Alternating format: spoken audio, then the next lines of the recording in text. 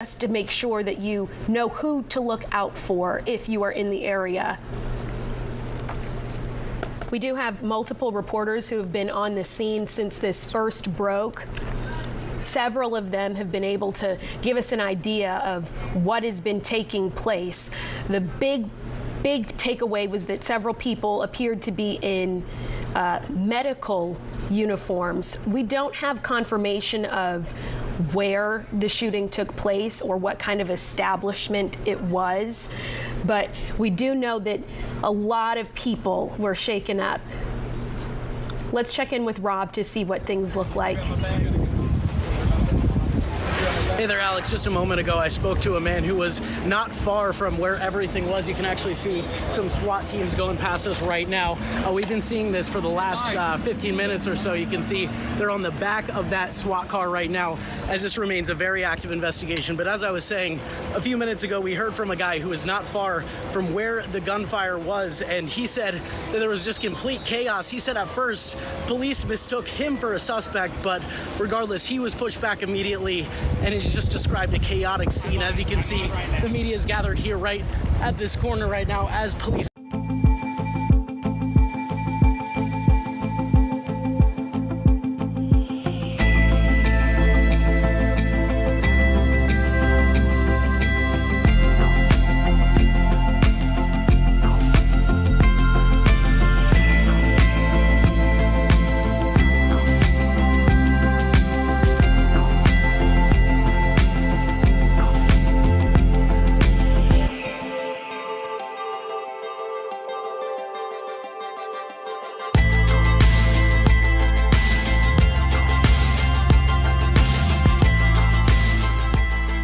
The news moves fast, and so do you. So take the news with you. You can scan the code right here to download the Fox 5 News app now. Inside the app, hit the Watch Live button to stream Fox 5 News wherever you are. Get alerts for the biggest stories and the latest news headlines, weather coverage, sports breakdowns, even I-Team investigations. So what are you waiting for? Scan the code now and take the news with you. Download the Fox 5 News app now.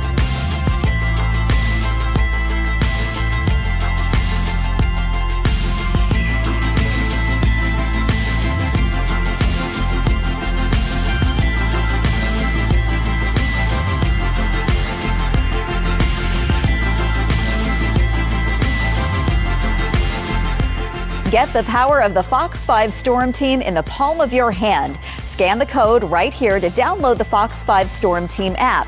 Inside the app, you'll find everything you need to plan your day and keep your family safe.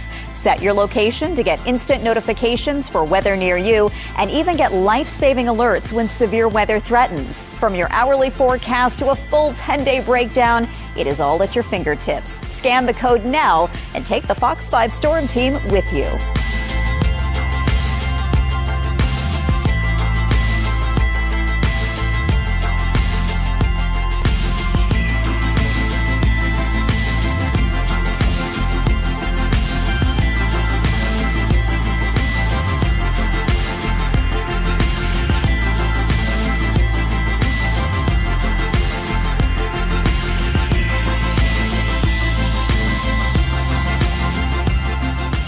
Good Day Atlanta is here to help you start your day. Whether you're up at 4:30, 5, or 6 a.m. Give us 15 minutes and you'll get all the news you need with stories that matter to you. A forecast to plan your day. And traffic updates to keep you moving. Start your day right. Every weekday morning on Good Day Atlanta. Get news from Fox 5 and Good Day Atlanta 24/7 with email newsletters. It's the news you want delivered right to your inbox. The morning brief gives you all the top stories to start your day. 14th, once you get off of the highway, if you're coming in here, a lot of people just wondering, businesses here,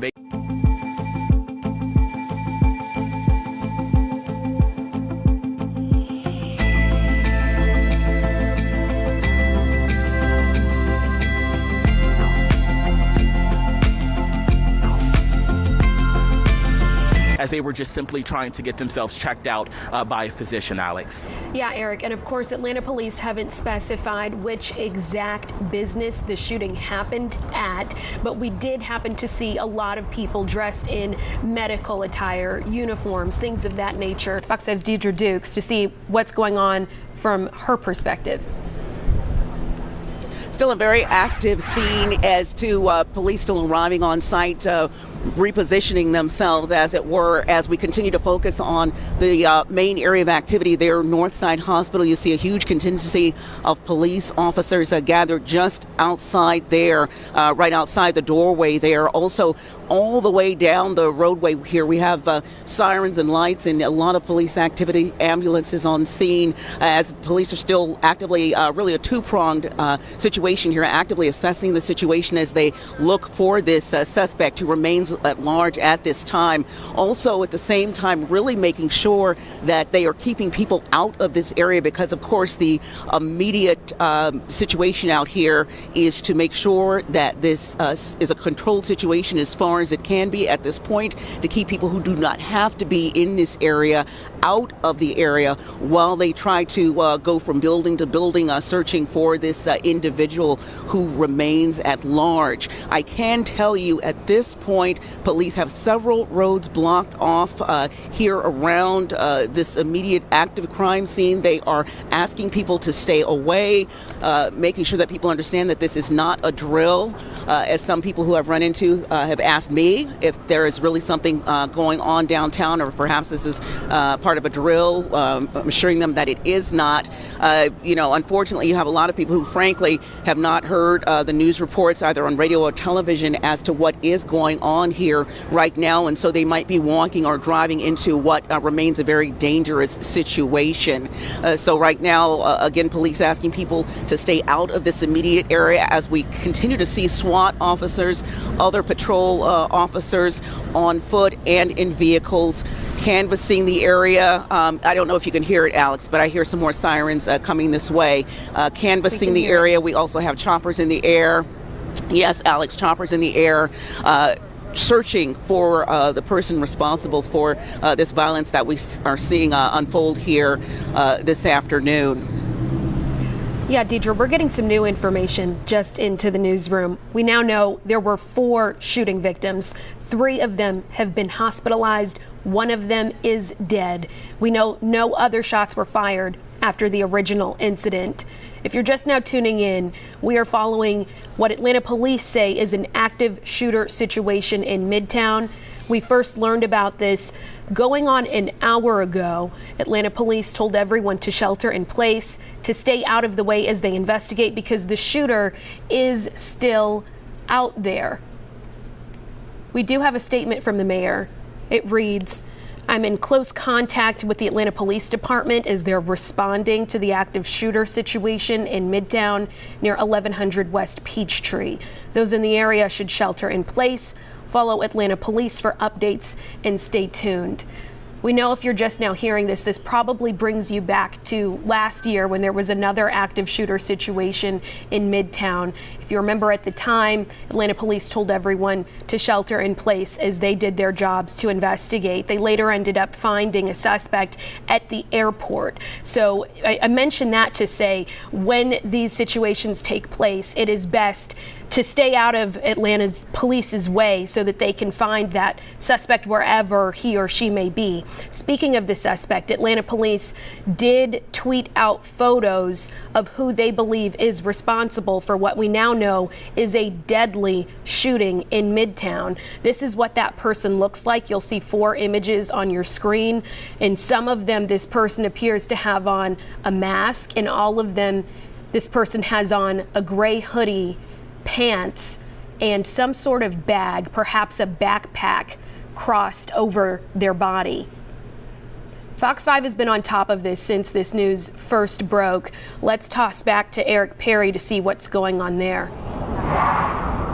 Yeah, Alex, just looking over, you can see more police officers coming in, and we have confirmed 4 people injured. This is the latest that we found out. 4 people injured, 3 people recovering in a hospital from gunshot wounds. We also know 1 person has been confirmed dead. That is what Atlanta just sent out to us, confirming a couple of minutes ago. I talked to someone who parked in the Whole Foods parking lot. That is actually in this building, in this block here.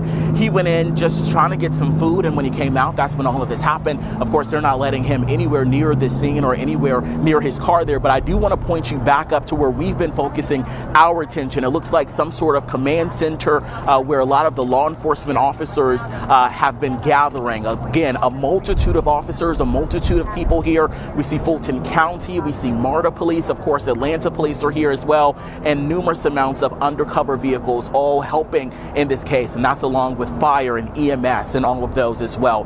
This is 14th and Spring Street. 14th is blocked off, so you cannot go down 14th if you're heading up toward Piedmont Park or the Colony Square area. But if you're going on Spring Street, where my photographer is showing you, that is a one-way. You can go, but traffic is starting to back. But if you have any business in this area, they are urging you to stay clear as they are working this area. They are working this investigation, and they're still working to find the person responsible. I know we've been showing you, but if we can just punch up those pictures once again, you can see that man in some sort of hoodie inside of the business here on this block, and that is who they need your help finding. If you see him, contact Atlanta Police. Do not approach him, but we need your help. Atlanta Police needs your help, so hopefully we can find some sort of resolve here. But right now you're taking a look at whatever kind of command center this is at North Peachtree Street as well, Alex. Yeah, Eric, you mentioned some of those businesses and people who were doing their typical Wednesday afternoon routine. Are you able to see inside? Are there people still there watching in awe? Are there people still trying to figure out where to go? Yeah, Zorn, if you can turn back just a little bit, just to show this corner. She asked about people just kind of figuring out where to go. You see this man on the bike. He was just trying to run errands. The guy who has that black hoodie on there, we talked to him. His car is parked there inside the Whole Food. Hey, Zorn, actually go over to your left here. We see some sort of tanker coming in or some kind of armored truck and vehicle. This is coming down 14th over the interstate as they are bringing extra precautions in as well. We're going to stay on this shot to show you as they're going to come through this intersection. This is Spring and 14th Street, and you can see some sort of armored vehicle being led inside the crime scene, or where it is. It looks like SWAT is actually being brought in by the Fulton County Sheriff's Office. So this is really a collaborative effort here, all hands on deck as they're working this situation. We wanted to give you that perspective, Alex. Yeah, Eric, we appreciate it. I wonder if that is related to the tactical equipment that we saw leaving where Rob DiRienzo was. Let's check in with him to see what's happening there. Active situation. Hey there, Alex. Yeah, I followed that tactical team all the way up here on 15th Street. This is right in between West Peachtree and Peachtree. Now, this is about 2 or 3 blocks away from the scene and where Eric was just a moment ago. You can see they're all staged here in the direction of of Peachtree, which is the opposite direction of the scene. I asked one of the SWAT team members if there's activity up there. He gently nodded yes and told me to inform the public to stay away from the corner of 15th and Peachtree, as well as the area of West Peachtree too. Now, I spoke to a man a little while ago who was there when the shots rang out. Take a listen to what he had to say. I walked out and it seemed like I heard a loud noise, sound like a gun, but I wasn't close enough to actually believe that I heard it. So when I walked outside of Whole Foods, because I go through from my building, the Icon, to Whole Foods, and when I walked out of the building, all I seen was police cars and SWAT, and everybody's just pulling up, back to back.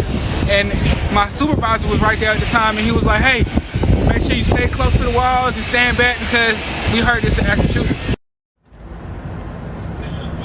And back out here live again, you can see the SWAT team members staged and ready to go. It's not clear what is up in this direction, again, the opposite direction of the scene that they're focused on, but it seems like a lot of their attention is in that direction. They've also been showing themselves cell phones, potentially pictures of the suspect. We got his description a few minutes ago as police continue to look for him. But again, this is the scene right here in between West Peachtree and Peachtree Street on 15th, right near the High Art Museum. Definitely want to avoid this area right now. Alex. Yeah, Rob, Eric, and Deidre are doing that delicate dance of trying to stay safe while giving you the information, and also just some inside baseball here. Atlanta police use a public information officer to tell us official information. Right now, they're still trying to figure out what took place. Let's check in with Deidre now to see what things look like from her vantage point.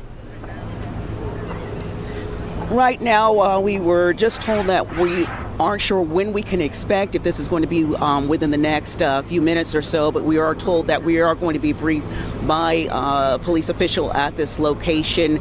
We expect that as this is ongoing, it may not be as quickly as we would like, but the great thing about social media is that with social media, APD can alert everyone together as to the real-time flow of what's happening, what's transpiring here. If you look just beyond the police tape, you can see that we have Atlanta police officers joined by several other law enforcement jurisdictions here, police and fire here on scene. This whole I see they've just asked somebody to keep moving up the street. We do want to remind people that this is a very active situation, that the individual that they're looking for is still out here somewhere as they actively look for that individual. They are telling people to stay away from the area.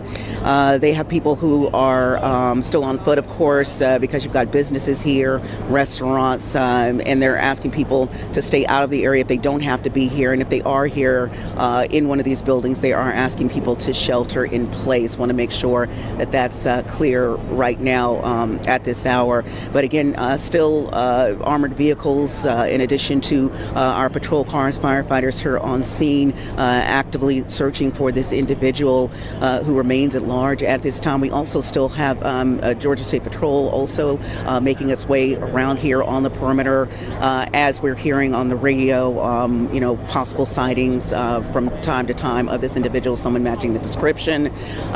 Police on motorbikes also making their way up and down the roads here. And anyone who's familiar with this area knows that in addition to the main thoroughfares here, West Peachtree, that you also have a lot of side streets, alleyways, back roads. And so there is a lot of, road to cover, you could say, in addition to the main thoroughfare that perhaps the general public is used to, places where perhaps somebody could take cover and possibly elude police. And so that is another reason why anyone who is in this area being urged to stay wherever you are, not to venture out. And if you don't have to be here, don't be here, because of course police right now just really don't want any more activity than is necessary as they continue to, on foot and in their vehicles, patrol this area, and by air of course, and try to find this individual. Alex.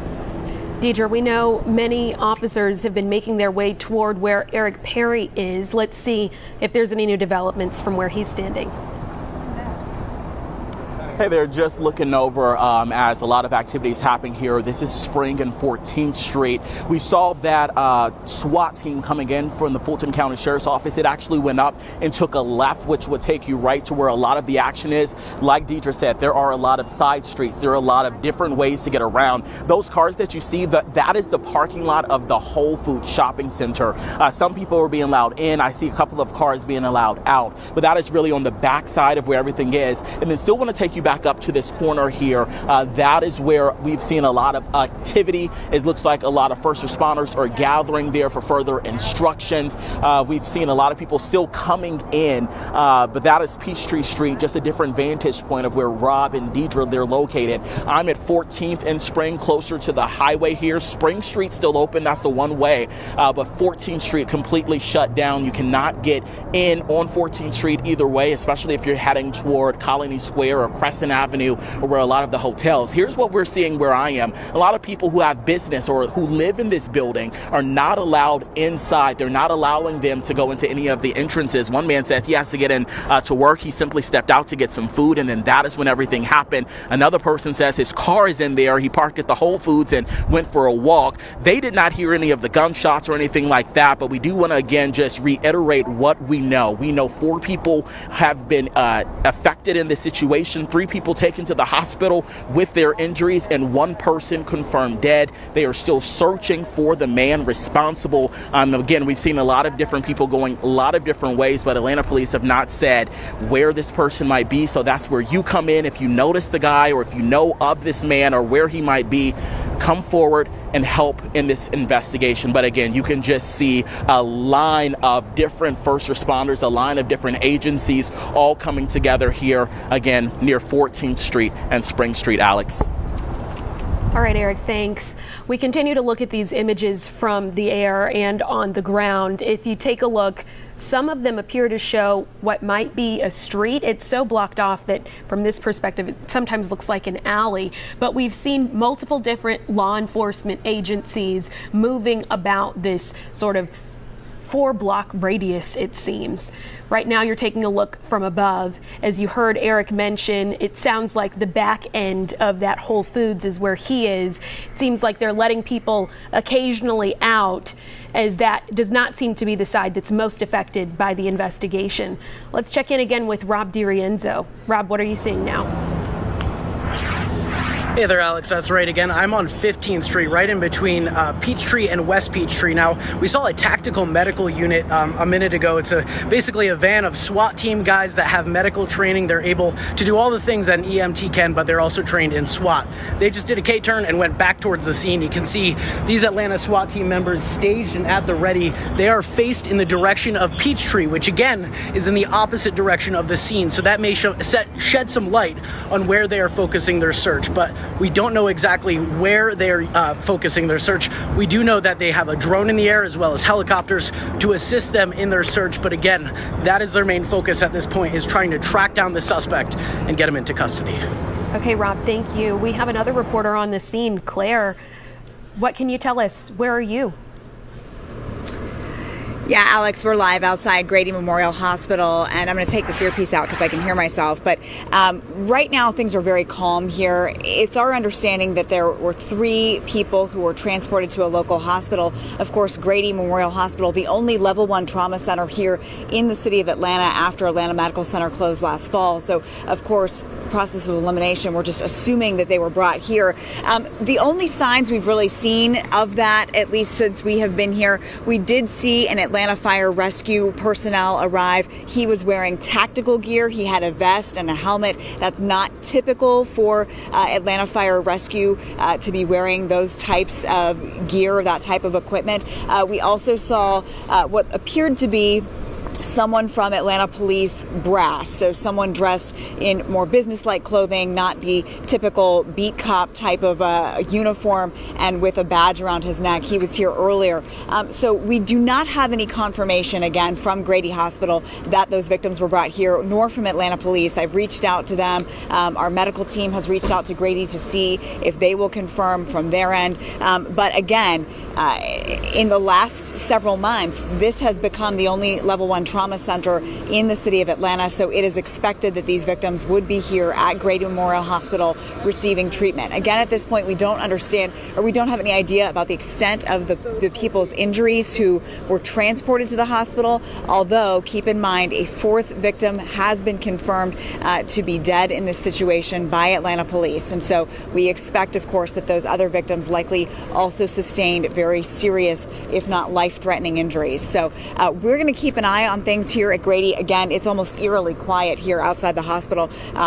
Those folks would have been transported very quickly here, so not a lot of ambulance activity. I will tell you, my photographer and I, we were in another area. We were in Buckhead for another story, and we were on our way here, and I saw just coming from Buckhead, obviously passed by Atlanta police officers who were on their way to the Midtown area, and then when we got closer to Grady, there were then officers coming from the south side headed again north towards the Midtown area. So it is obviously an all hands on deck situation, and we are going to continue to bring you any updates as soon as we get them. Alex. Yeah, Claire, thanks. That seems to be the consensus. Eric Perry says he saw multiple officers who were coming from the Capitol area. You said you heard some coming from Buckhead. We want to give you some updated numbers here, though. We did just learn a 4th victim was taken to the hospital, which now brings us to 5 victims in all, one of them dead. Here's another vantage point of this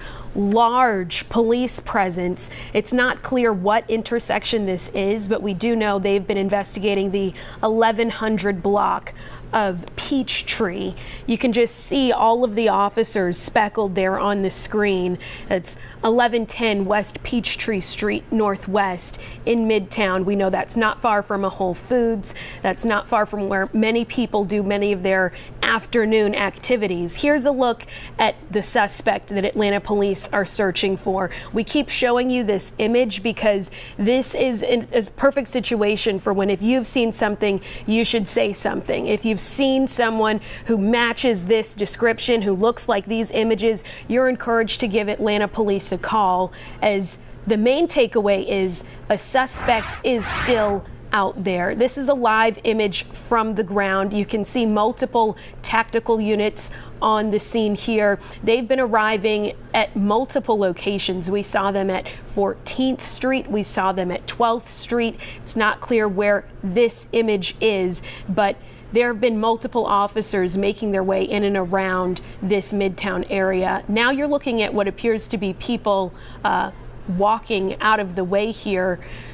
Mainly, Atlanta police have said everyone should shelter in place. So that, for some, might have meant staying inside of the restaurant where they were ordering their lunch. For some, that might have been staying inside of the dry cleaners. But we're seeing multiple people moving, likely to get out of the way to take Atlanta police's advice here. Let's go ahead and see what things are looking like from Deidre Duke's perspective. And the camera's moving around a bit. We're orienting ourselves here for you. We just talked to a woman who actually had an appointment at the hospital, and she said that she got stopped, of course, as she was making her way there. And she said that she just learned, she got a call from hospital staff that her doctor and others there that she was set to see, that they are okay. They wanted to let her know that, but she has remained on scene, saying her thoughts and prayers are with everyone involved in this. She lives in this area and said she's just heartbroken by what's transpired in our city this afternoon. Atlanta becoming yet the latest city to experience this deadly gun violence. So many people out here who are waiting, wondering. One young man who didn't want to go on camera, worrying. He told me, again, he did not want to go on camera, but he told me just now that his mother works in the main building there, that she heard the gunshots. And he tells me, of course, we're not inside where we can confirm the information that we're hearing here on scene, but he did tell me that his mother is still there in the building. She is okay, he said, but he's very concerned, of course, as far as the situation playing out here, and said until he's had the opportunity to lay eyes on her and ensure that she is as okay, frankly, Alex, as you can be in a situation like this, that he did not want to make any remarks at this time, which we certainly understand. Right now, we're in a bit of a holding pattern here. We've got, of course, constant movement with law enforcement, Atlanta Fire, as well as other agencies here on scene, actively still searching for this individual, of whose pictures that they have released on social media.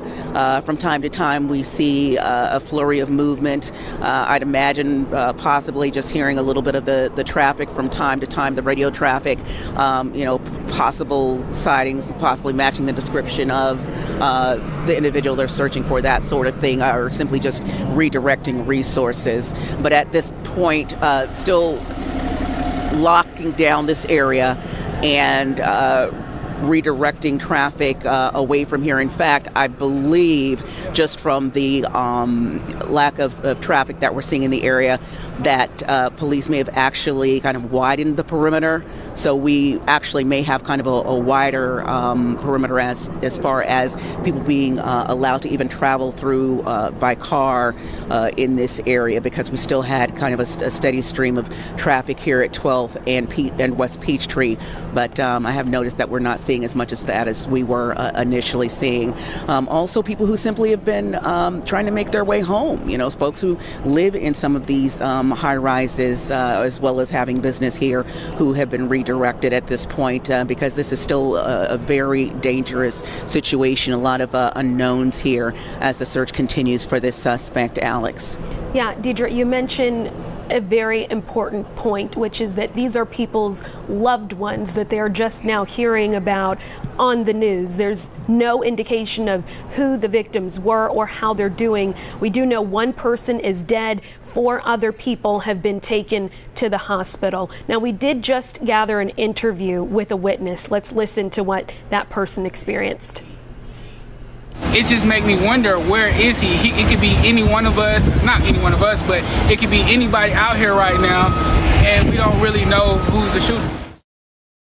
Yeah, that's the scary part about all of this, is that right now we're all just in limbo. The people who are waiting down there in Midtown, they're all just wondering if it's even safe to be there. Right now the answer is no, and your best bet is to stay inside, whether that's your apartment, condo, home, or a business, to let Atlanta police do their job and find the suspected shooter. You're looking at officers on your screen now with what appears to be their weapons drawn. We've seen similar images all throughout the past, now going on about an hour. We first heard about this maybe the last 15 minutes of the noon hour, and Atlanta police have swarmed this area, really just looking for the suspect. Let's bring that image up for those of you who haven't seen it just yet. It does show a man with a hoodie, in some instances with a mask on, and a backpack across his stomach or chest. This is the person that Atlanta police say they are searching for. This is the person who is said to have shot 5 people, fatally, one of them. Let's go ahead and check in with one of the reporters who's on the scene here.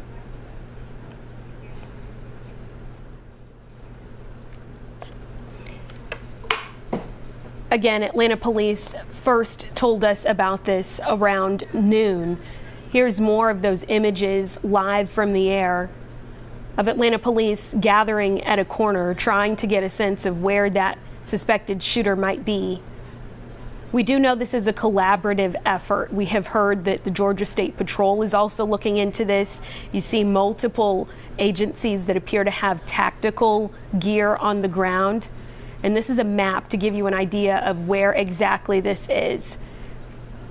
Let's check in with Fox 5's Rob DiRienzo. Rob, what do you see now? Hey there, Alex. You'll have to forgive me. I'm catching my breath. I was just running over here. I'm right near the High Museum still. You can see that police have kind of shifted away from this area. We did see a bunch of them on standby at the Arts Center, MARTA station, kind of looked as if that the entire station was closed down.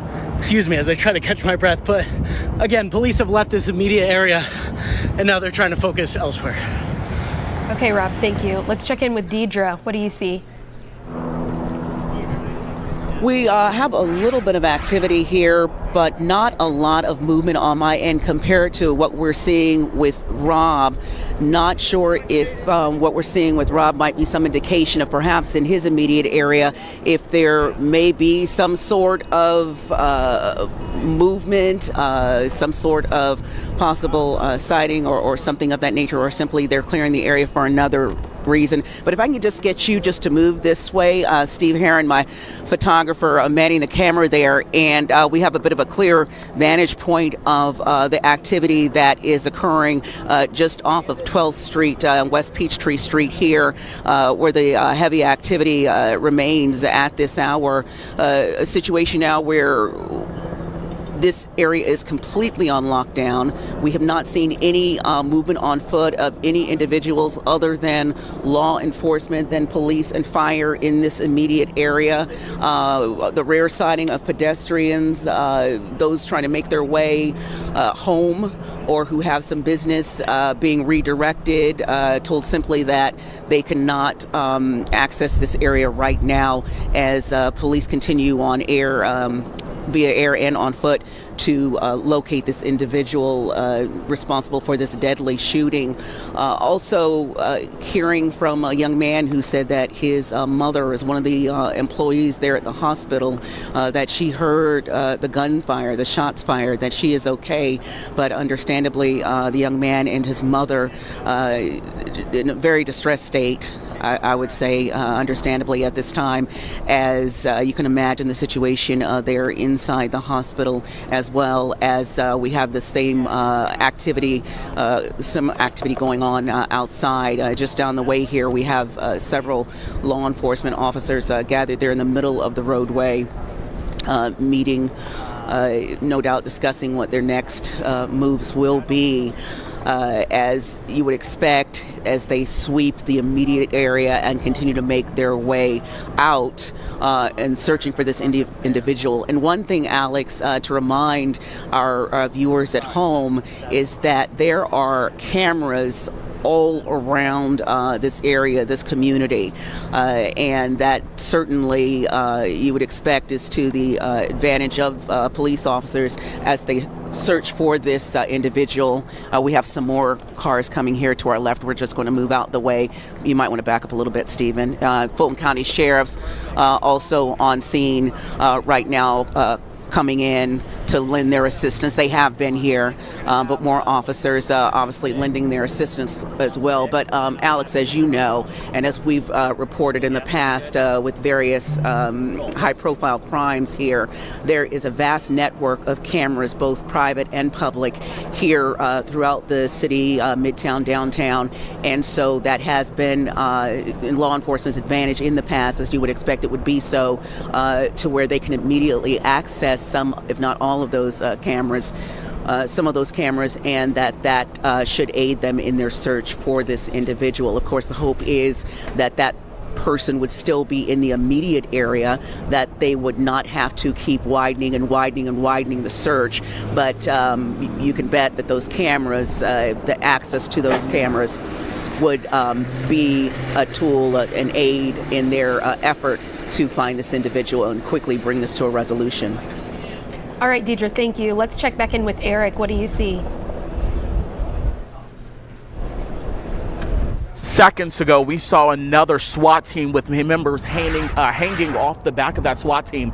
This is near Spring and 14th Street. And also, we saw two workers who were inside that medical building. I believe we've lost them. They were running away from the scene. They said that they were a floor under and they heard several gunshots. They didn't want to go on camera, but they were, you could tell, visibly upset. I'm sure they had to stay there and shelter in place. Two women, and they were in scrubs as they left this area. It's been a very long and unexpected day for them. I also want to just point you over there. I know it's a very active scene, but you can see Atlanta police going inside this Shell gas station. That has really caught my eye. This gas station, the inside is closed, and we've seen several different officers going inside, looking at what looks like video, but a lot of different officers have made their way inside this Shell gas station here. You can just see a lot more police officers coming in. You see people probably coming back from lunch, and they can't make their way to where their offices are, but it really did stand out. We saw those two women leaving the crime scene tape.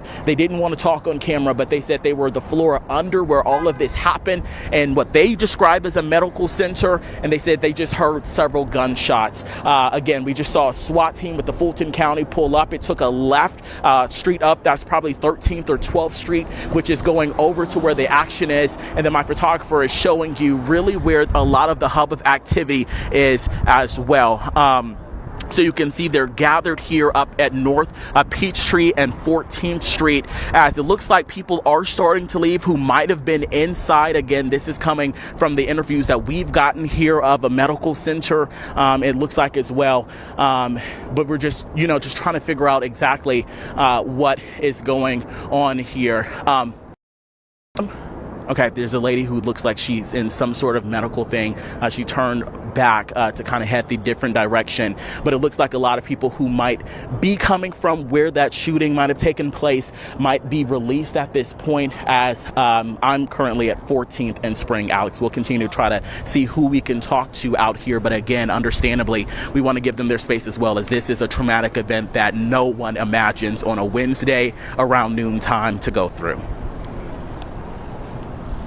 Yeah, Eric, thanks. It sounds like police are canvassing the area. You mentioned they headed toward that Shell gas station where you are on 14th Street. Deidre even mentioned Atlanta police often talk about their resources, that camera connecting system. They say this is the reason why they so often want all of those businesses to connect, so that they can tap in during a moment like this.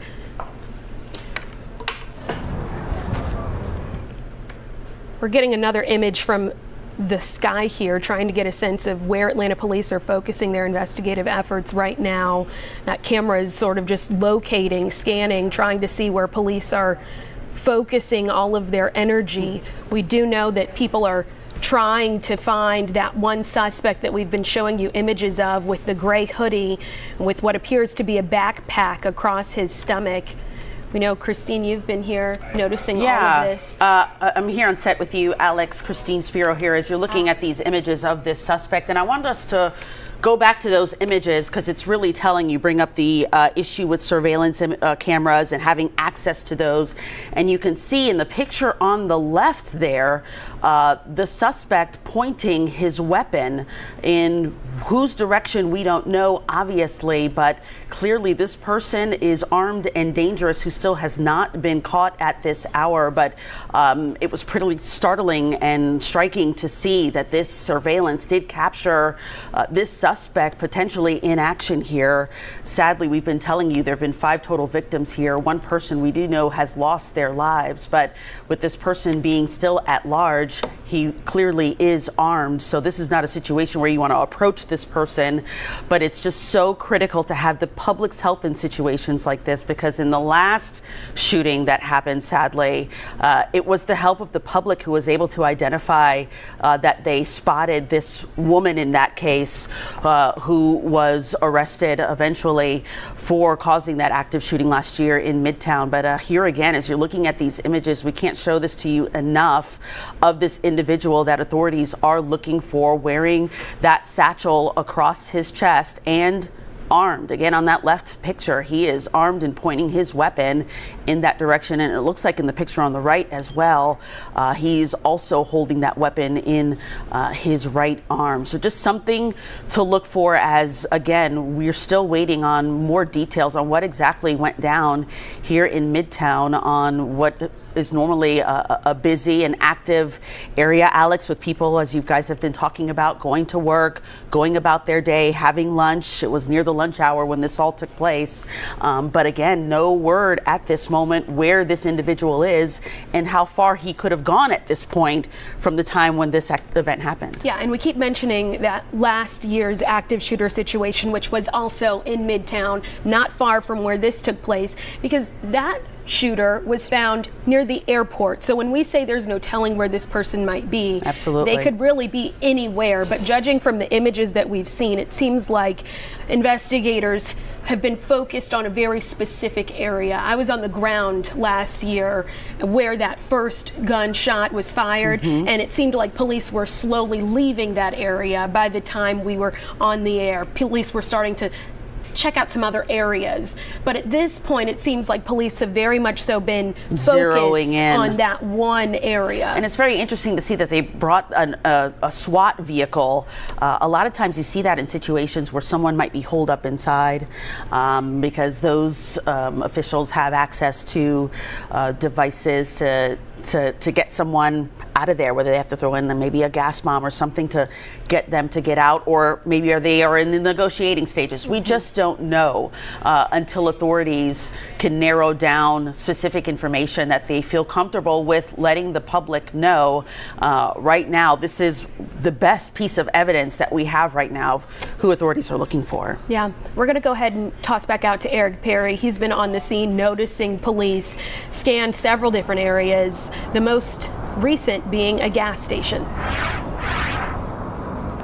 Yeah, Alex, Christine, good afternoon to you. I'm at 14th and Spring Street, but just a couple of minutes ago, I actually talked with a couple of women who were inside. So before, when we last talked, I talked to 2 women who heard the gunshots. This woman actually saw some of the victims. They weren't on the exact floor, but they said they had to shelter in place when it happened. They also said they saw the SWAT team running through this building.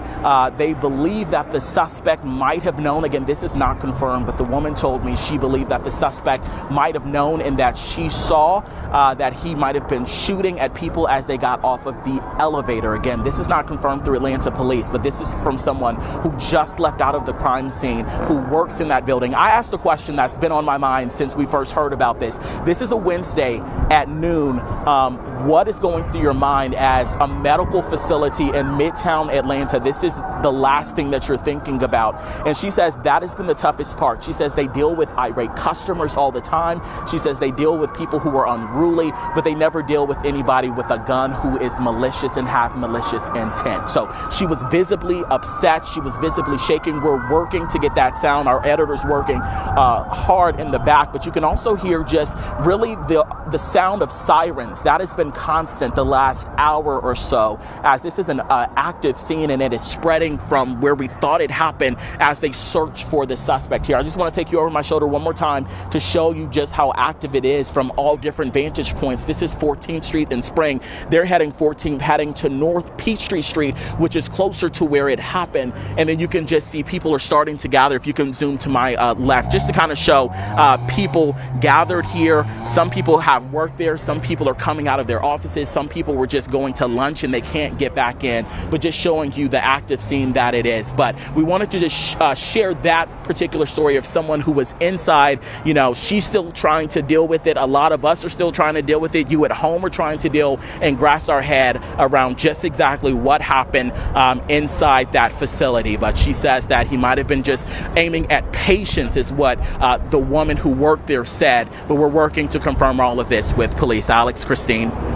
Yeah, and it's just seeing the gravity and the response on there down in Midtown Atlanta. You know, driving into the office, you would never know that something of this gravity was happening in downtown Atlanta. So it just goes to show just the expansive area that these officials are in and how they're just kind of narrowing and zeroing down where their focus is at this hour. And it's a good time, really, again, to check on folks you may know who work or who may have had any kind of errands to run in this area. And if you do have any plans to go down to this area, you may want to cancel them at this point, because this could be something that can be active for hours at this point, as we've been at this point, what, 3 hours now or so that this has been an active scene? Just over an hour now. So yeah, as we're just watching aerials and trying to show you just different scenes and how active it is on the ground as police try to, again,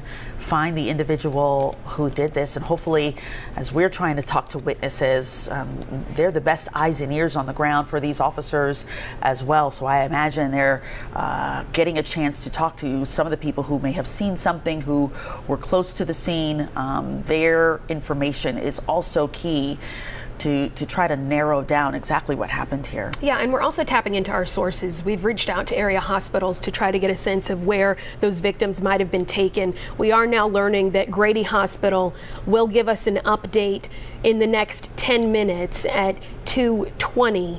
This, of course, being almost 2 hours since we first heard of those gunshots. We have mentioned, though, that this is how it all starts. Whenever we hear the words active shooter, it's always shock and awe that people were just doing their regular run-of-the-mill everyday jobs. It sounds like this was some sort of medical facility. It's not clear what kind exactly it was, but we've heard from multiple witnesses saying that this shooter might have been aiming toward patients, might have been aiming toward people who work there. Either way, no one who was inside of the building expected this is how their Wednesday afternoon would turn. And it sounds like the mundane statement, Christine, but that's how it always starts. People were doing what they always expected they would do, expected they would be able to do it, and then chaos. I think it's just a sign of the times that we're in right now. We have been covering so many active shooter situations across the country up to this point. I mean, there have been numerous cases so far this year. We're not even halfway through the year 2023, and there have just been dozens of active shooter cases across the country. So sadly, Atlanta is added to the list for the year of 2023 here. Seeing what has transpired today with 5 people affected by this. One person we do know lost their life. We can imagine that if one person has lost their lives, the other 4 victims could very well be critically injured as well as we continue to look overhead and see some of the SWAT vehicles there on scene now. We do know the people were shot inside the building in the 1100 block of Peachtree Northwest. We've talked about some of the landmarks that are around this area, the Whole Foods, Northside Hospital, some of the areas, if you're familiar with this part of Midtown Atlanta. This is where all of this has happened. Let's go to our Eric Perry, who is on the ground, and you've been able to talk to someone else. Eric, what have you found out? Yeah, Christine, Alex, I was telling you about just what happened. You can see a martyr police officer is just taking off from the scene here. But I kind of walked you through what she told me. She was inside the building. She said that it was the Northside Medical Building on a different floor. But I think I wanted you to hear what she has to say. Let's take a listen to that interview we got as she was leaving the scene for the first time after the shooting. I don't know. I don't know what to think. I'm just really sad that this has happened in our city, because I love Atlanta, and I don't want this to put a black mark on it. I live in Midtown, right across from the park, and I don't live in fear. It's just, things just happen. Yeah, and also she was describing the patient. She says that she's dealt with irate patients. She's dealt with all types of different people, but she says that she described the shooter as shooting at patients off of the elevator and on that floor. She heard the gunshots, but again, it's still very active scene out here as we're working to learn more information. I'm on 14th Street and Spring Street. We're starting to see a couple of people starting to leave, but again, we're gonna continue to monitor the situation because we're starting to see people leave out and leave from where this shooting happened. Alex, Christine. Yeah, and good for that woman to say, you still cannot live in fear, all things considered, but certainly a very scary situation. We do have a statement, from what we understand, from Northside Hospital on what went down here. The officials there saying Northside Hospital is cooperating with law enforcement following the shooting at our Midtown Atlanta location earlier this afternoon. We urge people in the area to shelter in place and follow instructions from law enforcement on the scene. The tragedy is affecting all of us, and we ask for patience and prayers at this time. So that first sentence in the statement, giving us a little bit more information that this did happen at Northside Hospital at the Midtown Atlanta location, speaks to the fact that we have seen people in their medical uniform, in their scrubs, milling around outside the area. And they're acknowledging that this is a scary situation that's forcing the entire city to stop and pause and work together to try to get a suspected shooter quite literally off of the street. Let's check in with Fox 5's Rob DiRienzo, who's really been running all up and down the area. Rob, where are you now and what are you seeing? Hey there, Alex. That's right. I finally got a chance to catch my breath. I'm back on the corner of West Peachtree Street and 15th. I was up near the High Museum, where it seemed like the SWAT team members were focusing their efforts a few moments ago. They have since left that location, and now they are back down here in this area, closer to the scene. And we are just trying to track everything going on down here. It's still pretty hectic. Things have not calmed down. Police still do seem to be on high alert. They're still walking around in their long guns. So we are still trying to get a bigger picture of what exactly they're focusing in on right now. But again, the suspect is still at large, and you can see down West Peachtree Street, kind of past that Whole Foods. This is where police are focusing their efforts, outside of that Northside Medical Building facility, kind of close to that Whole Foods. But again, that's about 2 blocks away. You can see police on motorcycles kind of staged right here, along with some more ambulances on hand just in case they are needed. But again, right now we know 5 people are hurt, one person killed in this mass shooting this afternoon. Alex. Okay, Rob, thank you. We do see an increase of medical personnel on the scene, and we've mentioned that we've been checking in with local hospitals to get an idea of how these victims are doing. We do know Claire Sims has been there at Grady Hospital as well. Yeah, let's go ahead and check in with her, Claire, and not sure if you've seen any activity outside of Grady, but we do know officials are going to be speaking soon, right? Yes, in just the last or next couple minutes, really. They told us around 2:20 or so they expect to have the Chief Medical Officer and Chief of Staff, that's Dr. Robert Jansen, here at Grady Memorial Hospital. He's going to come and give us an update on the victims who they would not confirm were brought here, but it sounds, of course, like they were brought here. 4 victims in all with injuries, and then a 5th, as you mentioned, or as Rob mentioned, who died at the scene. So we expect to learn a little bit more. Of course, you have to keep in mind there is a lot of privacy that goes along with people's medical situations or medical conditions. We don't expect to learn much about who these people are, but hopefully a little bit more about how they're doing. And hopefully it is good news from the medical folks here at Grady Memorial Hospital as they work to make sure that they are okay. So again, all of this unfolding earlier this afternoon, and the latest information we have, and remember, this is a developing situation. These numbers could change as time goes on, but we know at least 5 people shot, 1 dead, 4 people transported to a local hospital, which at this point we do believe is here, Grady Memorial Hospital, the only level 1 trauma center in the city of Atlanta after the closure of Atlanta Medical Center last fall. So again, any moment now, we really expect the Chief Medical Officer to step outside, and as soon as he does, we'll bring it to you live. Yeah, it's interesting, Claire, because you talk about, as we do know from the statement from Northside Hospital, that the shooting happened there, yet they still took some of these victims to Grady. So kind of underscoring what Claire is saying, that it could be a situation where there was a critical level of injuries for the 4 victims that have been taken to Grady. Well, in a situation like that, when you're just trying to save lives, if you have the resources, you're going to jump in and try, Yeah. you would imagine. Absolutely, yeah.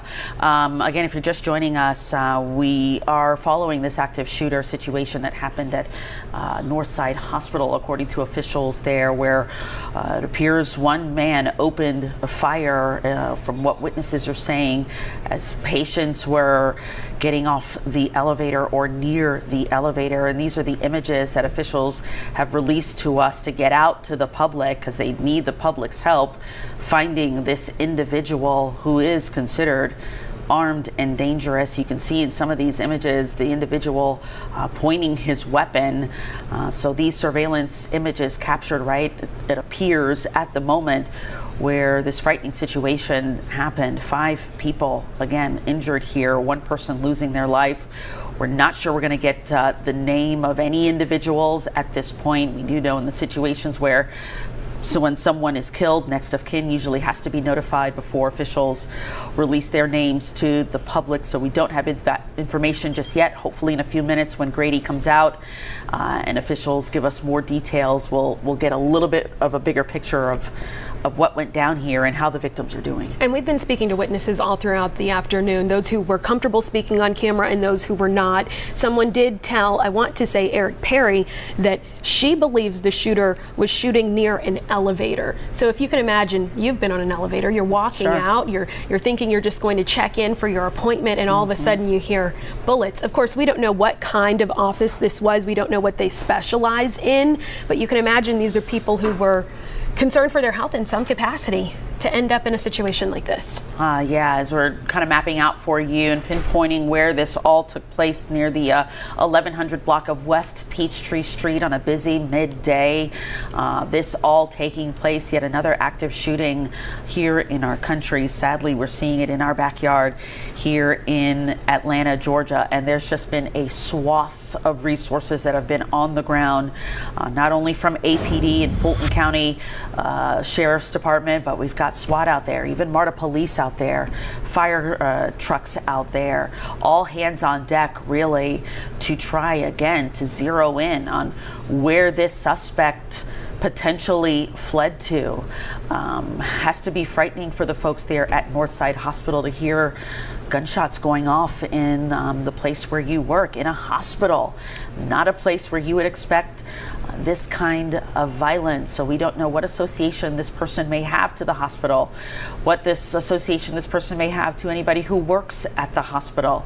But these surveillance images are just so clear and so sharp to see what this individual was wearing with this gray hoodie on, at one point in a mask, at one point taking off the mask, where you can see really a good look at the person's face. It appears he does have facial hair But again, this could be shadowed. But again, just really getting a good look of who this person might be, because the public is really going to be critical in finding this individual. And you empathize with the victims' families, because as we're all just waiting for information at this point, you know where your loved ones work, you know exactly what it is they do, and you know exactly where it is they should be on any given day. So you can imagine anyone who's just now turning on the news or getting a push notification sent to their cell phone, their hearts are just pounding, thumping, wondering, is it my loved one who was taken to the hospital? So at this point, it's just a sensitive situation where no one knows much of anything, especially not the big question of why someone would target something like this. Yeah, and just, you just sympathize, period, because you don't want to see anything happen like this in your backyard. Just looking at some Facebook comments from the story that's posted on our Facebook page. Some people say, I work in the area and I just left. One person saying here, very sad. Other people commenting, saying they're praying for everyone's safety. I think the community really can rally around a situation like this and sympathize with what's happening here. And you really hate to see this kind of violence take place in our community, but our crews on the ground have been doing a fantastic job, just kind of being our eyes and ears and showing us what's happening and letting us know where the activity, where police are zeroing some of their activity on. But again, Northside Hospital just giving us this information that this happened at their Midtown location. So that has to be weighing heavy on them as well. Yeah, which many of you are probably familiar with. Fox 5's Eric Perry says he was just in that building with his mother a couple of days ago. So it's scary to hear of something like this happening in a place that someone is familiar with. I want to just do a sort of pulse check. Eric, can you hear us? Are you still there? I think he's in the middle of interviewing maybe someone on the ground here. That's kind of our thing here when this is happening. We kind of get information from people on the ground who may have seen or heard something, and to help us get a bigger picture of what happened. Let's go and turn to Grady Hospital, where officials are getting to the microphone, and hopefully will get us some information on what transpired as some of those victims, we understand, went to the hospital. Let's listen in. Good to see you. Hello, everyone. So I think everybody's aware that we had a mass shooting down the street. 4 injured people were brought here. No other injuries occurred that we know of, and nobody was taken to the other facility. The 4 that were brought here, 3 are critical. 1 is still in the emergency department. The others are upstairs being treated. 2 in the operating room, and 1 in what's called interventional radiology. Are you able to describe, I know there are HIPAA laws, are you able to describe who they shot? Is that what you're talking about? No, I can't give out that information, I'm sorry. How is Grady prepared to handle a mass shooting situation? So we called mass casualty event. Within minutes, we had multiple trauma surgeons, multiple staff in the trauma bay itself. We cleared out any patients who were currently in the Marcus Trauma Center, and we were fully prepared. We were anticipating up to 12 patients. Fortunately, we only received 4. But we were completely prepared for it. We had all the staff that we needed. We had all the ancillary staff that we needed. We had chaplains there. We had security there. Everyone that was needed was in the place. And are you guys prepared just in case there are more? Yes. Yes. We have stopped our mass casualty call now, but we are prepared. I understand at this point, no visitors are being allowed into the building. Is that correct? We initially stopped visitors because we weren't sure where the shooter is. We are confident now that we can let visitors back in. We never locked the hospital down. We just wanted to stop visitors just in case there was anything going on.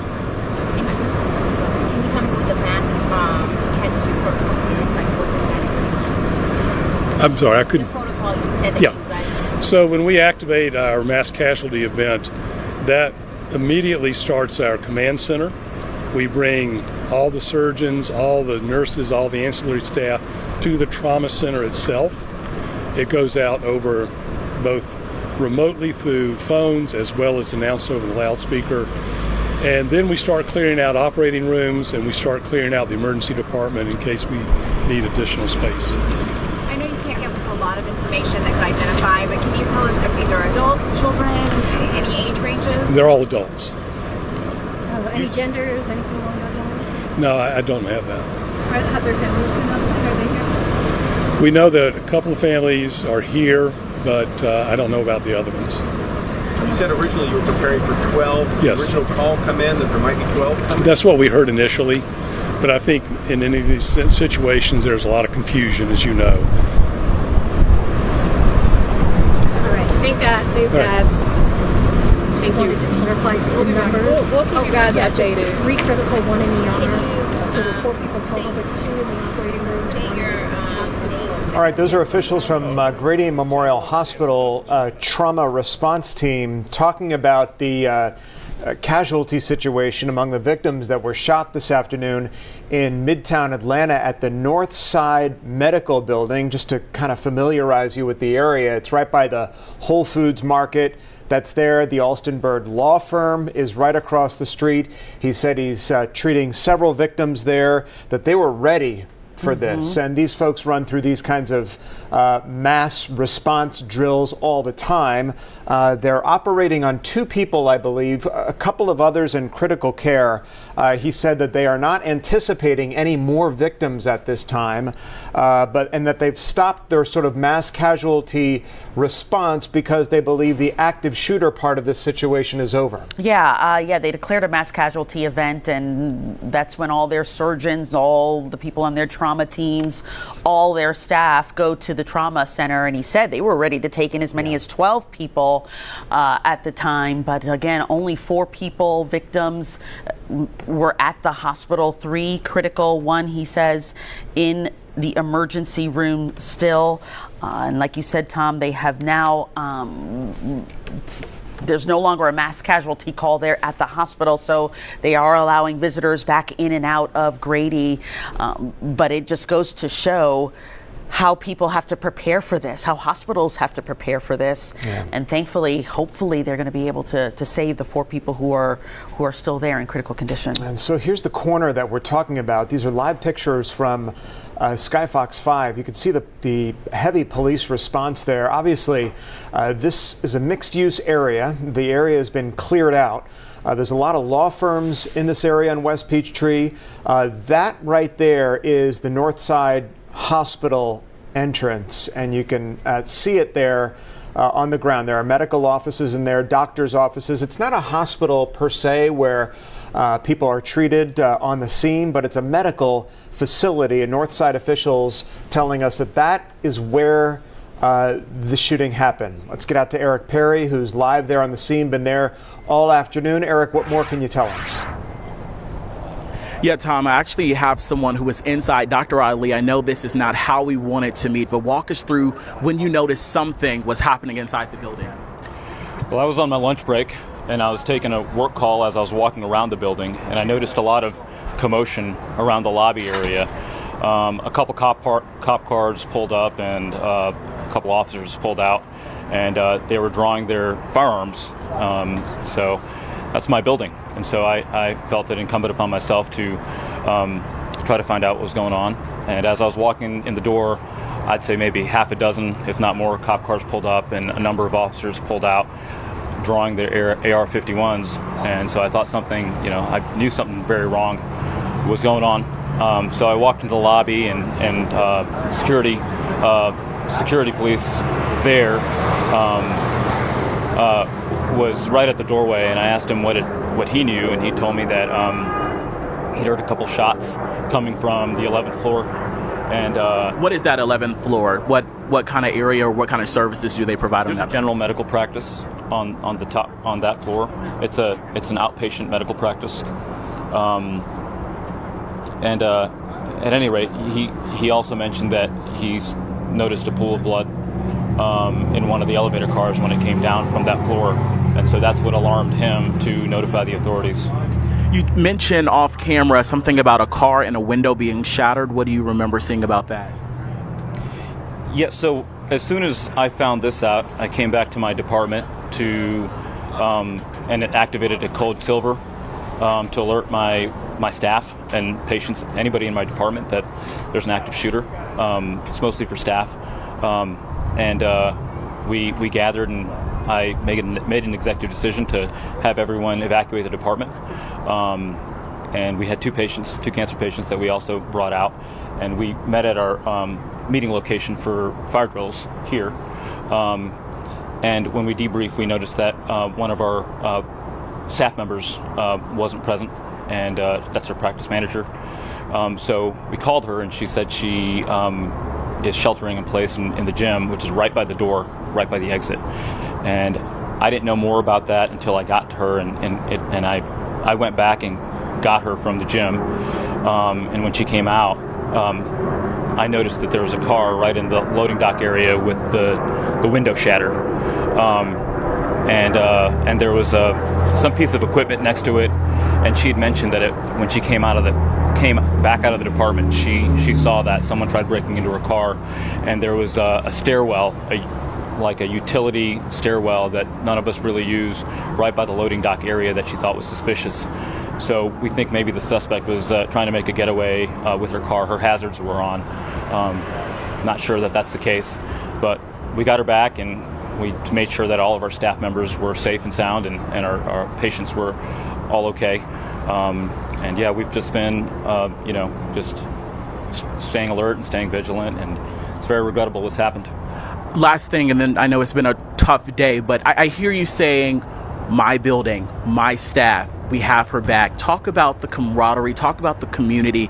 It's a family up there, especially in that medical community. How hard is this, and how do you guys process this to move forward?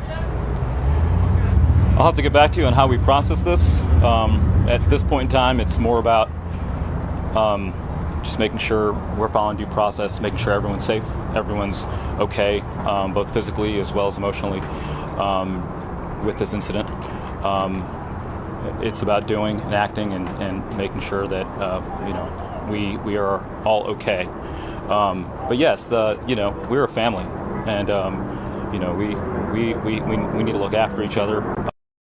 All of us were very concerned for each other's whereabouts, each other's well-being, and so that's the mentality we have, and we share as a department and as a medical system.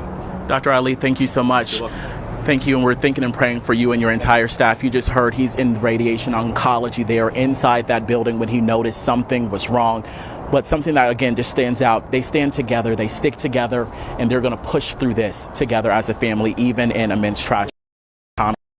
This is a very difficult situation to have to take in, and I'm sure as time goes on, they'll hopefully find a way to just wrap their heads around this. We did get critical information from authorities. They have confirmed the name of the person they are looking for, Dion Patterson, who is 24 years old. All right, and here's the picture of who police say is the 24-year-old suspect. We're getting to know a little bit more about him, and we can't keep these images on the screen enough because 24-year-old Patterson, police say, is the man who entered the Northside Hospital medical building there on the 1100 block of West Peachtree and opened fire, reportedly, according to that witness, and this information still unclear, on the 11th floor perhaps of that building, the general medical office on the 11th floor.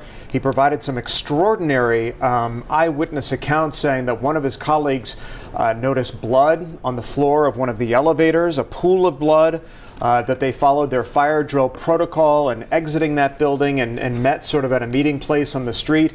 But this is the suspect now who police are looking for, identified now. This just breaking within the past 5 minutes as 24-year-old Dion Patterson. Want to get back out live now to Fox 5's Rob DiRienzo. Rob, we're learning a whole lot more just within the past 5 minutes about what happened here. Yeah, that's exactly right, Tom. Really remarkable details in Eric's report a moment ago. As I mentioned earlier, if you've been following our coverage, I saw people in scrubs crying and clinging to each other. This was just in the minutes after the shooting. Now, I've been speaking with my police sources. I just got an update a moment ago. They say that the situation is still very active, but it's transitioned from a situation to an active investigation. We're not exactly clear on what that exactly means, but we do have the suspect's name, as you mentioned. I want to take a step out of the way to give you a look at what the scene's looking like right now. It has calmed down relatively from what we've seen in the last few hours. Again, this is an active mass shooting investigation right now. It's not clear where police are focusing their search, but we saw them up near the High Museum earlier. We saw them using drones, and we've seen their helicopter orbiting around these few blocks in Midtown to see if they can zero in on where the suspect is. But again, a 24-year-old suspect. We have that image of him, and now we also have his name. We're going to continue to gather all the information here on the ground and give it to you guys. Back to you. All right, we want to go to Fox 5's Deidre Dukes now, who is also on the ground for us at 12th and West Peachtree. Deidre, while you've been there, have you seen any activity change? Still a lot of activity here along this stretch. This continues to be a very active crime scene. We also have seen just within the past half hour or so, people start to make their way here, people who were actually inside the hospital when the shooting started. We just talked to a man who was helping a woman who was having some difficulty walking, who was a patient there inside the hospital. He did not know this woman who was a patient inside the hospital when this happened. The man telling us that he was actually on the 9th floor. He was there waiting for someone who was in a waiting room for a procedure when they heard what they said sounded like pops, fireworks, possibly like firecrackers going off, and then saying all of a sudden there became movement, people seeing that there was something going on, doors being locked, and they said that the first true realization of what was going on is when they started hearing news reports of what happened. Let's hear from him.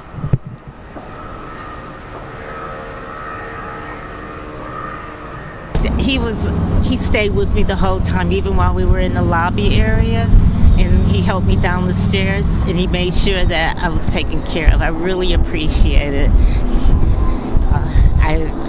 Under the circumstances, I really do.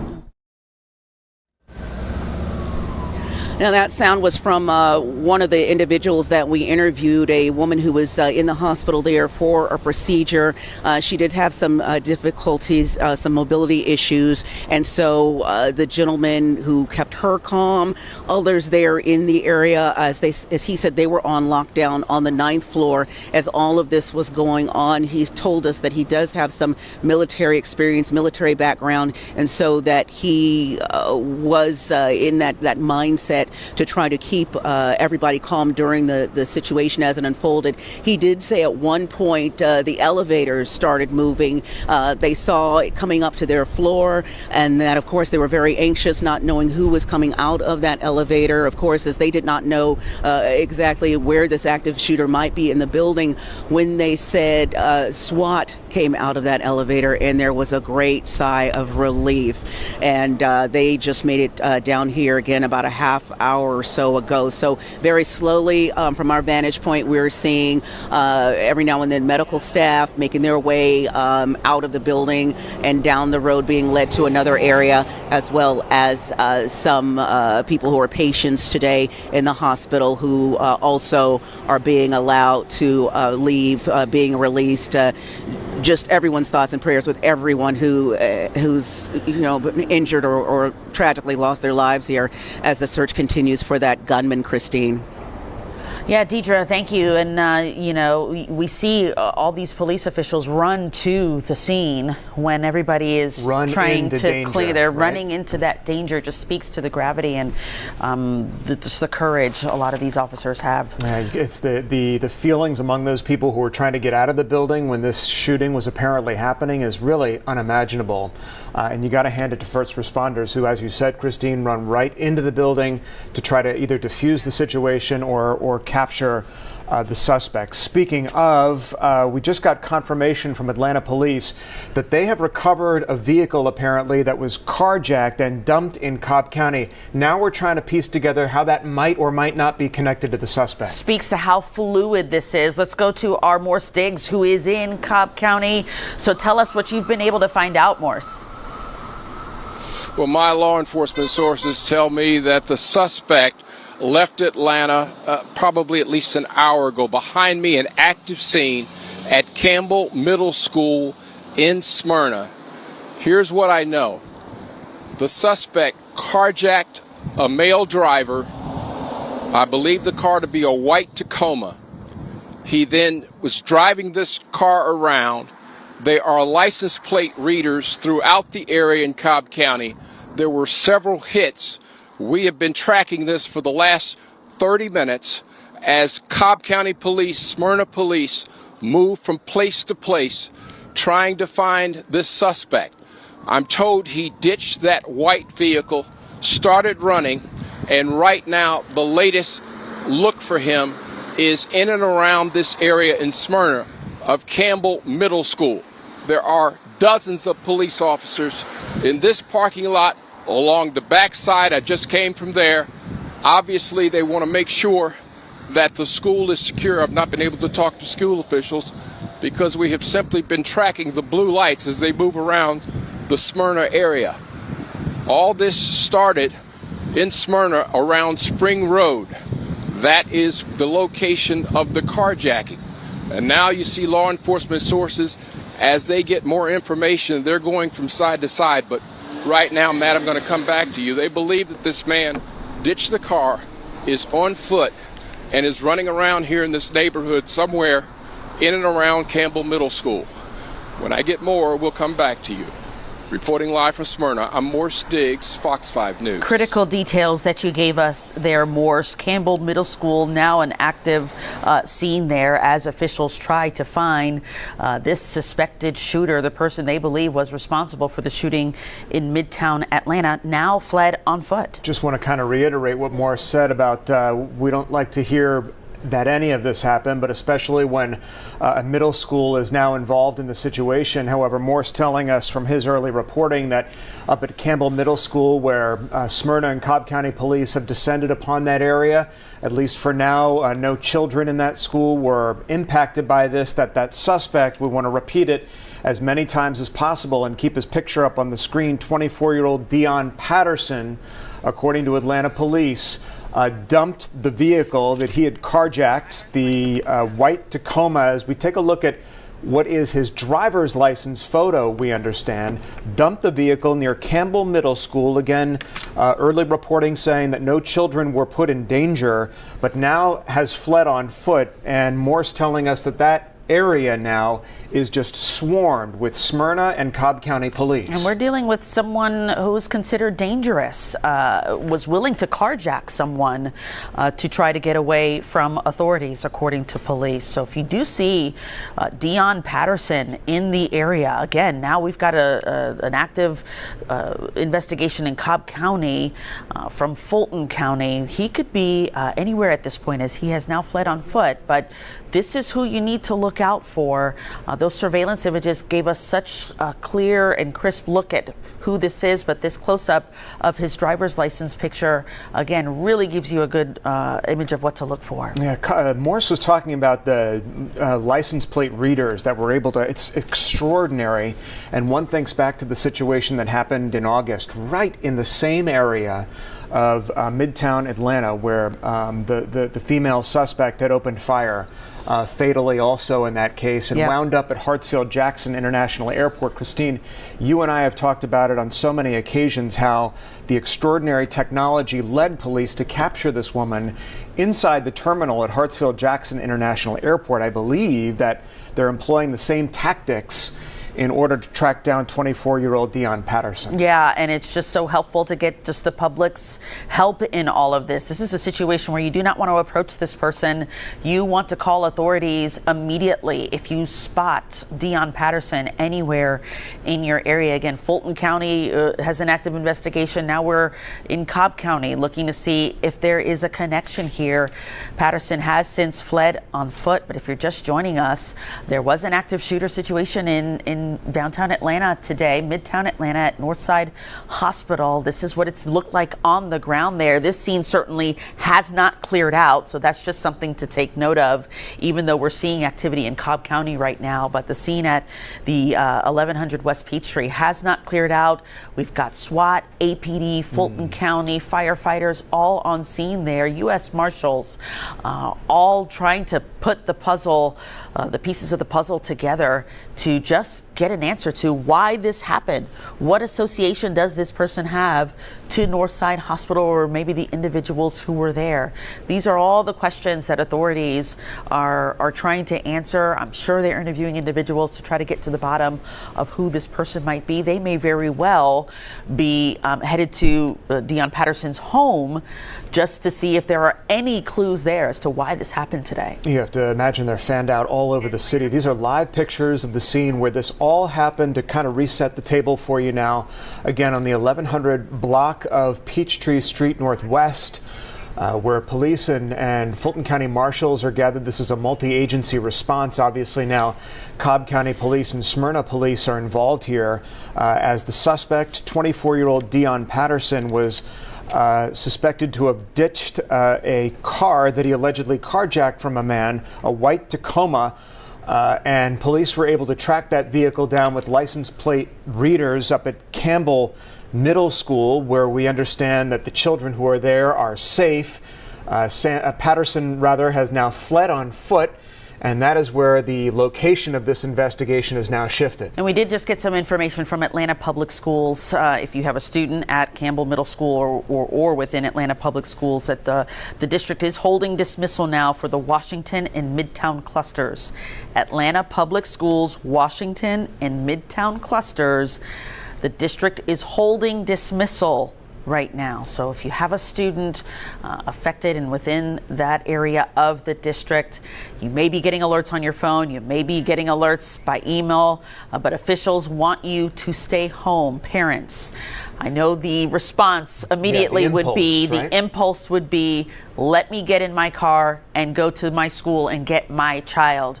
Right now, Atlanta Public Schools, the Washington and Midtown clusters, they're asking you to just hold off for now. The students, from what we understand, are okay. They just want to hold dismissal till they can get a grasp of the situation. Other schools have since, though, been dismissed. As normal. Let's get out to Fox 5's Eric Perry, who's among our reporters there at the scene where all of this unfolded.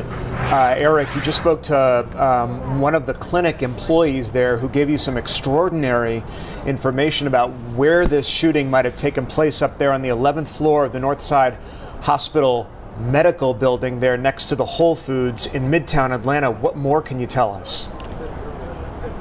Yeah, Tom, Christine, in a situation like this, you can't imagine, but you can't help but to put yourself in this situation. I've been inside of that building taking my mom to doctor's office as recently as last week there. So the staff inside, extremely nice. So when we saw them coming out, they of course had a traumatized look on their face. So we were asking them questions, wanting to know what it was like being inside there. What did you hear? Take a listen to one of the interviews that we got. I believe this is a surgeon who was in the middle of an operation when he realized that all of this was happening and he wanted to just get home to his wife afterwards. Take a listen. I mean, the first thing you do is you try to accomplish what I came for, which is just to do an operation. And then other than that, I just kind of thought, I could be in a shooting today.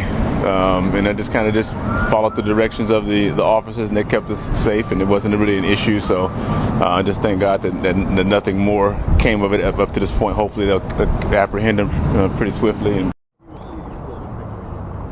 Yeah, he is a surgeon who is in operations. We also, the last time you guys checked in, we did a live interview with, he's in radiation oncology. He was coming back from his break when he realized that something was wrong. He went up trying to figure out, he said, my building, my staff. That shows that this is a family feel. He was searching and initiated what he called a silver alert. That's really for the staff members, saying that there's danger, that they need to get to their safe spot. And he says when he realized one of their employees weren't there, he went back inside. They found her. She was sheltering in place, but that woman says that she found her car. It looked like it had someone had shot inside of it. The back windshield was busted because of a gunshot, and they also noticed one of the side doors that he claims that no one ever usually uses was open as well. So he believes the suspect tried to get into that car as well. And we have been able to confirm that there was a carjacking in this area shortly after this shooting, and they believe that that car might be related. It is in Cobb County now,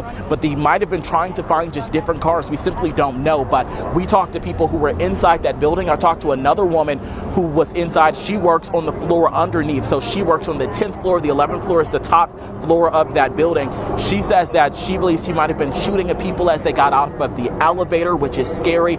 She says she deals with people who irate all the time, you know, unpleasant all the time if you work in customer service, but never anyone like this with malicious intent. The question that no one seems to know, and rightfully so, is how do you move forward from this? One person told me you move forward together, step by step, day by day, but a lot of people still trying to process just what happened as they go on a Wednesday just to go to work and help other people with their medical issues, and they find that they are in a life or death situation themselves. Tom, Christine. Yeah, he was so stoic and calm as he spoke to you too, Eric, just relaying all the critical details of what he witnessed, and it just had to be frightening. Yeah, it's hard to wrap your arms around the whys in this case. You can't necessarily put yourself in the head of a shooter because we don't know why they behave or act the way they do. I thought Eric made a great point in that these people feel like family together. You know, we all go to work every day, even in a building like this where they have separate departments, separate clinics,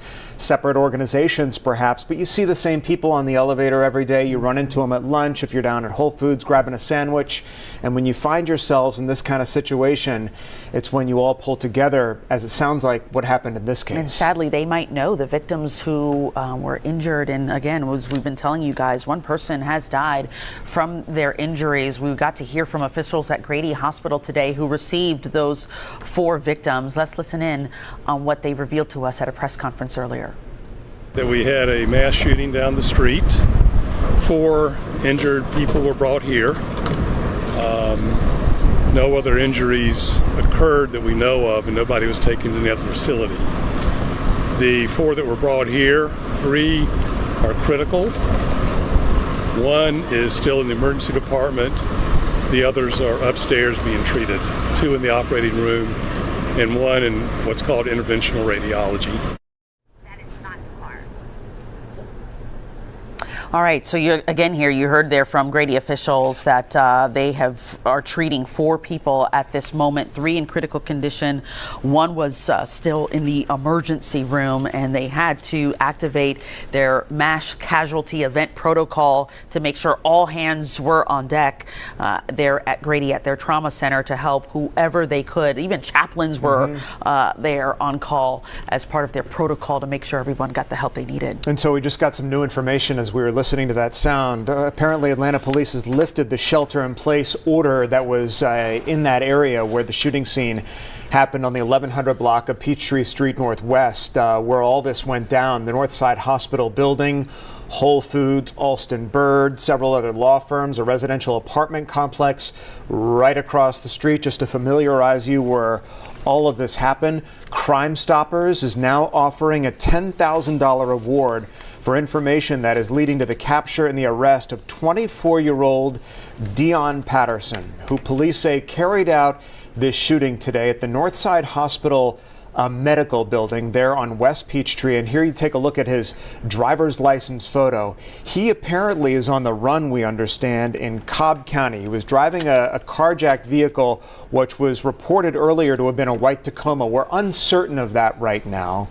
But Fox 5's Morris Diggs, who's up in Cobb County working with authorities to gather information for us up there, report that both Smyrna Police, Cobb County Police, and you have to imagine other jurisdictions are now fanned out across the county looking for this man. Yeah, look how quickly he was able to flee from one county to the next within the time when the shooting happened to now. So they, from what we understand, are searching for Dion Patterson on foot near the area of Campbell Middle School. We've mapped out where the shooting scene is in relation to where Campbell Middle School is in Smyrna. APS having to issue a hold on their release for some of the middle schools in the area for the Washington and Midtown clusters. If you have a student or students who go to school in those clusters, the release dismissal today has been put on hold for now, while again this fluid situation continues to change and develop. We're talking about an individual who potentially not only caused this shooting in Midtown Atlanta, but carjacked someone. So this person is considered not only armed, but dangerous. Yeah, you're asked to stay away from the individual, but if you happen to see him, to call 911 immediately.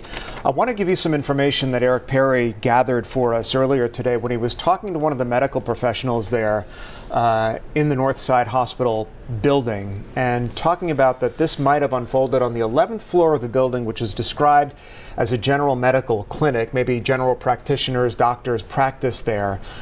He said that gunshot was heard on that floor and that a pool of blood was seen in one of the elevators. Eric also reported that it is being speculated now that perhaps the shooter may have been confronting people either getting on or getting off some of those elevators. Yeah, and it's frightening just to think of that as we go about our days every day, having to go to a doctor's appointment or do another kind of errand, and then to be faced with this. It really is not something that anyone can really prepare for emotionally, at the very least. Our Deidre Dukes has been on the scene for us, among the many crews on the ground, doing a fantastic job just being our eyes and ears. So Deidre, are you seeing the same high level of police activity where you are? And give us an exact location of where you are. I got you now. Yeah, we're not seeing the same level of activity as we saw even just the past half hour ago. Joining you live again, Christine, from West Peachtree Street at 12th Street here, just outside the hospital where this all unfolded. We have just learned that the shelter-in-place order has been lifted. Atlanta police, however, are still asking people to stay out of the area. We also have just learned that a $10,000 Crime Stoppers reward has been offered for 24-year-old Dion Patterson, the individual who's been identified as the shooter in this case. 24-year-old Dion Patterson, a $10,000 reward now being offered by Crime Stoppers for his capture. We also have learned that APS is holding 2 schools in the area. Parents being asked, although, as Christine, you said, parents know that when something like this happens, you immediately want to report to that school and get your child. But APS is asking that parents do not report to those 2 schools that are on lockdown or at this time. We are also seeing some people who have been held here at the hospital, both patients and medical personnel being escorted out of the building within I'd say the last hour or so. We also talked to a few people who were here for procedures when the shooting happened. One gentleman who said he was on the 9th floor, telling me that he has a military background, and so he automatically kind of went into that mode where he helped keep people calm there on the 9th floor as the medical staff, which he said they did a phenomenal job locking doors, doing what I'm sure they have been trained to do and have been drilled on repeatedly to ensure that their area was on lockdown as much as it could be given the situation, saying eventually that they learned that the shooting had occurred on the 11th floor. He said that at one point they saw movement on the elevator, and they were very alarmed, as you might expect, not knowing who would be coming out of that elevator, and were relieved when Atlanta police and SWAT were the ones who came out of there, and they knew that they at least were safe. Once again, those people now making their way out. Also talked to a young man who said that his mother was an employee there at the hospital, saying she was unharmed. He did not want to go on camera, obviously very shaken, understandably, saying that his mother very upset as well, and that at this point he was just here waiting beyond the police tape to lay eyes on his mom, to be able to help her and bring her home. So that's the situation at this point. It doesn't look like this area will be released anytime soon to the public. We are told that at some point we will be police will be holding a news briefing here, but as it stands now, this area is still closed off to the general public, told to stay away, although once again the lockdown has been lifted for this area. Christine and Tom. Does it appear, Deidre, that I know you said beyond where you are no more vehicles are being let through, but does it appear, as wide as the perimeter was, that some roads are reopening? I saw a couple cars pass there behind you. A couple of cars are passing, but there's still a checkpoint, so to speak, where I would say no, you cannot still freely make your way back and forth here. It is mainly media here kind of on the perimeter, as well as anyone else who is trying to make their way in or check on someone to make sure they're okay. All of these intersections leading into the actual crime scene still remain closed off. You might expect, though, as this lockdown is lifted, that as we move out from the immediate scene, if there were additional streets that were closed off to the public, that there might be some easing of traffic perimeters as far as that goes, that they may be allowing people in some of the outlying streets to make their way to their residences or to businesses, things of that nature. But as far as this immediate area, police are asking, and just from our vantage point, we would also strongly suggest that anyone who does not have business down here stay away. Yeah. You can imagine how rattled people are who work and do business down there, might have going in and out of Northside Hospital Medical Building there, how rattled they were today when all of this was unfolding, going about their business and then confronting the scene here. I want to say, dating back to that shooting in August, which happened nearby where the woman was captured at the airport, that they had just been through Atlanta police an active shooter training situation. And I'm just watching the scene there in Midtown and how skilled and adept these officials are at responding to a situation like this, which becomes an all-hands-on-deck situation, not only at the scene here in Midtown, but extending to all the way where this suspect was last seen, and that is in Cobb County. We want to get out to Fox 5's Morris Diggs, who is near the Campbell Middle School, where authorities believe the suspect may have ditched a vehicle that he had carjacked earlier in the day. Morse, what more do you know from where you are? Well, let me set up what multiple sources from multiple agencies are telling me. They believe this man left the Atlanta Midtown area more than an hour ago, somehow was able to make it up to Smyrna, unsure exactly how. But they had a report of a male driver in a white, believed to be a white Tacoma, getting carjacked on Spring Road, the Spring Road area of Smyrna. Now, behind me, within the last 10 to 15 minutes, there was an enormous presence of police officers in and around both sides of the school, as they got a report that the suspect, who they believe to be the suspect, keep in mind these are reports coming from civilians to police, they believe that he ditched the car and started running. And so we've seen cars go up and down Atlanta Road, Campbell Road, Spring Road in the Smyrna area. They had been over here to Campbell Middle School getting a report that someone may have come on the campus over here. That apparently has not checked out. They have checked the school and everything, so he could still be on the loose, possibly on foot. But sometimes when you have these situations, what the suspect will do is carjack somebody because they need to be able to move.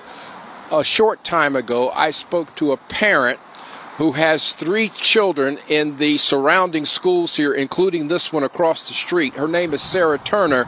She told me that at one of the schools they issued a special safety code.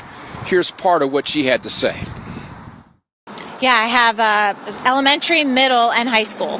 So that's why I actually happened to be checking my elementary child out, and I saw police cars going into the parking lot of the high school, which panics me because I have a high schooler there.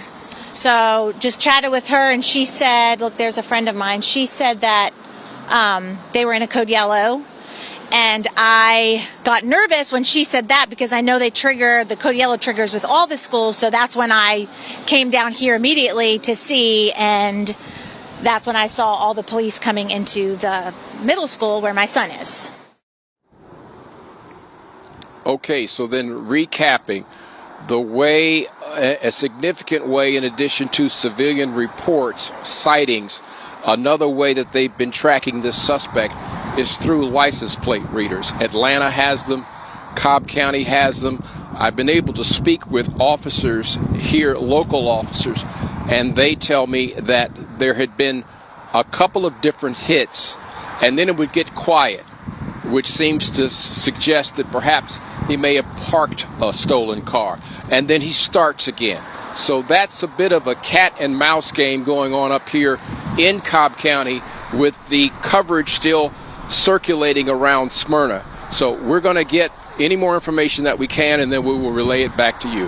And so, Morse, reporting live from Cobb County.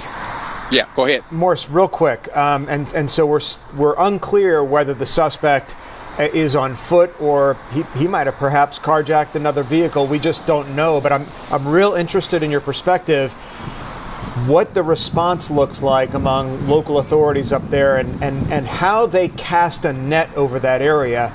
You've covered so many of these stories to try to track someone like this down.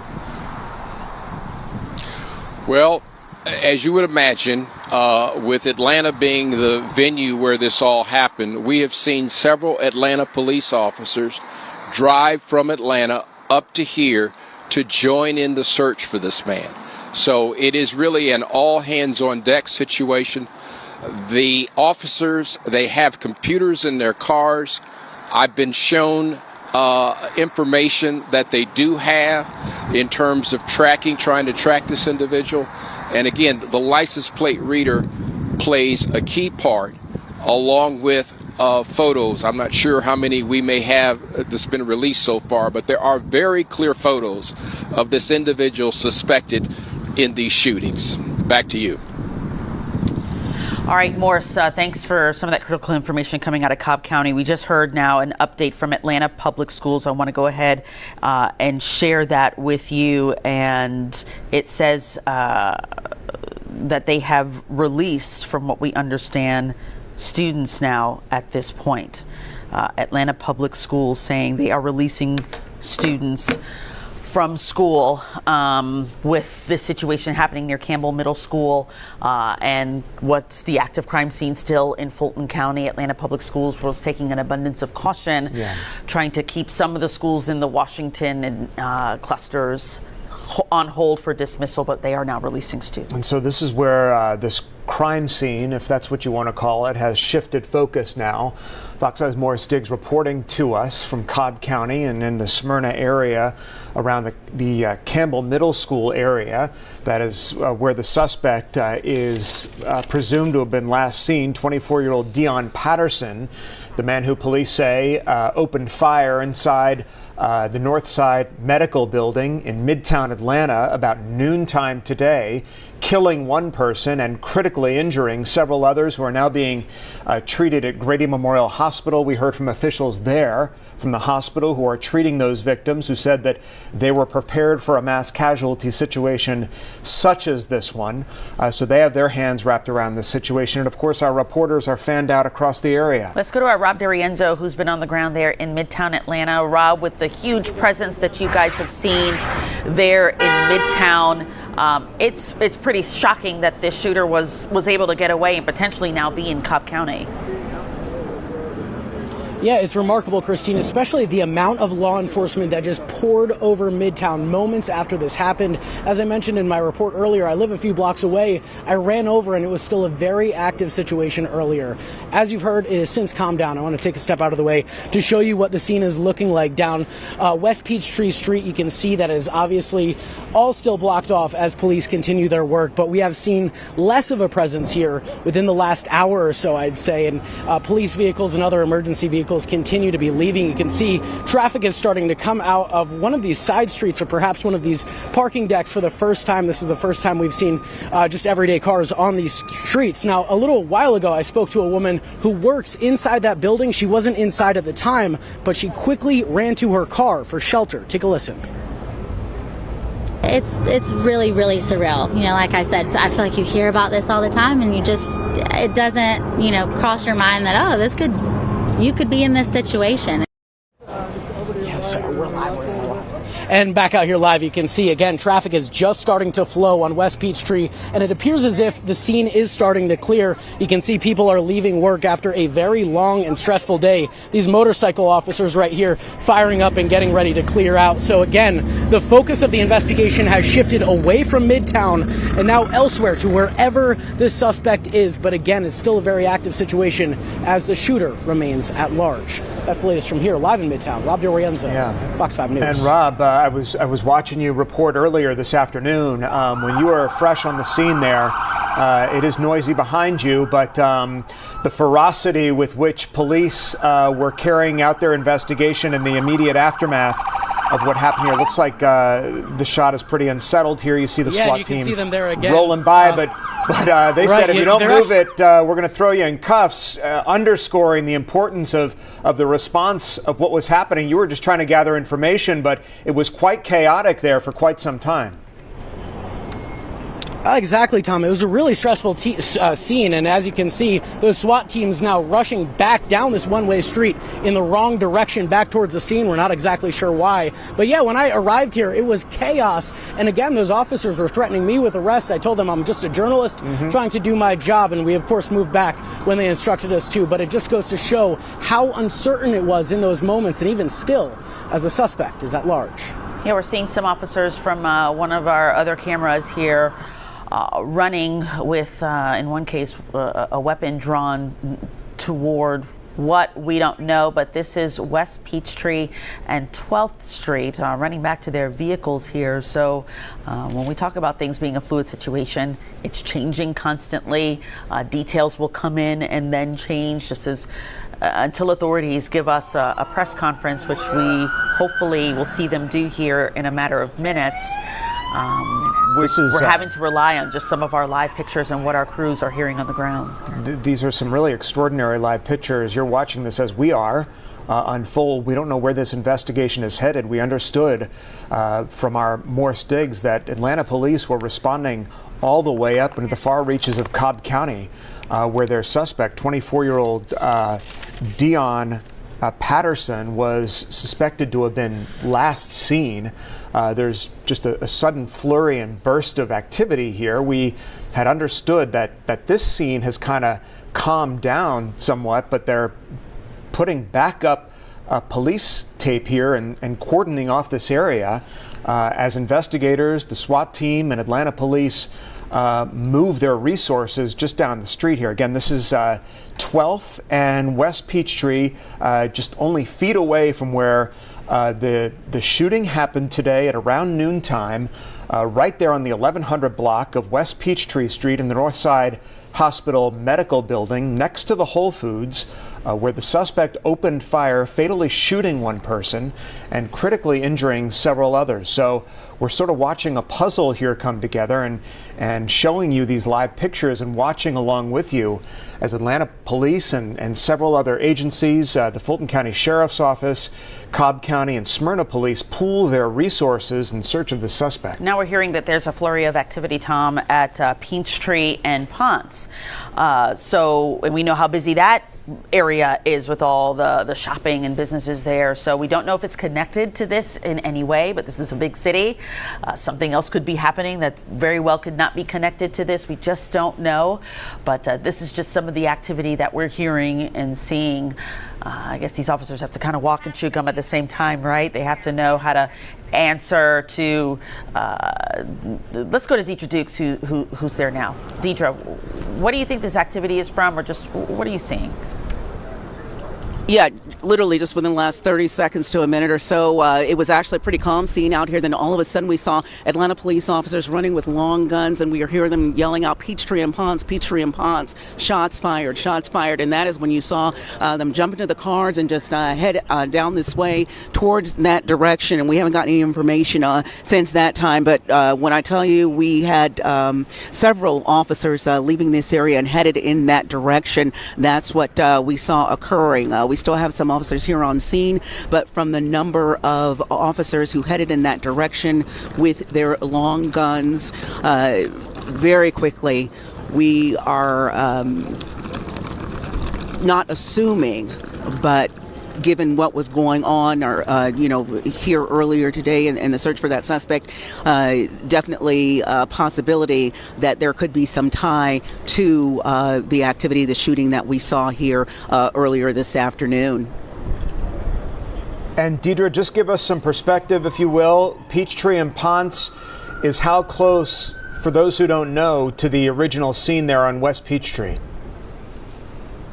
Well, Peachtree and Ponds is not close. It's not close, so it's still some blocks away from where we are right now. It is a bit of a drive, although we had some media crews also trying to relocate. Okay, we're just being told now.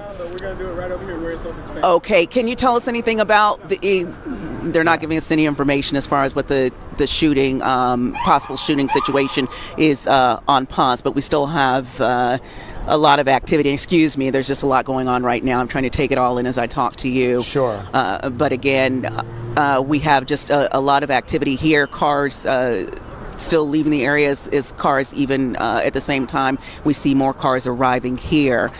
We've got some sirens going off in the distance. So just, as you know, Mo is in Smyrna. We're here in the city of Atlanta. Just a very fluid situation as there's just this very active situation, this search trying to locate this individual before, God forbid, anybody else gets hurt or killed. And so if you could just stick with us for 1 second, Deidre, because I know you're waiting for Atlanta police to give you that update right where you're standing. But so that flurry of activity in just the last 5 minutes, you think you overheard what on the radio chatter or somebody mentioned something like shots fired? It was not radio chatter. It was not radio chatter. It was actually some of the officers here on scene yelling, giving direction to other officers as to what the situation was. We've got a heavy SWAT team activity here, as you can see, coming through. Fulton Police SWAT Special Ops coming through. Fulton County Sheriffs has been assisting in the search for the suspect. Yeah, we want to stay with these live pictures because we don't know how this may or may not be connected to the situation we just that don't unfolded. know. I mean, it's a big city. We know the level of crime that we've had to cover here in Atlanta. This could very well be unrelated. The shots fired call that they're potentially going to at Peachtree and Ponds, but it could also be related. Again, until APD gets to the microphone here and gives us just some more, detailed information that they can confirm, we really just don't know. We're just at the mercy of the activity that we're seeing and hearing here on the ground. And so this is an extraordinary response that is happening now on so many fronts by so many different agencies around our city. One that's unfolding there at the crime scene near the 1100 block of Peachtree, now one near Peachtree Road and Ponce de Leon, where we're getting reports of shots fired perhaps, and a movement of resources to that area. And yet another scene unfolding up in Cobb County and in the Smyrna area, where the suspect that police say carried out this shooting earlier today might be on foot. Yeah. Again, I mean, at the heart of this is the person who is suspected at least of causing the scene at Midtown Atlanta is still at large. They have not found this individual, and you can see in the images and the surveillance images that have been released to the public, you see him on surveillance, weapon in hand, pointing it. So surveillance was able to capture some of the frightening moments that some of the folks there at Northside Hospital Midtown had to go through. So being that this suspect is at large, it's still a critical time for them to catch this individual. Interesting to note here, Christine, is because the images that we're putting up on the screen are so critical to this investigation. We have his driver's license photo, and then the images here from just hours ago when the shooting was carried out. How different he may look. Looks like he's a little heavier here in his driver's license photo than he is in the shots that were just taken today. So, visual muscle memory is important here as police ask the public to be on the lookout for this man, 24-year-old Dion Patterson, who's considered armed and extremely dangerous. They want to put every image out possible. This is obviously a dated shot of Patterson compared to the images that we're seeing from when he was allegedly inside that Northside Hospital medical facility there on 1100 West Peachtree Street when the shooting occurred today. Yeah, and the public was critical in helping the last situation when we had a mass shooting there in Midtown find the suspect involved. So again, it's just critical that the public calls 911, notifies officials if they see him. This is not someone you want to approach by any means. Police believe he is armed. They say he is dangerous. So just use your head and call authorities if you spot anyone who looks like this individual. Again, his name is Dion Patterson. He's 24 years old. Yeah, people are paying attention on our social media channels. We're putting out information as it happens. Obviously, you were reading some comments of our viewers. People dialed into this concerned about what happened. Nobody likes to see this kind of situation unfold. It's happened just on too many occasions. The one in August, obviously fresh in our memory from when the female suspect opened fire not far from where this scene unfolded today. And just based on technology and resources from our local authorities, was captured only a couple of hours later at Hartsfield-Jackson International Airport, remarkably wearing the same shirt same that attire, she was wearing so when that shooting when unfolded. When we give you just kind of the mundane details about what they're wearing. Turns out to be so important. It's so important, and it matters in all of that. Northside Hospital, you have to wonder, how do they operate tomorrow? Are they in operation right now? I know they released a statement acknowledging that this took place at their facility at the Midtown location. They say the tragedy is affecting all of us, and we ask for patience and prayers at this time.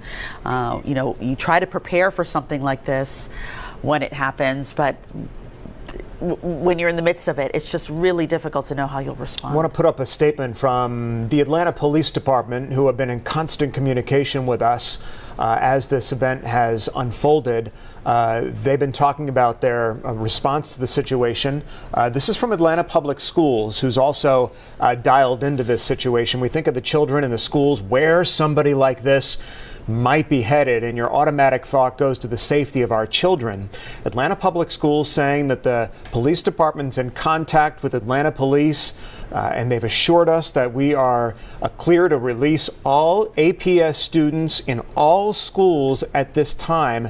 Out of an abundance of caution, they kind of kept everybody in place, asked parents not to come pick them up, but apparently that's been lifted. Yeah, and if you're a parent, I know you're relieved to get that sort of statement. When I heard Campbell Middle School, I thought at 2:30 in the afternoon, that's like the heart of when kids are still there and soon to be released. So good to see that they've been given the all clear. Again, these were the Washington and Midtown clusters that were affected specifically for Atlanta Public Schools. Students have been given the all clear to be released. If you're just joining us, our Eric Perry is there live in front of the Northside Hospital building. He interviewed somebody who was in the radiology department of that facility. There are many offices in there. There's a plastic surgeon's office in there. Northside Hospital has a lot of doctors' offices in there. And he had interviewed one of the eyewitnesses who said that shots were heard up on the 11th floor of that building. And we talk about the whys of why this might have unfolded. And as we said, it's nearly impossible to get inside the head of a madman, somebody who opens fire inside of a facility like this, and try to explain why and what might have happened. But up on the 11th floor, that's where apparently the shots were heard. A pool of blood was seen in one of the elevators. We talked about the familial feeling inside of that building, these people who see each other each and every day getting out of there at the orders of police and gathering at their stations where they've been so trained to gather in the event of emergencies such as this one. Yeah, and again, you wake up in the morning and this is not something you think you're going to be experiencing later in the day. So we really sympathize with the folks who were so frightened today when this all went down. We're just going to continue to show the image of 24-year-old Dion Patterson, again, who authorities are looking for, believed to have maybe fled on foot in the Cobb County area. And, if you recognize anything or have any information. We've covered stories like this where there were maybe some clues ahead of time. Maybe the suspect said something ahead of time leading up to the actual event happen. If you have any sort of information like that, that is critical for police to know. Maybe he said something, maybe he did something, maybe he posted something on social media. We don't know. But if there's any clues like that you might have, this is the time to see something and say something. And so we're waiting for Atlanta police to give us a briefing there where Deidre Dukes was standing by on 12th Street and Peachtree, I believe, where we saw that flurry of activity and reports that shots may have been fired not far from the scene on Peachtree Road and Ponce de Leon Avenue. We're still investigating that angle of the story and where those authorities were going, but Atlanta police promises an update within the next couple of minutes. The second that happens, we'll be providing that news conference to you live. It was interesting to hear what officials at Grady Memorial Hospital had to say and their response to this whole situation. We talk about the preparedness and the training among police and authorities for active shooters. You got to think that officials at a trauma unit like Grady Memorial go through the same thing. And so the response team, we're told, was prepared for a situation like this. They were ready to receive the victims that were brought in there today. One was shot fatally, we understand. 3 are being treated in critical care. I think I heard 2 were in surgery. But just the extraordinary lengths and efforts to which those folks go to try and save these victims. And it's why it's so critical that they do have a protocol in place for situations like this, because potentially those 4 victims who are still there, their lives are potentially saved because of they can quickly act fast and be able to exercise their protocol that they do have in place to save their lives. And quite frankly, Grady right now, the only trauma center that they could be taken to get the treatment with Atlanta Medical Center no longer open. So as we look at a map here of, again, where it all went down of the 11th floor of Northside Hospital, their medical center there, Midtown location, the quick actions of the medical staff have to be commended for their work in making sure these folks stay alive and they save their lives. So there you see the downtown connector there, just to give you some geographical perspective of where all this happened. 14th Street, cutting across that area. West Peachtree, there are many condominium buildings that are there across the street from Northside Medical, Midtown. There are huge law firms there. There's the Whole Foods Marketplace. All of these venues were shut down. There was a shelter-in-place order.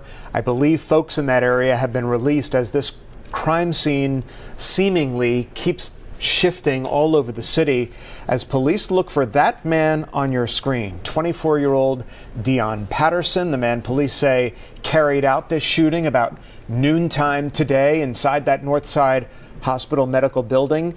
We presume from eyewitness accounts around the 11th floor of that building where a general practitioner doctor's office might have been, although that information has yet to be confirmed. Yeah, we're getting to a busy time of the day where people are starting to go home, and some people might live in this area where this happened. And as you mentioned, that shelter in place has been lifted, and they would like people to still avoid the area. However, if you do live there, I would imagine there would be a need to get to where you live if you are close to where this crime scene is there at Northside Hospital, Midtown.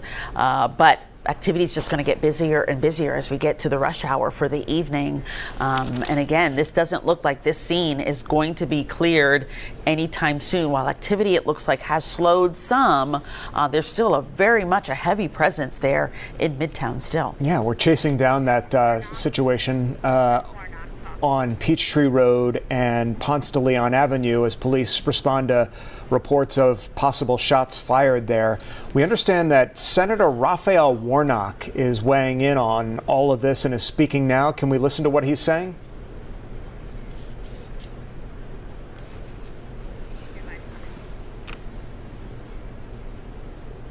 All right, we're standing by. This is the cost of freedom. To them, we have to say no. This ongoing slow-moving tragedy in our country, mass shootings as routine is not the cost of freedom, it is the cost of blind obstinance, a refusal to change course even when the evidence suggests we must do something different. It is the cost of demagoguery, those who want to convince us that common sense gun reform is somehow a call to take everybody's guns. This is not the cost of freedom. Dare I say it, it is the cost of greed. Gun lobbyists willing to line their pockets even at the cost of our children. And so we must act. I'm proud of the fact that we did, after 30 years, pass some gun safety legislation here last Congress. It was a significant piece of legislation, but obviously it's not enough. 87% or more of Americans believe that we ought to have universal background checks, and still we can't get it. Think about that. In a country where everybody says we're divided, and there are deep divisions to be sure. There's disagreement on this issue to be sure. But in a country where there is 87% agreement on something, there's no movement on it in Congress. Which means that that's a problem with our democracy. The people's voices have been squeezed out of their democracy, and there's a growing chasm between what the people actually want and what they can get from their government. And we saw it in a stark and ugly way a few weeks ago when we had two brave young legislators stand up in Tennessee, 3 in fact. And the same legislature that refused to do anything on gun violence came down on them with all of their might and expelled them from the legislature. We have to stand up against these anti-democratic forces at work in our country. And we have to give the people their voices back. And if we refuse to act while our children are dying, and in a moment when no one is safe, then shame on us. Shame on us if we allow this to happen and we do absolutely nothing.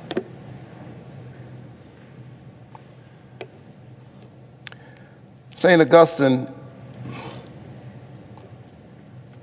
the African bishop of the early church, said that hope has 2 beautiful daughters. He said they are both beautiful: anger and courage. Anger with the way things are, and courage to see that they do not remain as they are.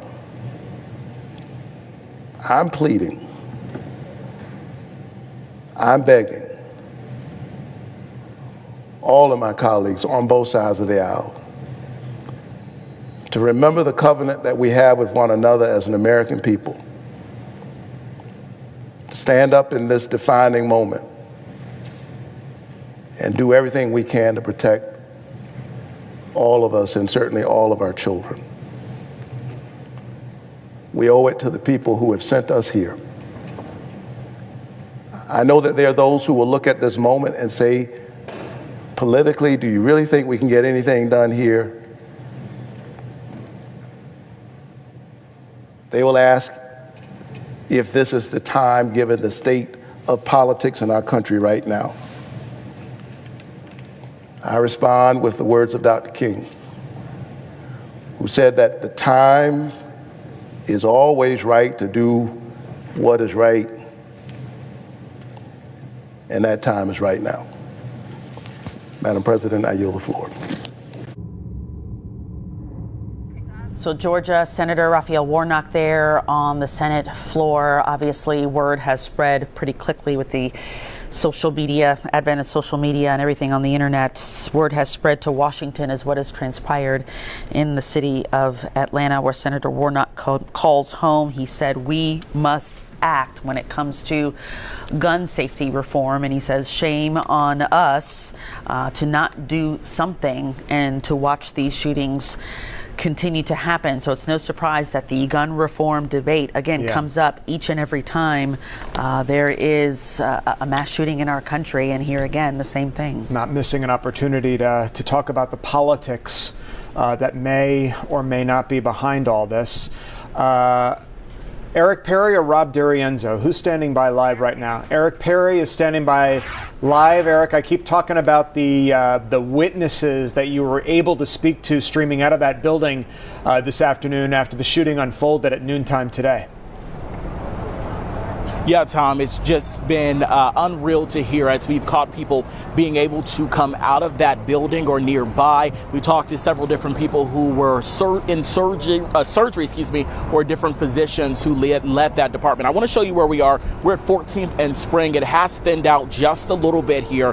They're letting traffic go down Spring Street. We've also seen traffic being able to go down 14th Street, but not here where the Farm Burger is, not here where the Whole Food is.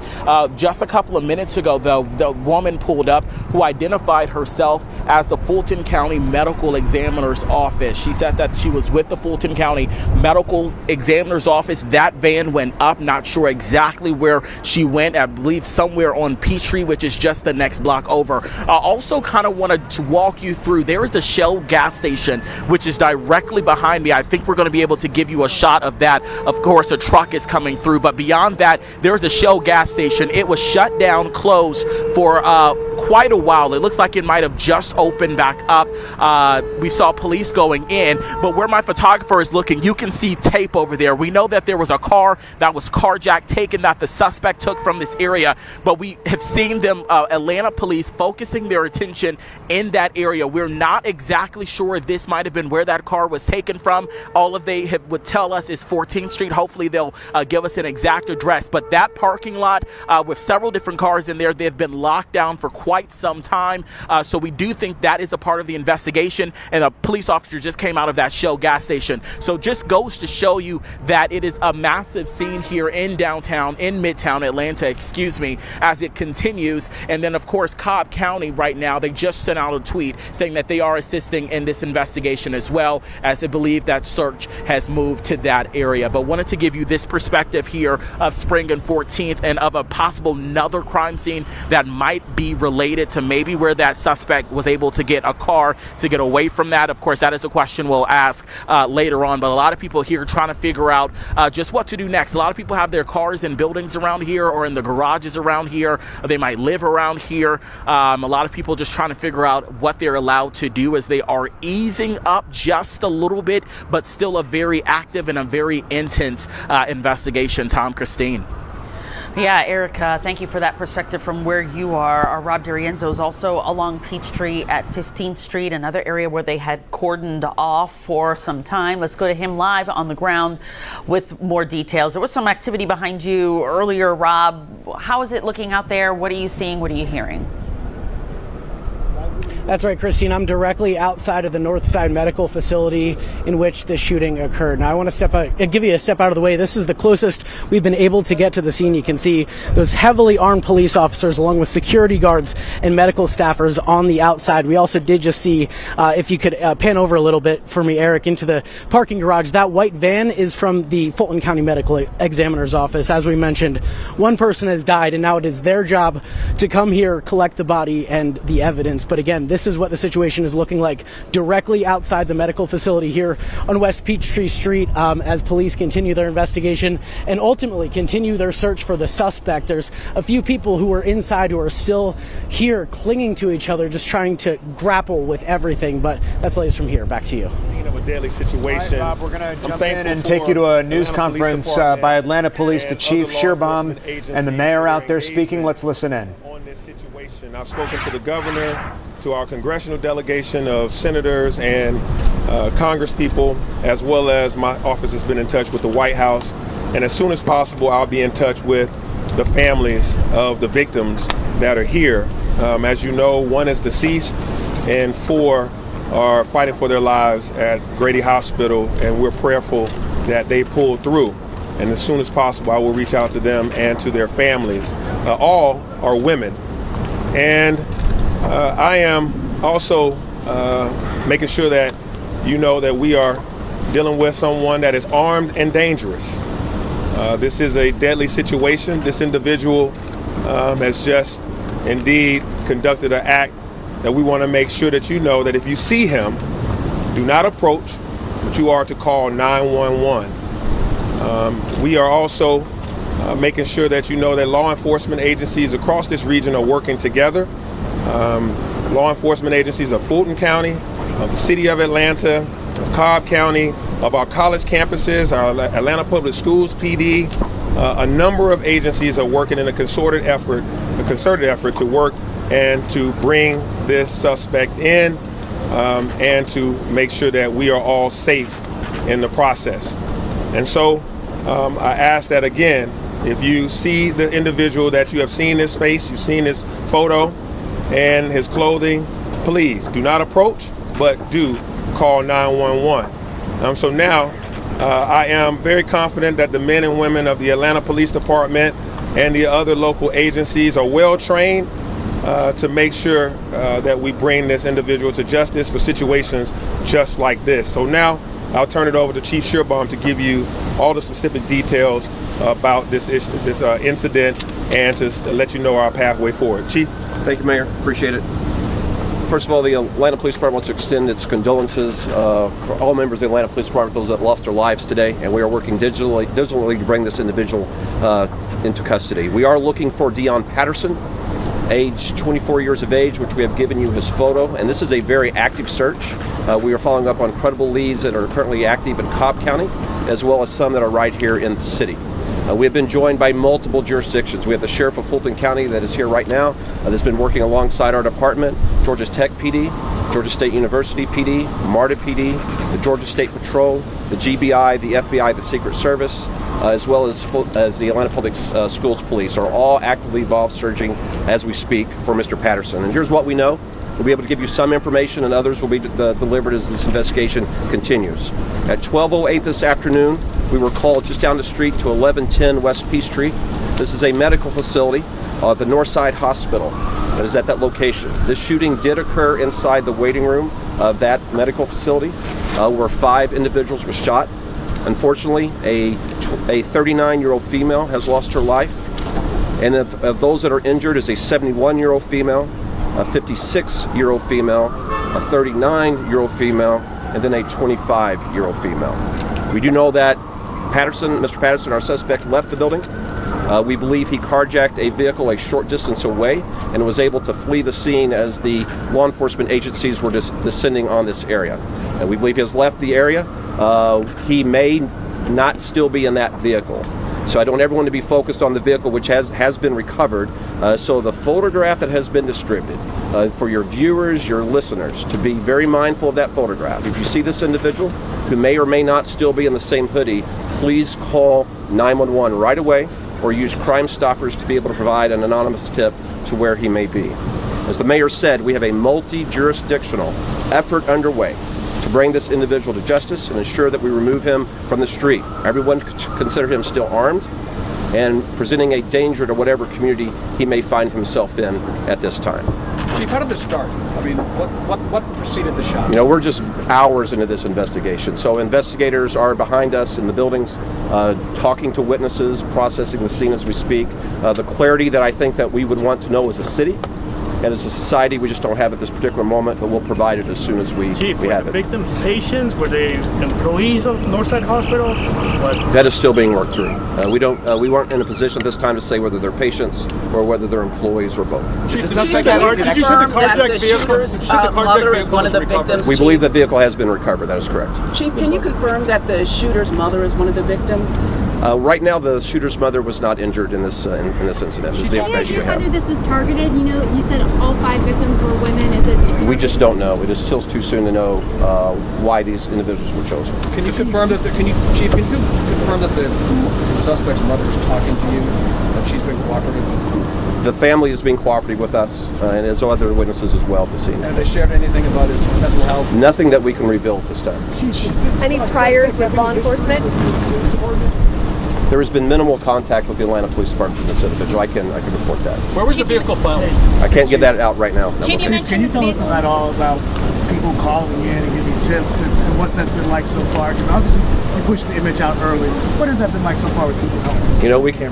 Yes, thank you, Mayor. The mayor has been watching this manhunt unfold at our command post, and he is very aware that cameras across the city have been instrumental in us tracking this individual. He's very aware that as we get information that's called in by citizens, we're able to use the camera network to quickly go to that location even before officers arrive. So it's helpful, and we ask citizens to continue to do that. Let's call it. And that $10,000 reward, are you guys hoping that people will be a little more active in terms of calling 911 and getting out some more? We know it will be helpful, but I can tell you the civic-minded citizens of this city are already responding.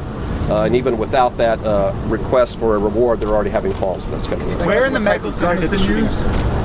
We don't have that specifics yet. It was on an upper level, I believe the 11th floor of the building. What did the White House say about this? Chief, you mentioned that the vehicle had been recovered. Is that the only vehicle that is suspected to be involved in this incident, or are there others? We're hearing from hospital workers that there was another car that may have been involved prior to the one that was recovered. In any vehicle that we're confident in connecting to this crime, we've already released. As that changes, we may provide other vehicle information. Was the vehicle and we'll do that as quickly as we can. Was the vehicle carjacked in the garage? It was not. Chief, you talk about the challenge the gun was used? Last question. The gun that was used? So right now the gun is not in the possession of law enforcement, and we're actively looking for the gun as we are the individual. Mr. Mayor, what does the White House say? What does the White House told you? The White House just offered up their support and wanted to know if anything they could do to help in this situation. And the White House is constantly in contact with my office to, offer up support and see if we need anything. Chief, the challenge of the initial response. Touched by this kind of gun Chief, the violence, challenge of Mayor. the initial response is Midtown. You're in a high population density here. Buildings have to be searched. What was it like initially when they got a call, shots fired? I think the citizens of Atlanta saw their police department and our partner agencies in action. We went into that building and cleared every single floor. Even when information came about that the subject could have left, we were still searching for victims. We were assisting citizens out of the building that had taken shelter. And I do want to thank everyone in Midtown that honored the shelter-in-place request for their patience to allow us to do our job. This is an urban environment, so it does present challenges, but it's challenges that you saw a collective, robust response from law enforcement. But the camera network that's in this location was very helpful and did assist in the investigation. Chief, were there hundreds of people in the building? How many people were? Won't be able to give that information. Was the shooting captured on surveillance video inside of Midtown? Won't be able to give that at this time. Can you handle what it feels like to have Atlanta be the latest city in America touched by this kind of gun violence? I will say this, our public affairs unit has been pushing out quick information to you all. We will continue to do that.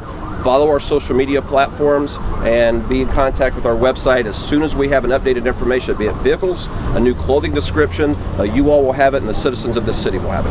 Thank you, everybody. all. Thank you, Chief. Will Thank you, Mr. Mayor. Thank you. Will you guys have another update? Okay, you're hearing there from Atlanta Mayor Andre Dickens and Atlanta Police Department Chief Darren Shearbon on the activities that transpired today. They are still searching for this gunman. He has not been captured yet, 24-year-old Deion Patterson, but we did get some more critical information about the victims involved in all of this. The mayor saying that all of the victims were women. The police chief telling us that the age of the victim that was fatally shot was 39 years old. There was a 71-year-old female, 56-year-old, another 39-year-old, and a 25-year-old. All female shooting victims of the suspect who opened fire this afternoon, according to the mayor, at 12:08 this afternoon in the Northside Hospital Medical Building on West Peachtree Street, where all of this happened in the first place, in one of the offices there. Interesting question at the end. One of the reporters asked, did we have surveillance from inside where this shooting happened? And so you can imagine they're combing through all of the surveillance that is available to them. Yeah, and Chief Shearbon emphasizing the importance of the public's help in all of this and pushing out the image of that suspected shooter immediately. They really need, and I was asking for the public to give them any information if they know their whereabouts. They've got a $10,000 reward with Crime Stoppers, with information that leads to Deion Patterson's arrest. But Chief Shearbaum saying this is a multi-jurisdictional effort. Not only are they have an active investigation in Fulton County, but also in Cobb County as well. They have not located the weapon involved in all of this. All of these critical pieces to try to piece together what went down today. Well, you're talking about a multi-agency response. We're talking about Atlanta Police. He mentioned MARTA Police, the Fulton County Sheriff's Office, Cobb County Police, Smyrna Police, even the Secret Service. Now, on the federal level, we understand are involved in this investigation and the search for this suspect, who police asked us to keep his picture on the screen as much as possible. Mayor Dickens going to extreme lengths to say, if you see him, do not approach. Those were the mayor's words. However, call 911 immediately. The mayor saying that they've been in contact with the White House, who is offering any resource that they can. Yeah, clearly this is making national news, as so many people. We just heard from Senator Raphael Warnock speaking about this on the Senate floor earlier today, and calling on his colleagues again to come up with some sort of gun reform legislation to change all of this. I was looking at the stats earlier. There have been 188 plus now mass shootings in the United States. 21 of those shootings involved 5 or more fatalities. So this is obviously a big issue, not only on the political front, but just also in our communities. Senator Warnock saying 87% of Americans believe that we must have universal background checks when it comes to gun reform. So we are certainly going to hear more about this and what can be done on a congressional level, on a legislative level, to make things better. Because again, I mean, we just covered a mass shooting in Texas just this week, and now here we are in Atlanta. It is happening far, far too often. When you think of shooting situations here in Atlanta, 2 others come to mind. The one that happened back in August, where not too far from this shooting scene, a female suspect carried out another fatal shooting in the same area and wound up at Hartsfield-Jackson International Airport, was really captured within 2 hours of carrying out the shooting. Based on images that they were receiving on camera, they were able to use facial recognition technology and track her down there in the terminal of Hartsfield-Jackson. And then, of course, who can forget back in 2005, the Fulton County Courthouse shooting, where Brian Nichols murdered the judge and several others. He was on the run for more than 24 hours. There was a large-scale manhunt to capture him, but in the end, both that female suspect back in August and Nichols were caught, and authorities are confident that the suspect who carried out the shooting today will be captured. Yeah, the mayor also saying that he's going to be making an effort to speak with the victims' families in all of this. They certainly have to be heartbroken, shaken, anxious, upset about all that happened today, with some of their relatives still at Grady under critical care right now. I'm certain they would be appreciative of any kind of kind words and support that they can get, not only from the city but from the county as well. And again, this is spanning multiple jurisdictions, with Cobb County also among the agencies investigating this. They believe Deion Patterson fled on foot in the Cobb County area. How he was able to get away from that area so quickly, with as fast as how authorities responded to that scene, it's critical that again, the public is active in all of this and helping give authorities any clue they might have to where this person might be. Yeah, one of the questions Police Chief Derek Shearbaum was asked by one of the reporters was, did the suspect carjack somebody in the parking garage of the Northside Hospital building? And he said no, he did not, which means that at some point after the shooting took place at 12:08 p.m., according to authorities, Patterson then allegedly, presumably, carjacked somebody in the nearby area, and according to investigators, got on the highway and headed up I-75 to Cobb County and in the Smyrna area, where the investigation suddenly shifted, and in between there, Christine, somewhere, we heard of shots fired on Ponce de Leon Avenue and Peachtree. Now, whether those two situations are connected, Yeah, we there's don't know. there's certainly no mention of it here at this presser. I would have been today. interested for one of the reporters to ask what that situation was all about. Absolutely, and again, this is a big city that could just very well be just another unfortunate shooting that took place in a different area, not related to this. Okay, so we're getting word now in our ear.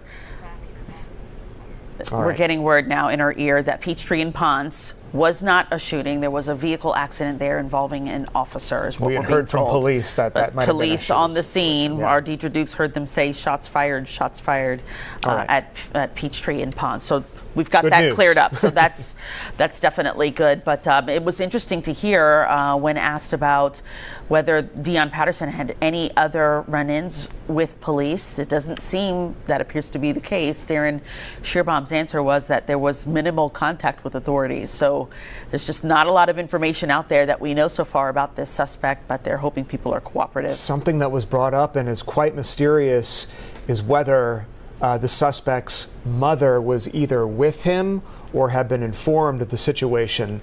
And Chief Shearbaum said that he didn't know if the mother had been informed but that presumably she was not with him in the clinic, because you start wondering about the whys of this situation. You try to get yourself inside the head of somebody who might do something like this, as impossible as that might be.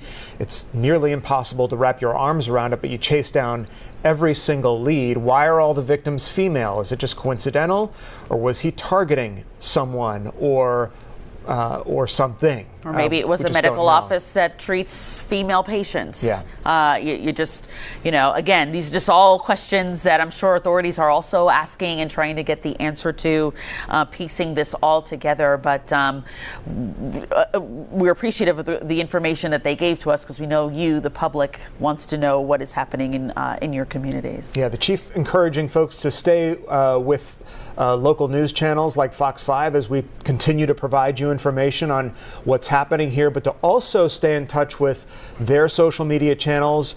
Depend on, of course, our news platforms, fox5atlanta.com, and our news app, where we've been piping information nearly instantaneously as it happens throughout the day since this thing unfolded just after noontime today. Yeah, again, authorities just want you to be on the lookout for this individual. It was really striking to see him armed in some of those surveillance images, actually pointing his gun. Appeared to be the moment when that shooting happened, but surveillance just so critical in all of this, being able to not only capture his face, but you could see what he was wearing, the gray hoodie, the pants, the brown satchel that was strapped across his shoulder. Just key details that you might maybe have spotted him at some point earlier this afternoon and not realized that this was a wanted man. But 24-year-old Deion Patterson, again, being sought after right now. It is a critical situation that he is found, because, again, he is considered armed and dangerous, not only causing the shooting at Midtown, but, again, bold enough to potentially carjack someone to try to get away from authorities. This is not someone who's trying to turn after right now. It is a critical situation that he is found, because, again, he is considered armed and dangerous, not only causing the shooting at Midtown, but, again, bold enough to potentially carjack someone to try to get away from authorities. This is not someone who's trying to turn themselves in. You have been watching Fox 5 continuing coverage of this breaking news situation in Midtown Atlanta. Our coverage continues right now. Fox 5 News at 4 starts right now. Our live breaking news coverage continues here on Fox 5 News at 4 as police investigate an active shooting in Midtown Atlanta. Four people wounded, one person is dead, and now the massive manhunt for the person behind the trigger. Yeah, this is breaking news that we have covered for hours all afternoon today, and it's continuing to unfold as we speak. It was just a chaotic scene that unfolded earlier this afternoon. Police have named the suspect 24-year-old Deion Patterson. Just over an hour, Crime Stoppers announced that it is also offering a reward of up to $10,000 for information leading to an arrest. You can see what it looked like on the ground as people were just so frightened when they left the building here. All of this starting at 12:08 when Patterson opened fire inside the building at Northside Hospital, Midtown, on West Peachtree Street between 12th and 13th Street. We have live team coverage with reporters covering all angles of this. We begin 10 first in Midtown Atlanta with Fox 5's Deidre Dukes. Deidre. Yeah, the shelter in place lifted here just within the past hour, but this is still a very active crime scene, active investigation underway. Police holding a news conference just a short time ago telling us, and I'll step out of the way so you can see the police activity that is still ongoing here, telling us that right now they are interviewing witnesses and gathering evidence here. So this area still does remain closed off to traffic. All of that going on here as the search does continue for the suspect considered armed and dangerous. Very active here as police say they are following leads in Fulton and Cobb County. Several police agencies involved in the search for 24-year-old Dion Patterson. Dion Patterson identified as the suspect who opened fire here at Northside Hospital here on the 1100 block of West Peachtree just after noon in a waiting room here, shooting 5 people, one we are told deceased, 4 fighting for their lives, all women.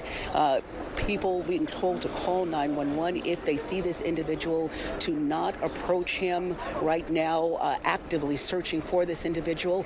We have more from police, and also we talked to someone who was there at the hospital when those shots rang out.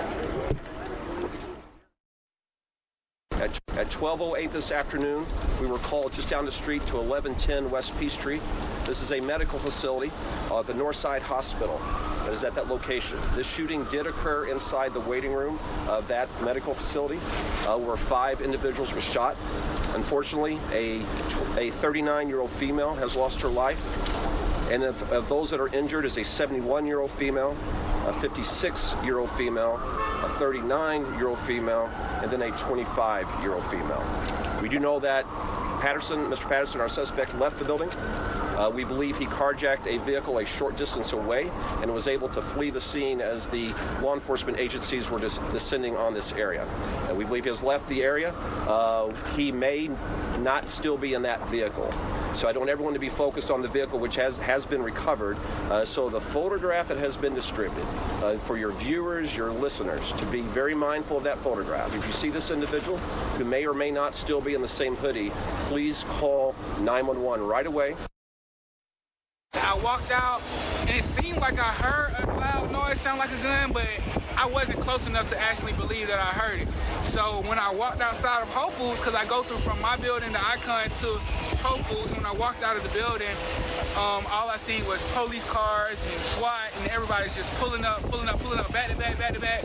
And my supervisor was right there at the time, and he was like, hey, make sure you stay close to the walls and stand back because we heard this active shooting. You're hearing it there, just the chaos that unfolded in the moments following that shooting here, as that suspect was apparently, we know now, making his way out of here, as police say they were responding to the scene, that individual carjacking a vehicle and making his way out of the Atlanta area at some point, that vehicle pinging in Cobb County. Now, Mayor Andre Dickens, Atlanta Mayor Dickens, also speaking today, saying that he has spoke to the governor and to our congressional delegation, as well as spoken to the White House about what unfolded here today, saying that they have offered their condolences and offering their assistance as well as need be.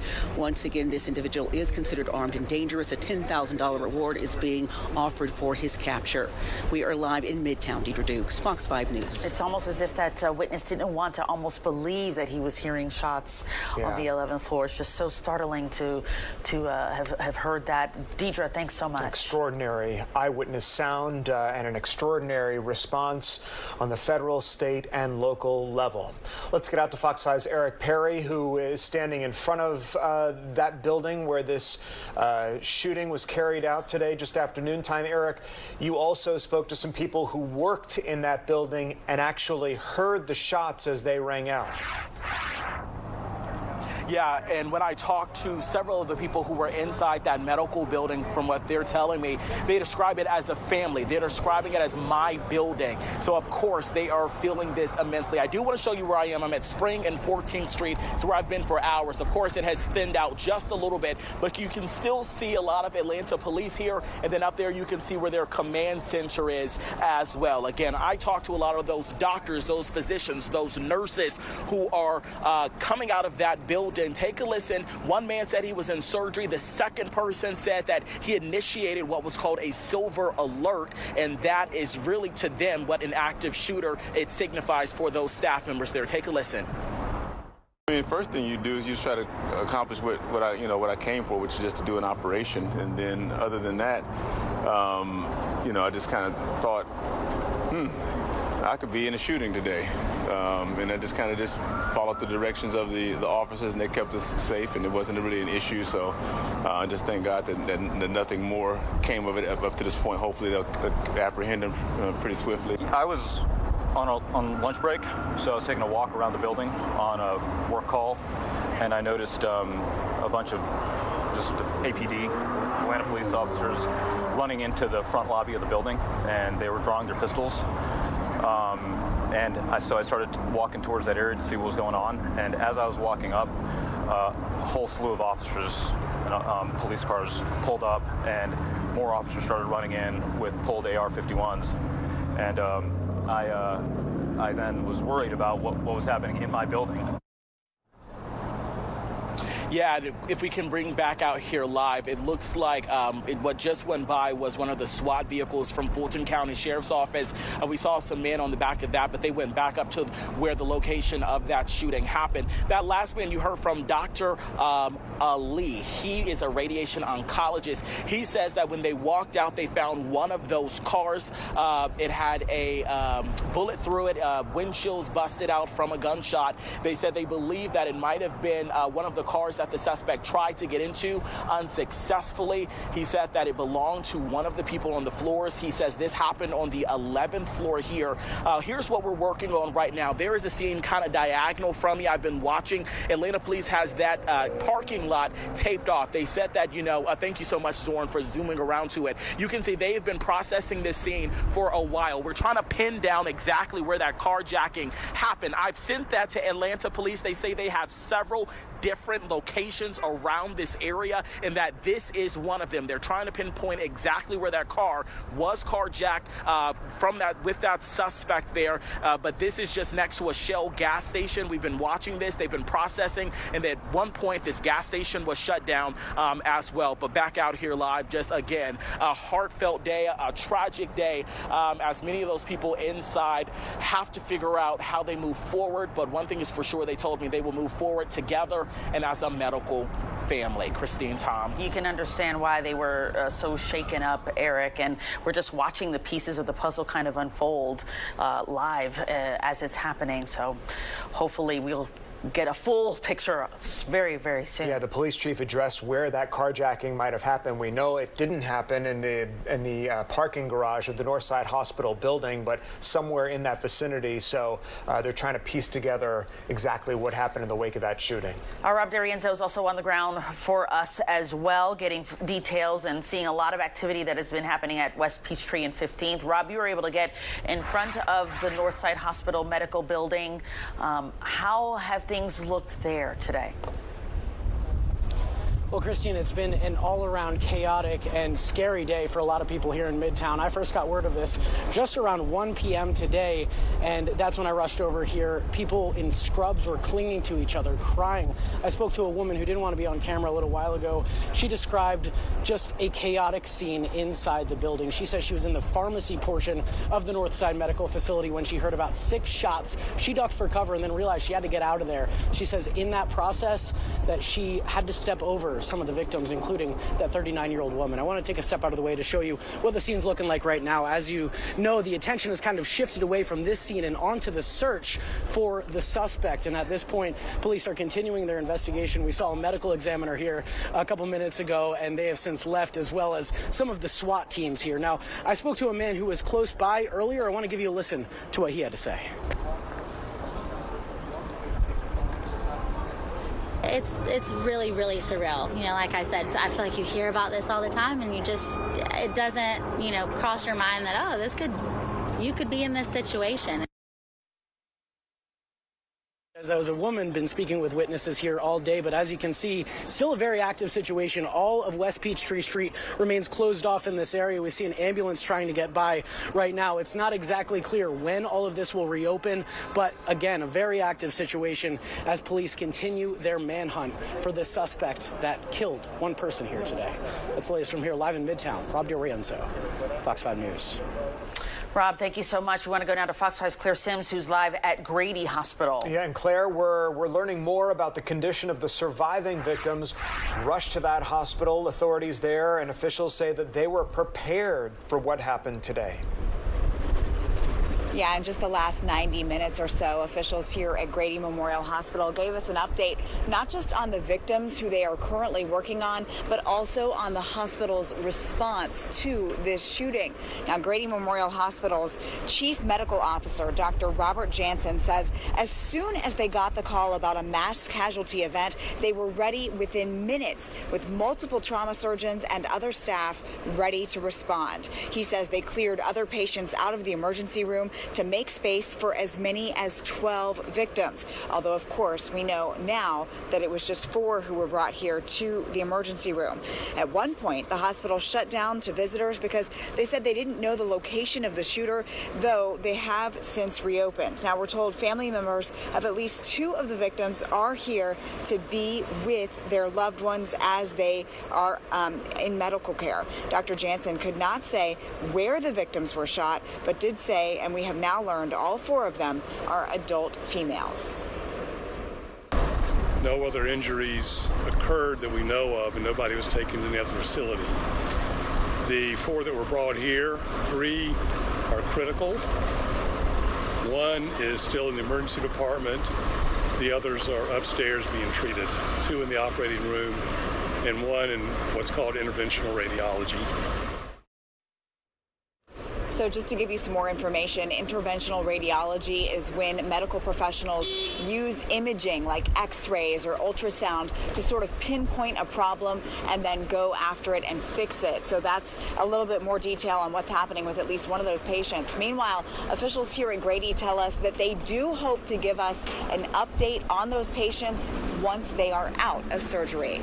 We are live at Grady Memorial Hospital. Claire Sims, Fox 5 News. Yeah, just an extraordinary response there, Claire, by surgeons and trauma officials there at Grady Memorial Hospital, as they said, prepared for what happened today and prepared for even more, though fortunately that was not the case. Yeah, they ought to be commended for sure. We also heard from Atlanta Mayor Andre Dickens on today's incident. Let's take a listen.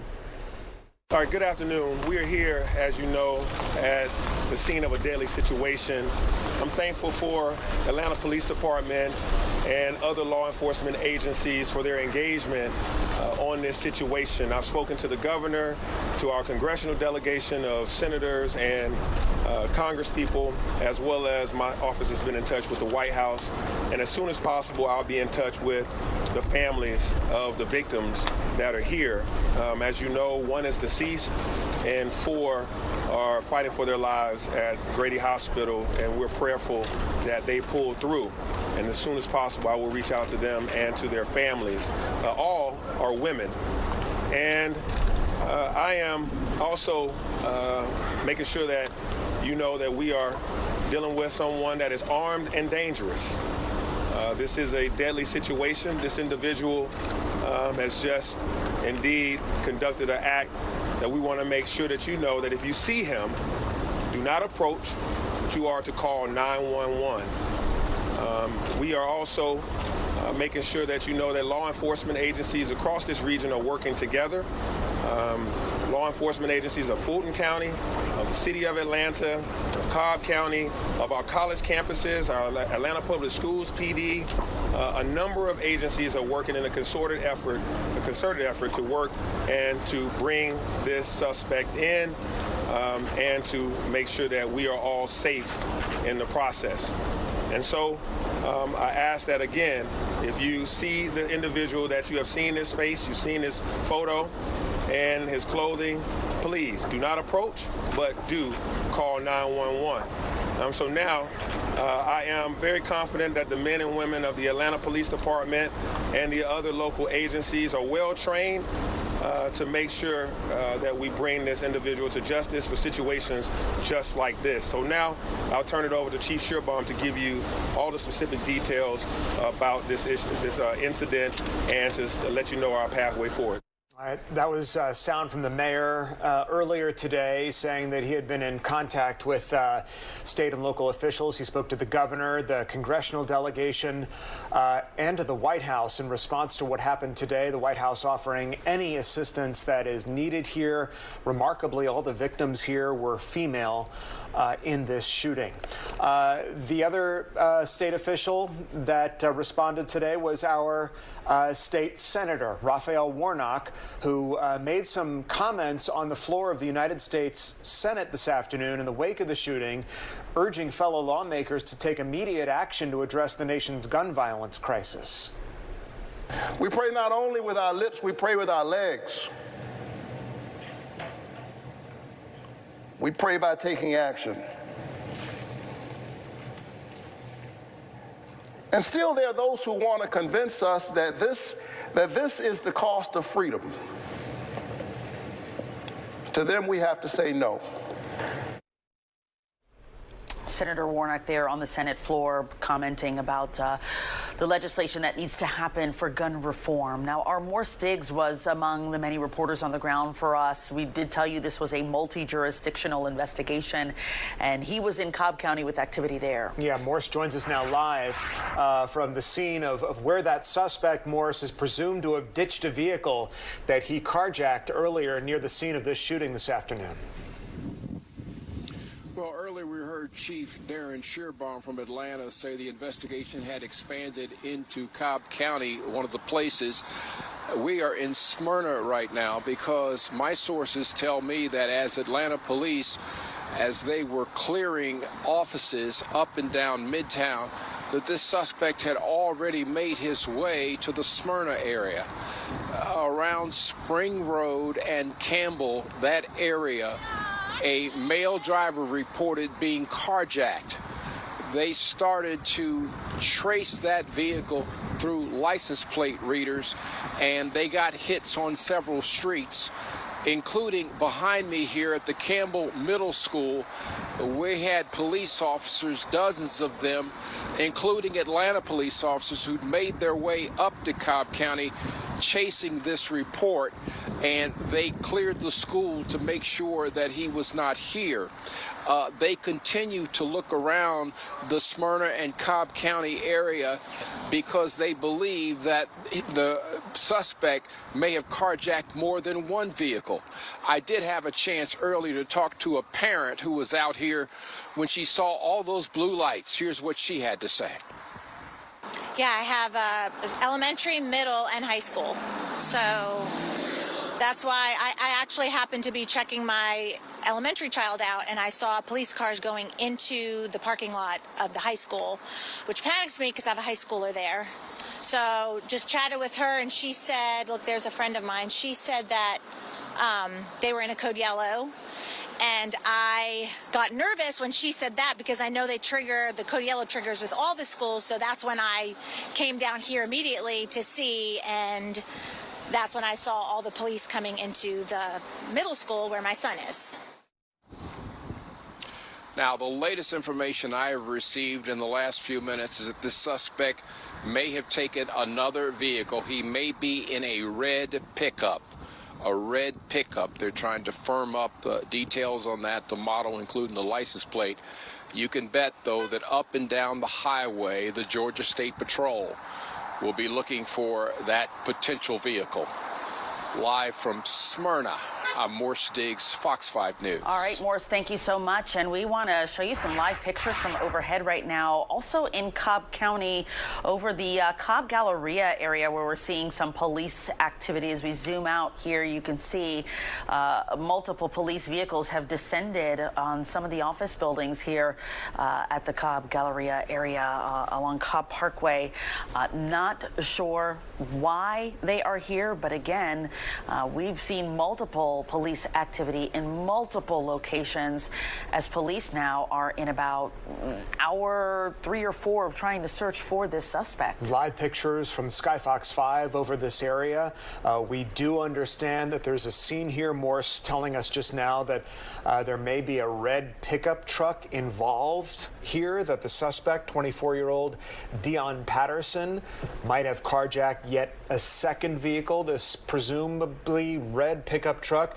And so this is an area that we're focused on now as authorities and investigators zero in on the area of the Cobb Galleria. We know that Cobb County and Smyrna are involved in this investigation because presumably this is where the suspect may have wound up.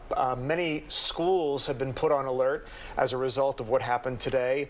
The Atlanta public school system released a statement not too long ago saying that APS families, thank you for your patience and your cooperation today as we work to ensure the safety of our students and staff during the active shooter situation in Metro Atlanta. We're in the process of dismissal, and due to the delays at some schools as well as the traffic issues that have resulted from today's situation, you should expect delays for your students' return home. For students who may not return home, there are blocked streets in the area. They will be returned to school and supervised until they're picked up by parents. Athletics, aftercare, after-school activities will now resume normal operations. And then they end by saying that they're going to provide some resources this evening on how to talk to your kids about situations like this that happen, because it's a conversation that children inevitably ask their parents about. What happened today, why it happened, and whether the suspect was captured and what police are doing about it. Conversations parents just have had to have way too often here in America. We can't show you enough a picture of the suspect that authorities are looking for. We want to get that back up on the screen for you here. These surveillance images appear to be the ones that were captured inside the hospital, we believe. You can see on the left one, the arm raised of that suspect where he is pointing his weapon at who we do not know at this point, but this is 24-year-old Dion Patterson. This is who authorities are looking for. Crime Stoppers, as we've mentioned, is offering a $10,000 reward for information leading to his arrest. All right, and we also understand from authorities that the ages of the victims, we heard from Darren Shearbaum today, are as follows. They are all women. The deceased victim who was shot and killed there on the scene was 39 years old.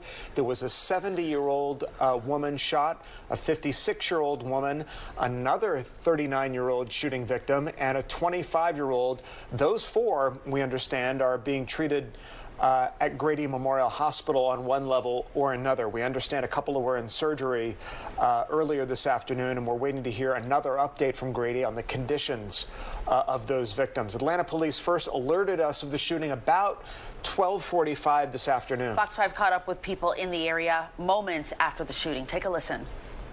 I went to start looking up to make sure nobody wasn't hanging a rifle out of one of these windows or anything like that. And I went to put my back against the wall and just trying to do whatever the officers tell us to do at the time. I don't know. I don't know what to think. I'm just really sad that this has happened in our city because I love Atlanta, and I don't want this to put a black mark on it. I live in Midtown, right across from the park, and I don't live in fear. It's just, things just happen. Witnesses giving us their accounts of just wrapping their heads around this situation again that's happened in their community. Now let's get out to Fox 5's Deidre Dukes, who's been on the scene all afternoon. Not only as authorities have raced from one scene to another, Deidre, but you were there for the news conference by the mayor and the police chief. That's right, and we actually have moved down the street just a bit, so now we're directly across the street from Northside Medical where that shooting unfolded just after noon today. As you can see, the investigation active still at this time. We've seen a little bit more activity here.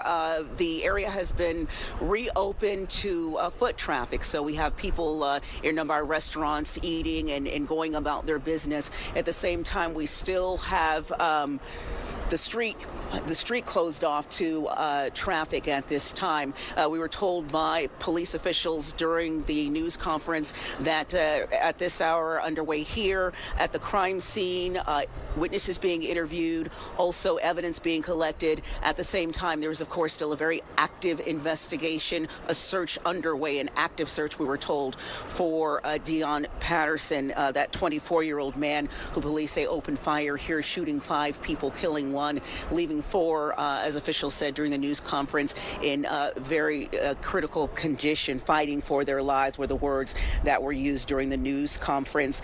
We're told that Fulton and Cobb counties are 2 counties being focused on right now as far as where this individual is possibly believed to be at this time. Saying we know now, police saying that the suspect did in fact carjack a vehicle from this location and fled as they say police were making their way here to the reports of an active shooter here.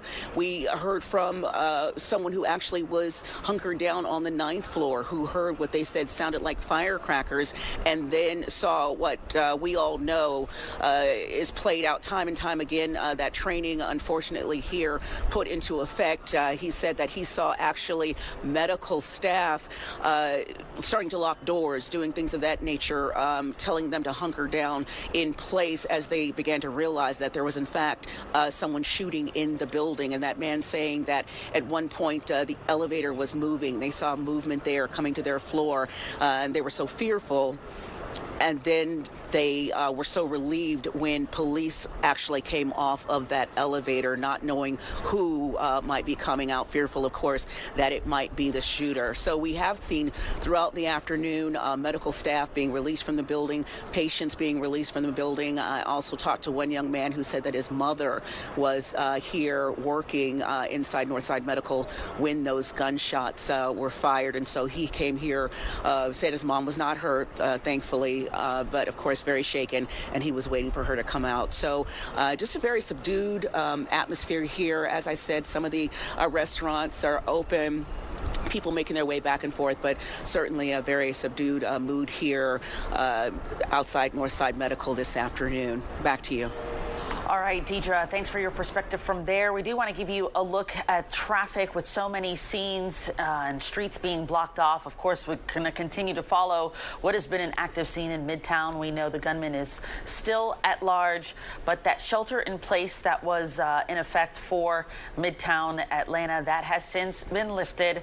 But police have all of West Peachtree Street closed and parts between 10th and 14th Street. They are asking you to avoid this area. Here's a list of streets to avoid. All lanes are closed at West Peachtree Street. Any streets north of 10th Street is partially closed or congested. And we also received reports Windy Ridge and Heritage Court near the Battery closed after finding an abandoned vehicle with the gunman's bag. So this is new information that is just coming across. We showed you that activity live overhead over at the Cobb Galleria. It appears that could be related to that, with the Battery not being far from the Cobb Galleria area there along Cobb Parkway. And also, if you're in Midtown, try using Northside Drive, Piedmont Avenue, or Monroe Drive as alternates. Yeah, we showed you those live pictures from Skyfox 5 not too long ago of the Cobb Galleria. We know this investigation is on a couple of fronts as police look for the suspect. We're joined now by Jeff Thorne, who is on the 17th floor of Galleria 100. Mr. Thorne, thank you so much for joining us. We just heard from Cobb County Police. They tweeted out that the reports of shots fired there at 200 Galleria Parkway were a false alarm, but what can you tell us you're seeing right now? Well, what I'm seeing right now is all our employees, we're all in one location. I have not heard any shots fired at all. We have police around us to make sure we're protected, but we are on the 17th floor. And we're probably going to be evacuated here shortly. We saw the racetrack logo on that building. Is that the headquarters? Is that the employer that you work for? No. We are not in the racetrack building. Okay. We are in building 100. Okay. And so what, Mr. Thorne, might go through your mind and the mind of your fellow employees there as you hear information about not only what happened downtown, but then how it might impact the area you're in? Well, we're moving out of the building right now as we speak. So we're going to do the exit down, probably get outside. But go ahead. When you were given the order to shelter in place there, did it immediately come to mind that it could potentially be related to what happened in Midtown Atlanta? Had you heard about the activity that had been happening here in the city? Well, I worked at Fox 5 for a little while, and I've been in news for 35 years. I'm not in it anymore, but I had a feeling that something could happen like this. But you know, like I said, we're going to be evacuated now. So, and I'm actually going in an elevator, so you may lose me. We certainly don't want to get in the way of you being asked to leave that building. Jeff Thorne, thanks so much for joining us with the perspective from the 17th floor of Galleria 100, where this investigation is seemingly focused. We've heard of officer presence in Vining, Cumberland, the Truist Park area, where we reported just a second ago that the suspect's bag may have been found. So lots of things happening seemingly at the same time. Yeah, absolutely. So again, a multi-jurisdictional effort here, and investigations happening in multiple areas of the city and just outside of Fulton County here. And appreciate again Jeff Thorne joining us by phone and give us a perspective of having to shelter in place, and now the folks there in building 100 being evacuated there at the Cobb Galleria. Let's get out to Fox 5's Rob DiRienzo, who's been live there right near the scene of where this shooting took place. Rob, now you're immediately outside the building. What's going on there now? Hey there, guys. That's right. Just in the last few minutes, we saw this ambulance pull up, and the medics loaded on a patient. Now, it's not clear if this is an additional shooting victim or if this is a patient from inside the facility that needs to be transported to another medical facility. But again, there's a patient inside that ambulance right now, hours after the shooting. We're not sure who it is or what their involvement, if at all, if any involvement in this incident. Now, I want to give you a listen to a woman I spoke to earlier today. She works inside Northside Hospital, inside this location. She says she wasn't in the building when the shots started, but she had to quickly react. Take a listen. It's really surreal. Like I said, I feel like you hear about this all the time, and it doesn't, cross your mind that, you could be in this situation. And back out here live, you can see police officers still standing by the door with those long guns as they continue to try to figure out and piece together what exactly happened here earlier today. Again, one person dead. We know of several patients now in medical care, including the person inside that Grady ambulance. Again, it's not clear what their involvement was, if they're an additional victim or if they're just somebody else who needs medical assistance from inside the building at this point. But again, police have this entire area cordoned off as they continue their investigation and try to locate the suspect, now apparently far from the scene. That's the latest from here. Back to you. Yeah, that's where it all started, there on the 11th floor of that building. Real quick, Rob, before we let you go, you were there sort of in the moments after this thing unfolded. For those folks who are just now getting home and tuning into our coverage, the intensity with which you were moving around and with which Atlanta police were responding to this scene was incredible. Can you just kind of walk us through those moments when you first arrived there? Yeah, that's right, Tom. We first got word about this around 12:30. It's actually my day off. I was a couple blocks away at home, and I heard a lot of sirens, and I quickly figured out that something was going on. I actually ran over here. If you watched our noon broadcast, you actually heard me out of breath. When I got here, there were a lot of people in medical garbs and in scrubs clinging to each other, crying, very upset as police continued to keep pushing us back, and that was about a block away from here. So when I arrived several hours ago, it was a very different scene than what we're seeing right now. It was a lot of uncertainty and, frankly, a lot of fear and terror in these people's eyes. They wouldn't let you get close to that scene, Rob, right? They kept you a couple blocks away? Yeah, at one point I was actually threatened with arrest. As you can imagine, excuse me, for these officers, it is a very stressful situation for them as they try to figure out in that moment what's going on, who's the good guys, who's the bad guys, and keeping the journalists back is part of that. So we definitely did get a little bit of pushback from officers when we were here. But again, that's just part of these breaking news situations. And of course, we moved back upon request to get out of their way. Yeah. Just incredible insight and perspective in the moments right after this shooting took place just after noontime today. All right, Rob D'Arienzo, thanks. Let's go to our Denise Dillon, who is live at the Gallery 1 Parkway near that building where people have been evacuated. At one point, they were told to shelter in place. Denise, what are you learning there on scene? Yeah, we arrived here a few minutes ago. We're actually on top of a parking deck, so you can kind of overlook Galleria Parkway here. There are still a number of officers out here, dozens. Cobb Police, Georgia State Patrol, Atlanta Police, Marietta Police. We've seen a few ambulances standing by. Now, this is very close to the Cobb Galleria Center, obviously. Cobb Police had mentioned earlier that they had been searching the area for Dion Patterson. They've been looking in Vinings, Cumberland, near Truist Park. Earlier, about 20 minutes ago, we saw a number of police officers at Truist Park right by the Battery, and that's when they got calls of shots fired in one of the buildings here. It was a 200 building here. They all raced over here. Law enforcement went streaming out of the Battery, up from 75, down 75. They all converged here and have recently determined that call of shots fired was false. So now everyone working in these very tall office buildings near me have been told, given the all clear, it is safe. Police are starting to pull out of this area now. Some still standing by.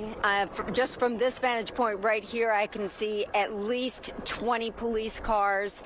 But again, the calls of shots fired in the building here at Galleria Parkway were false. Reporting live in Cobb County, Denise Dillon, Fox 5 News. All right, thanks for giving us a clearer look at what's happening there in Cobb County. Denise, thanks so much. If you're just joining us today, maybe you're just getting home from work, from school, it has been a busy afternoon where the last few hours authorities have been searching for an active shooter. At 12:08 today at Northside Hospital, Midtown, someone opened fire in the waiting room area on the 11th floor, and there are 5 victims. One of them died. Yeah, they're all female, we understand, ranging in ages. Police putting out a be on the lookout for 24-year-old Dion Patterson, who they say entered that Northside Hospital clinic on West Peachtree in Midtown Atlanta and opened fire, killing 1 victim. 4 were sent to Grady Memorial Hospital. The trauma team there ready and waiting for those victims, a couple of which wound up in surgery today. Their conditions are stable, we understand, presumably critical. We are also following leads that Patterson might have carjacked somebody in the near vicinity of where the shooting took place in Midtown and wound up somewhere in the Smyrna Vinings area. Yeah, Campbell Middle School had to be put on lockdown as authorities were investigating a potential vehicle they thought may have been carjacked by Patterson, but he has since fled on foot from that area, authorities say. So this has been a multi-jurisdictional effort to try to find this individual. We are expected to get another update from Grady Hospital on the victim, so we hope to hear positive news on the 4 women who have survived this terrible shooting that happened today in Midtown. We've had multiple crews on different scenes for us as well, watching active police activity as they look through specific vehicles or just standing around as they're monitoring different crime scenes in the area. Let's go to our Eric Perry, who is on the ground for us as well, still in Midtown. Eric, you've specifically been watching activity in a parking lot nearby. What other information are you learning? Yeah, Christine, that parking lot was on 14th near Williams Road, but we were actually able to move up 14th Street a little bit. This road is still blocked off. I actually want to show you down that way so you can actually see that 14th Street still blocked off, and beyond that light is the overpass of the highway. That Shell gas station is a one-way heading to your left. That is still open, but 14th is not. But I want to bring you back around here. We're actually up by the mobile command center here. This is where a lot of the centralized location was. This is where we saw first responders gathering. This is West Peachtree Street and 14th Street here, but you can also see to my right that they have allowed traffic to open back up and come down. At one point, it was completely closed as they were working this investigation. If you worked here at the Whole Foods or lived here at this Icon apartment, you cannot go inside, but this is back open now as they are starting to ease a little bit from this area, but you can still see a police presence. My colleague, Rob DiRienzo, talked about someone getting into a Grady ambulance just recently. We saw that ambulance take off with sirens just a couple of minutes ago, right before you came to us. We got video of that. We'll work to get that to you, but giving you just a different perspective of where we are at this exact moment. West Peachtree Street coming down, this one way is open, allowed for traffic. You can see some. You can take that right up going toward Colony Square, going toward Piedmont Park there. But again, if you're coming on 14th, this is still closed as we continue to investigate. We talked to those who were inside. We talked with different physicians and doctors who were inside, who's heard the gunshots, and they made sure that they could save all the people that they can. One man said he was in surgery. Another person said he issued what was called a silver alert, which went out to his members there and his faculty, which issued that meant something serious was happening to get to your safe designated location. He says one of his employees came out and found that her windshield was shattered by bullets. She believes that the gunman might have tried to get into her car as he made his getaway and use a side exit there that he says that no one really uses there. But again, we're still working to figure out just exactly who it was inside. But those residents, those patients, those physicians, they describe it as a family on the inside of there as they work to wrap their head around just exactly what happened inside there. Tom, Christine. Well, and Eric, Christine and I were just, watching some of the people that you spoke to, and it was pretty extraordinary, sort of the calm manner they went about telling you what happened. And one wonders whether that's because they're medical professionals and they're used to responding to situations that are out of the ordinary. But what it is that gave them that sort of peace of mind to recall how to get out of the building and to sort of come together in response to the shooting today. Yeah, Tom, just asking him, I asked, have you been able to process this? How do you move forward? And he says at the moment he hasn't been able to process it at all. He was just like, I don't think he's been able to even comprehend what happened today. He was just more worried about the members that he works with, the family members that in that medical facility. So I don't think a lot of people leaving today have fully grasped what they went through and the trauma that they really endured around noontime today at Wednesday. And when you first got on the ground, Eric, just describe for us what the demeanor was of some of the people who were able to leave the buildings immediately. They looked very shaken up. Very shaken up. There were a lot of tears. This one man just said he wanted to get home to his wife. That's all he wanted to do, was to talk with his wife. A lot of these people wanted to get to their family members. They're watching us, who we're telling them information, so they're not sure. They just know they have loved ones inside that building. So they're just trying to make that connection to his wife. This one woman said she heard the gunshots. She was on a 4 below. We believe this happened on that 11th floor. She said she was on the 10th floor. They heard the gunshots. She went into hide mode, waiting for help to get inside there. And when she got out, she was just ecstatic just to be able to see outside. She didn't want to interview or anything like that, but she said, she's from Atlanta. She was thanking God that she was able to be out here, and she was just trying to figure out how she and her co-workers will be able to return to that building after what happened today. Yeah, does business as usual happen tomorrow? It's difficult to go back to normal with such a traumatic event that happened today. Eric. Rick. Thank you so much. And one wonders why this all happened in the first place. What was the motive of the suspected shooter who entered that medical building this afternoon and opened fire?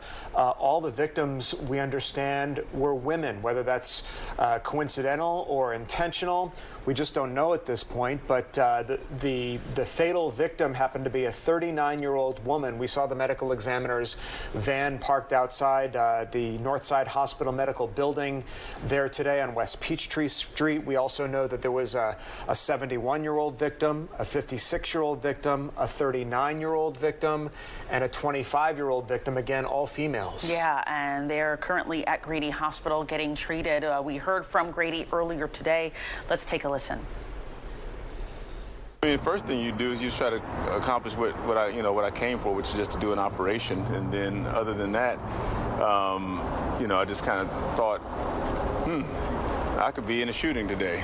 And I just kind of followed the directions of the officers, and they kept us safe, and it wasn't really an issue. So I just thank God that nothing more came of it up to this point. Hopefully they'll apprehend him pretty swiftly. I was on lunch break, so I was taking a walk around the building on a work call, and I noticed a bunch of just APD, Atlanta police officers, running into the front lobby of the building, and they were drawing their pistols.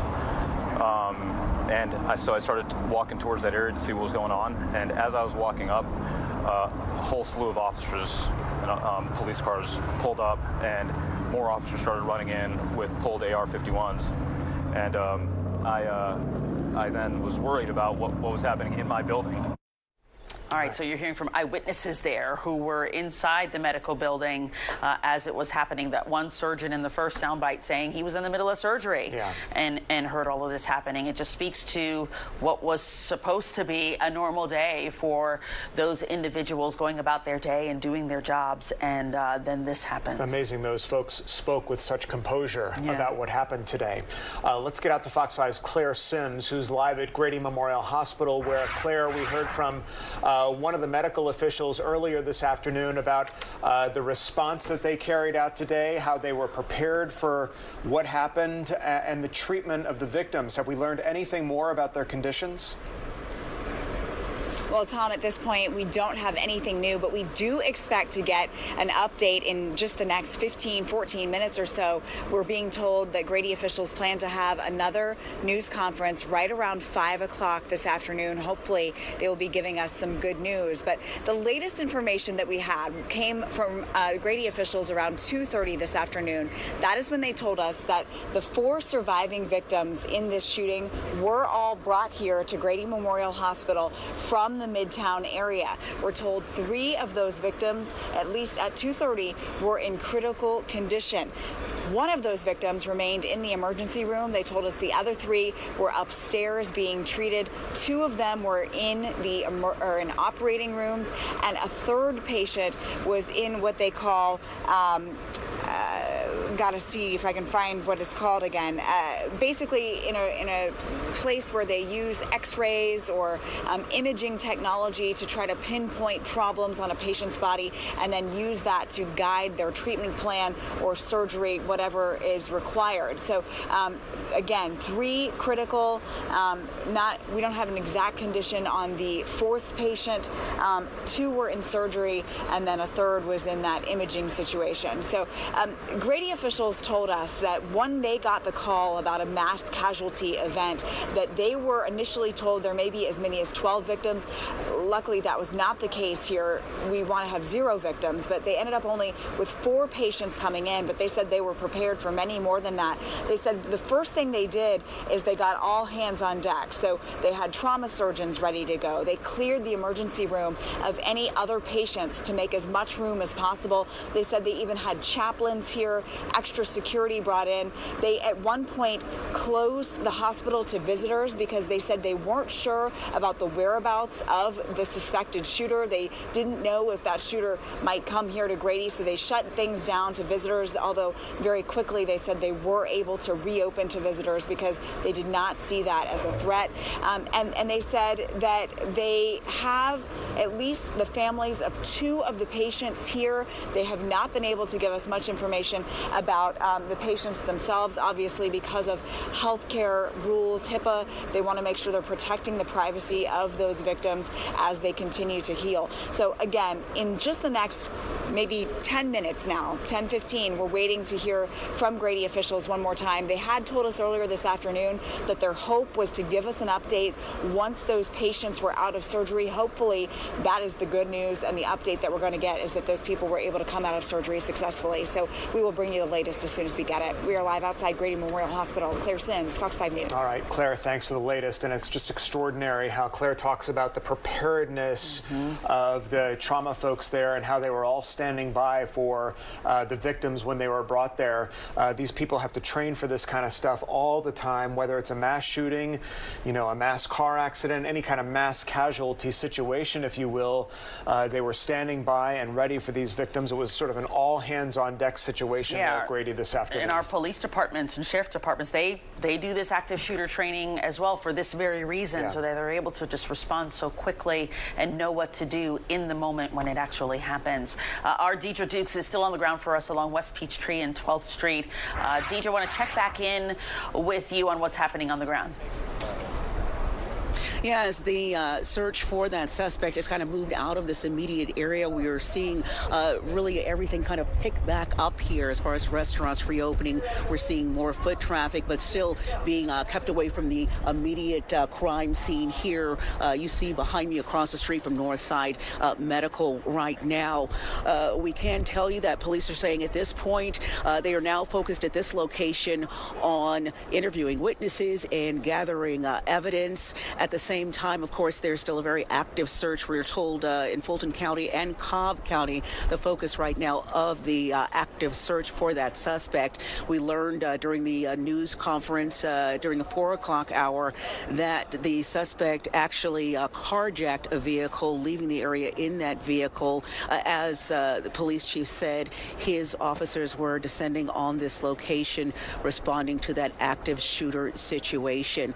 I talked to people who were inside when those first shots rang out, saying that it sounded like firecrackers going off here. They were on the 9th floor and learned that there was actually a shooting on the 11th floor, saying that the medical staff did a great job immediately kicking into gear, using that training that so many of us have gone through here, kicking into gear, locking that area down, saying that they actually watched what was unfolding on the news as this all played out as they hunkered down, not sure where that shooter was in the building. They did say at one point they saw the elevator coming up to their floor, and they were so concerned not knowing who was going to come out of that elevator, and then they were so relieved when in fact it was police coming out there and that they were given the all clear on their floor. There are still several police officers on scene. Every so often we have motorcycle units coming by, still several units out here as well. It appears that this will be very much an active scene for the next several hours. But we're also seeing activity here at the hospital. Of course, we don't see anybody appearing to be patients going in, but we are still seeing medical staff going back and forth. So as far as the situation inside the hospital, there does appear to be still, we're seeing some medical staff there, right there at the front door, going back and forth. But as it stands now, with the shelter in place lifted here, a return to some sense of normalcy here, as much as there can be after such a devastating event here in Midtown this afternoon.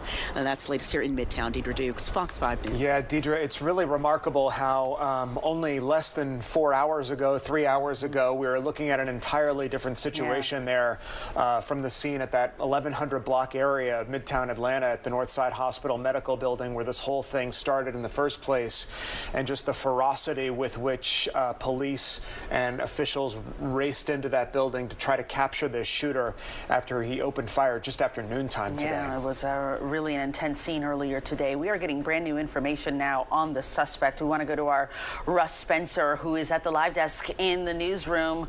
Russ, Russ, what information do you have? Well, Christine and Tom, you've been asking the question, all of us have been asking this afternoon, why on earth did this terrible thing happen?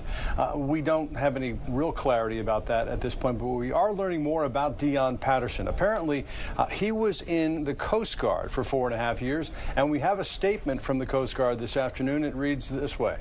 The Coast Guard is aware of the tragic incident in Atlanta allegedly involving Mr. Dion Patterson.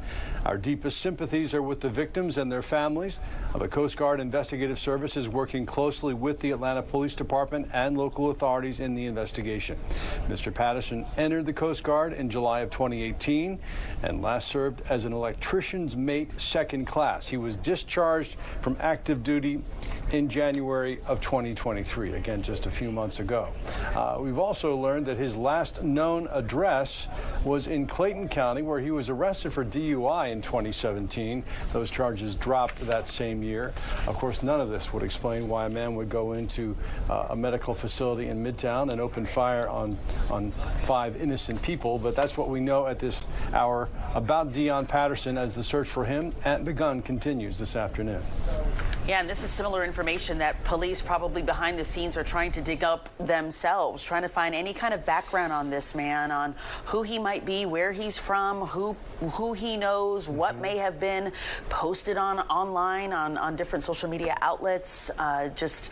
We appreciate, Russ, you finding out that information for us, a former Coast Guard member, and was discharged in January of 2023, just a few months ago. Yes, so many unanswered questions as authorities try to build a profile of this suspect to help track him down. Did he have any relatives in the area? Where did he live? Who can we contact that might know this person? Because oftentimes the suspect will wind up back home.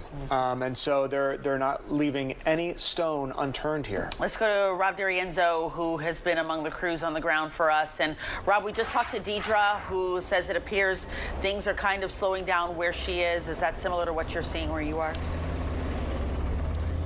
Well, that's right, guys. I was actually just speaking with some employees of Northside. They say they just really want to go home at this point. They've had a terribly traumatizing day, but police are telling them right now they can go to every single floor except 11. That is where the shooting happened. The entire floor right now is considered a crime scene. I spoke to a Northside employee who relies on insulin because she's diabetic. She says her insulin is upstairs. She's not able to get it right now. Her keys are upstairs, so she's not able to go home. I want to take a step out of the way to show you what the entrance is looking like. You can see some people in some medical-like attire. As I was saying, employees one by one are being escorted into the building to retrieve their belongings for the day, except for the 11th floor. Again, those are the employees that witnessed the most traumatic events of all this today. So really, they're just very stressed. You could see the tears that were dried on the side of their face. And after all of this, they really just want to get home. But unfortunately, police tell them right now, because the entire 11th floor is considered a crime scene, they cannot do so yet. Back to you. All right, Rob, extraordinary events that have led us to this moment today. It all began just after noontime at the Northside Hospital Clinic there on the 1100 block of West Peachtree Street when police say a gunman, 24 years old, entered that building, went up to the 11th floor and opened fire, killing 1 victim and injuring 4 others. Yeah, that suspect is Dion Patterson. The hunt is on for him at this hour in multiple locations. We have more details on what all transpired in Midtown Atlanta today, next on Fox 5 News at 5.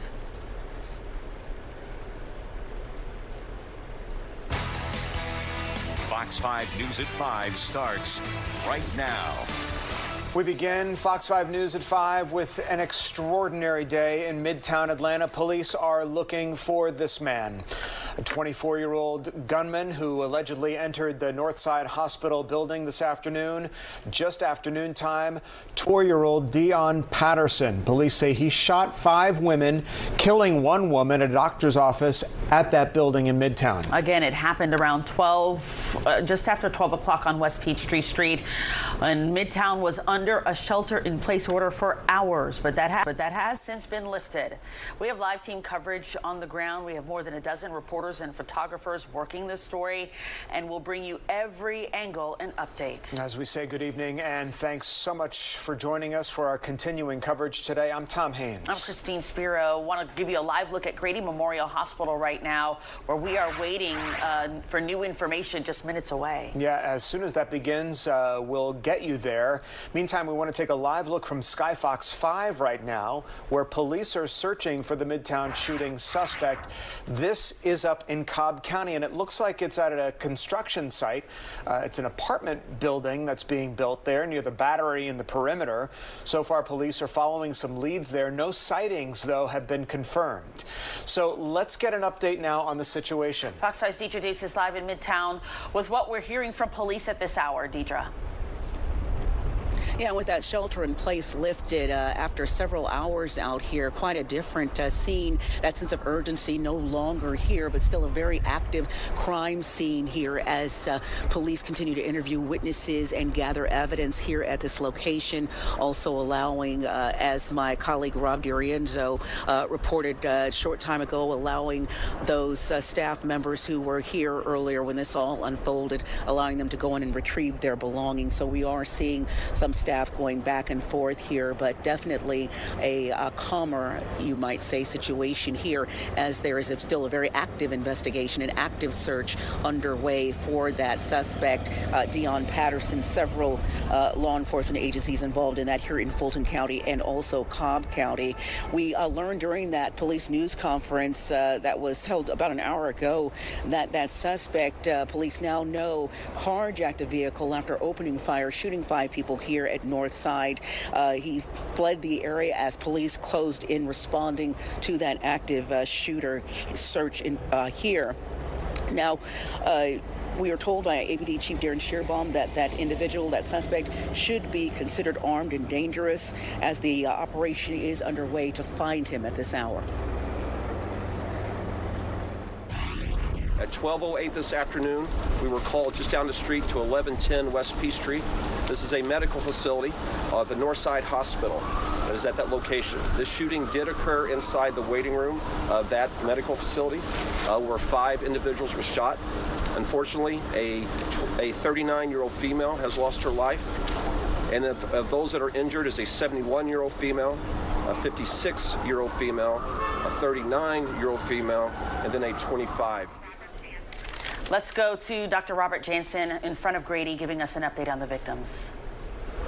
Okay, hey everyone, this is Dr. Robert Jansen, Chief Medical Officer. Well, good afternoon. As all of you know, we had a mass shooting this afternoon. 4 patients were transported by Grady EMS to our trauma center. At the present time, 1 is still in the operating room. The other patient is coming out of the operating room.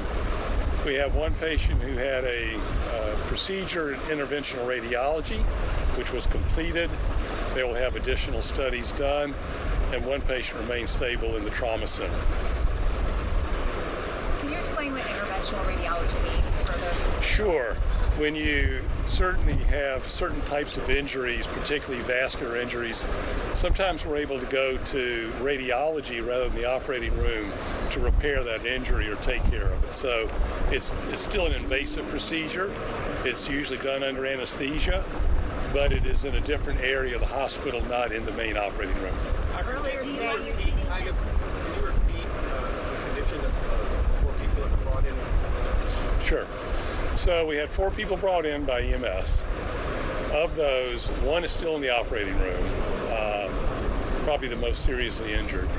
Another patient just got out of the operating room and is doing well. We had a 3rd patient who had a procedure in interventional radiology, and they will have to have additional procedures to follow up. And then the final patient is still in the trauma center, probably does not require surgery and is doing well. Were they shot multiple times? Can you talk about where and how they were shot? Well, I don't know how many times each one was shot. Really because of patient confidentiality, I don't want to get into the nature of the wounds. I think that would be a little unusual. Were any of these Well, two of them are particularly serious, the ones that went to the operating room. And the one in the interventional radiology was in critical condition, too. So all three of those are very serious injuries. And can you once again describe what would make you go to the interventional radiology versus the regular trauma area? If it is primarily an injury to the blood vessels, we're frequently able to take care of that in interventional radiology as opposed to having to open the patient up in an operating room. Interventional radiology is where you go in through the blood vessels using special catheters and are able to take care of the injury that way. Can we talk about the flow of patients, maybe not specifically with this case, but the flow of patients coming into the ED and then moving throughout the hospital to ORs and other places? Right. So in this particular case, as I said, Grady EMS brought all four patients here. They arrived within 20-30 minutes of each other. We were already prepared in the trauma center. We had trauma surgeons, nurses, all the staff ready. So as soon as they came into the trauma center, they were put into a trauma room and were treated immediately. Two of those were taken immediately up to the operating room. We had the operating rooms open and ready, so they went directly from the emergency department to the operating room. The other one went straight from the emergency room to the interventional radiology suite. None of them were delayed by more than any time at all because we were ready for them immediately. For the patient who's still in the operating room, how long has that surgery been going? It's been going on a number of hours. I don't know. It's probably about 3 or 4 hours. Were all four of them shot? Their injuries were all gunshot injuries? Yes, they were all gunshot injuries. And you mentioned earlier this afternoon that there were at least 2 families here. Have 4 families arrived? I haven't checked back to the emergency department to see. Hopefully they have arrived. So it's fair to say 3 are still in critical condition? Pardon? 3 are still in critical condition? Yes. And the 4th, if 3 are in critical, the fourth is stable. Can you talk about the next steps, what these next few hours look like for the medical teams taking care of them? So obviously we've got to finish the surgery on the one patient who's still in the operating room. They will go to the surgery intensive care unit.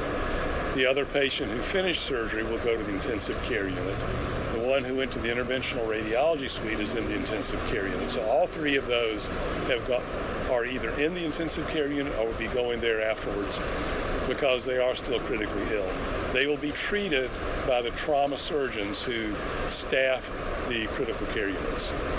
And you said earlier that you were totally prepared for this. Did everything go smoothly from the hospital's end of things as far as responding? It went incredibly smoothly, and I cannot be more proud of the performance of all of the staff at Grady. From the surgeons, we had EVS ready, so we had everyone there. We had chaplains ready to deal with the patients and their families. So by the time they arrived, we were fully staffed. We had empty rooms waiting. It was absolutely seamless. I cannot be more proud of the way Grady handled this. Thank you, guys. That's it for now. We'll keep you updated. Thank you. Thank you. Chief of Medical Operations there, Robert Jansen, giving us an update on the 4 victims who were immediately brought to Grady Memorial Hospital, the area's only level 1 trauma center, which is equipped to deal with situations like this, saying how proud he was of the response by the medical team getting to these victims and providing immediate treatment. One is still in surgery. We understand she's been in surgery for about the past 3 hours now.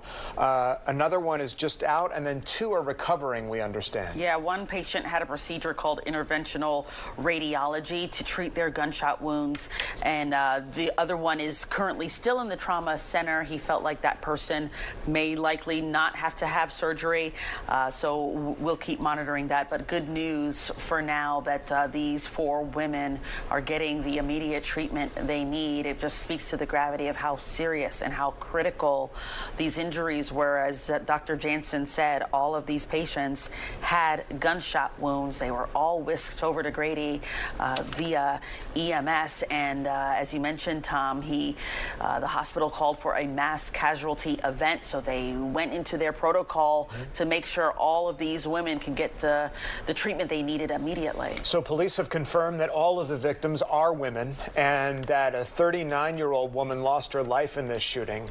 Police say the oldest victim was 71 years old, the youngest 26. This happened on the 11th floor of the Northside Hospital Medical Midtown. This is sort of a timeline of what happened today. Per Atlanta Police Chief Darren Shearbaum, happened just after noontime at the medical facility on West Peachtree Street at about 12:08, we understand, just before 10 after 12, the lunchtime rush hour in Midtown. Police called to a man who they identify as Dion Patterson, 24 years old, opened fire in the waiting room, apparently, reportedly on the 11th floor of this facility. One woman again killed, 4 injured. Patterson then carjacked somebody and then left the area. Yeah, the folks from Northside Hospital did issue a statement very early on in this investigation. They said, quote, Northside Hospital is cooperating with law enforcement following the shooting at our Midtown Atlanta location earlier this afternoon. We urge people in the area to shelter in place. That's when that shelter in place notice was in effect. It has since been lifted. They go on to say, though, that they want folks to follow the instructions of law enforcement on that scene. They finally said this tragedy is affecting all of us, and we ask for patience and prayers at this time. Again, that shelter is in place, has since been lifted in the area, and people are actually being let back into Northside Medical Center to get some of their belongings, except on the 11th floor where the shooting took place. And which is still an active crime scene. We're learning more about the shooting suspect, 24-year-old Dion Patterson. Fox 5's Russ Spencer is at the live desk with information we just received minutes ago. Russ? Yeah, we don't know a lot at this point, guys, but we do know from the chief, Darren Shearbaum, that his family, Patterson's family, is cooperating with their investigation. We don't know precisely what that means, whether his mother or someone else in the family is speaking with them. But we have learned that he was a member of the U.S. Coast Guard for 4.5 years, and we have a statement from the Coast Guard that was just released. It says, the Coast Guard is aware of the tragic incident in Atlanta allegedly involving Mr. Dion Patterson. Our deepest sympathies are with the victims and their families.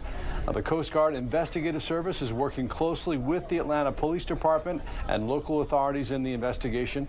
Mr. Patterson entered the Coast Guard in July of 2018 and last served as an electrician's mate, 2nd class. He was discharged from active duty in January of 2023. Again, the Coast Guard says it's working with APD. Lots of agencies involved in this investigation trying to get to the bottom of this to find both him and his gun, as the chief pointed out. Let me just give you a list of the agencies involved in this investigation at the moment. APD, the Fulton County Sheriff's Office, Georgia Tech PD, Georgia State PD, MARTA PD. Apparently they've upgraded police presence at MARTA stations. The GBI, the FBI, the Secret Service, and Atlanta Public Schools Police as well. So everyone's on deck here looking for this man, and we will certainly stay on this until he's found. All right, Russ, some incredible information about what we know about this suspect as police try to build a profile of who he is and what his motives might have been. Fox 5's Eric Perry has also been covering this breaking news for us on the ground for the last several hours. Let's go back to him live. So, Eric, what have you been hearing from witnesses on scene? Hey, Christine, I actually want to get right to this. That mobile command unit just pulled off here. It was at the intersection of 14th and West Peachtree Street. And I kid you not, 30 seconds before you went to me live, the shooter's mom was inside that mobile command unit. She must have been there since the incident happened. She, with a blanket over her head, got into an SUV with police and was taken away from the scene. We are going to work to get that video for you when the next time you visit us. But again, the shooter's mom, Dion Patterson's mom, was inside of that mobile command unit talking with police. She was escorted just a couple of feet to a SUV that was waiting for her with Atlanta police. They had her head covered and she got in there and she was taken away. So that means she is cooperating with this investigation. Again, we'll work to get that video for us. But we've been out here since about 1 o'clock. Shortly after all of this happened, we're here at the intersection of West Peachtree Street and 14th Street. You can see West Peachtree is back open as police are starting to leave the scene, but you can still see massive investigation and active investigation. I spent my time talking with those who were leaving the facility, those doctors, those physicians, those workers inside of that building. It melts your heart. It makes you feel something. Listen to what we talked with them about and just how they're handling the situation and when they noticed something was wrong. I mean, the first thing you do is you try to accomplish what I came for, which is just to do an operation. And then, other than that, I just kind of thought, I could be in a shooting today. And I just kind of followed the directions of the officers, and they kept us safe, and it wasn't really an issue. So I just thank God that nothing more came of it up to this point. Hopefully they'll apprehend him pretty swiftly. I noticed that there was a car right in the loading dock area with the window shattered. And there was some piece of equipment next to it, and she had mentioned that when she came back out of the department, she saw that someone tried breaking into her car, and there was a stairwell, like a utility stairwell that none of us really use, right by the loading dock area that she thought was suspicious. So we think maybe the suspect was trying to make a getaway with her car. Her hazards were on. All right, things out here moving fast. Zoran, can you show around? They have just now opened up 14th Street here in the last couple of minutes. It's been blocked since all of this has happened. That first man you heard from, he is a surgeon. He was in the middle of an operation while all this happened. That second man you heard from, he's a radiation oncologist. He worked to make sure that his team went to a safe location there. I also asked him, how is he going to get through this? He says they're going to get through as a family, as a medical family. But again, just reiterating a lot of what happened out here. That mobile command center with APD just taking off, probably heading back to process all of this. But inside of that mobile command center was the shooter's mother. They had her shielded from us as she went inside of that SUV. We're going to work to get that to you. I know we'll have another hit, and we'll bring you up to speed when you join us later on in the newscast. That's the latest here at 14th and West Peachtree. I'm Eric Perry, Fox 5 News. Eric, real quick before we let you go, it's interesting that you talk about the alleged shooter's mother there being on the scene, because one of the reporters in the news conference with Atlanta Police Chief Darren Shearbaum asked about the mother, and as we try to put this big puzzle together, we wonder why the 11th floor of the Northside Medical Building was this shooter's destination. What involvement, if any, the mother might have had, whether she was up there with him at the scene. But it does appear that she was at least in the area at the time of this shooting. Did you get any more information about her involvement in this situation? Yeah, when I asked off camera, one of the physicians, he believes that she might have been in the building or might have had some sort of appointment there herself. Again, that is not confirmed with police, but given the fact that she has been here and probably for some minute, because we were hanging out by this mobile command center for quite some time, it does give the fact that she was in this general vicinity for her to be able to be here so quickly and to talk with police like she was. So, Eric, potentially she could have been in that command center for hours talking with police. Does it appear to be the case?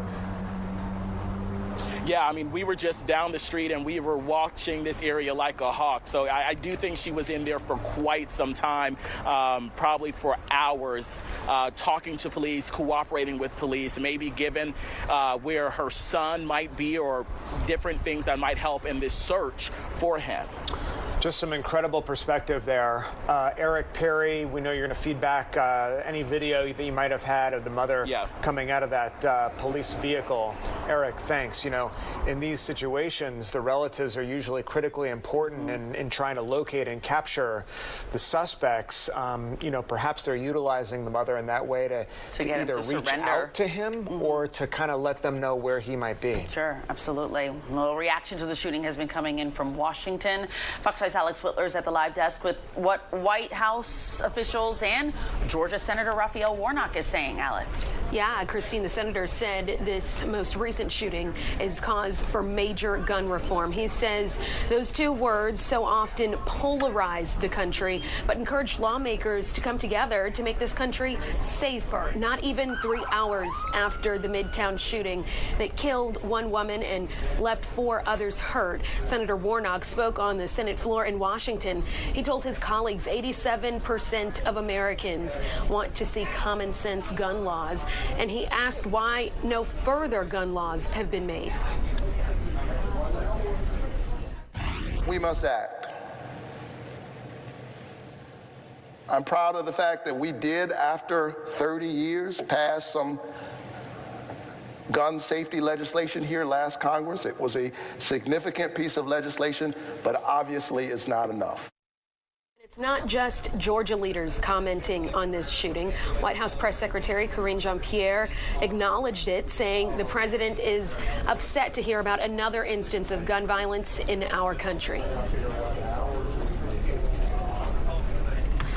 I think there's parents out there who are frustrated. There are Americans out there who are frustrated and who want to see an assault weapons ban, which reduced mass shootings when something that the president led on in 1994. We want to see common sense gun law reform. The senator made the comments as investigators from multiple Metro Atlanta agencies continue their search for the suspected shooter. At the live desk, Alex Whitler, Fox 5 News. Yeah, word of what happened here in our backyard, making national headlines tonight. Thanks so much, Alex. The search for the shooter stretched into Cobb County today. We want to get up to Fox 5's Morris Diggs, who's been talking to investigators in that area, near the area of Campbell Middle School, near Smyrna. And Morris, we know that this investigation is a moving one. We're up above the Cobb Galleria, spoke to somebody who was inside the building. We're looking at a construction site of an apartment complex. What more can you tell us?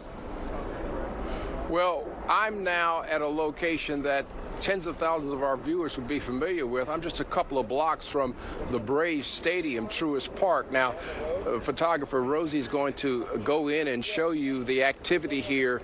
A lot of Cobb County law enforcement. I will tell you the significance of this site, and I'm not sure yet if we've got the video ready, but earlier our chopper was able to take a shot of a vehicle that was being towed, a white Toyota.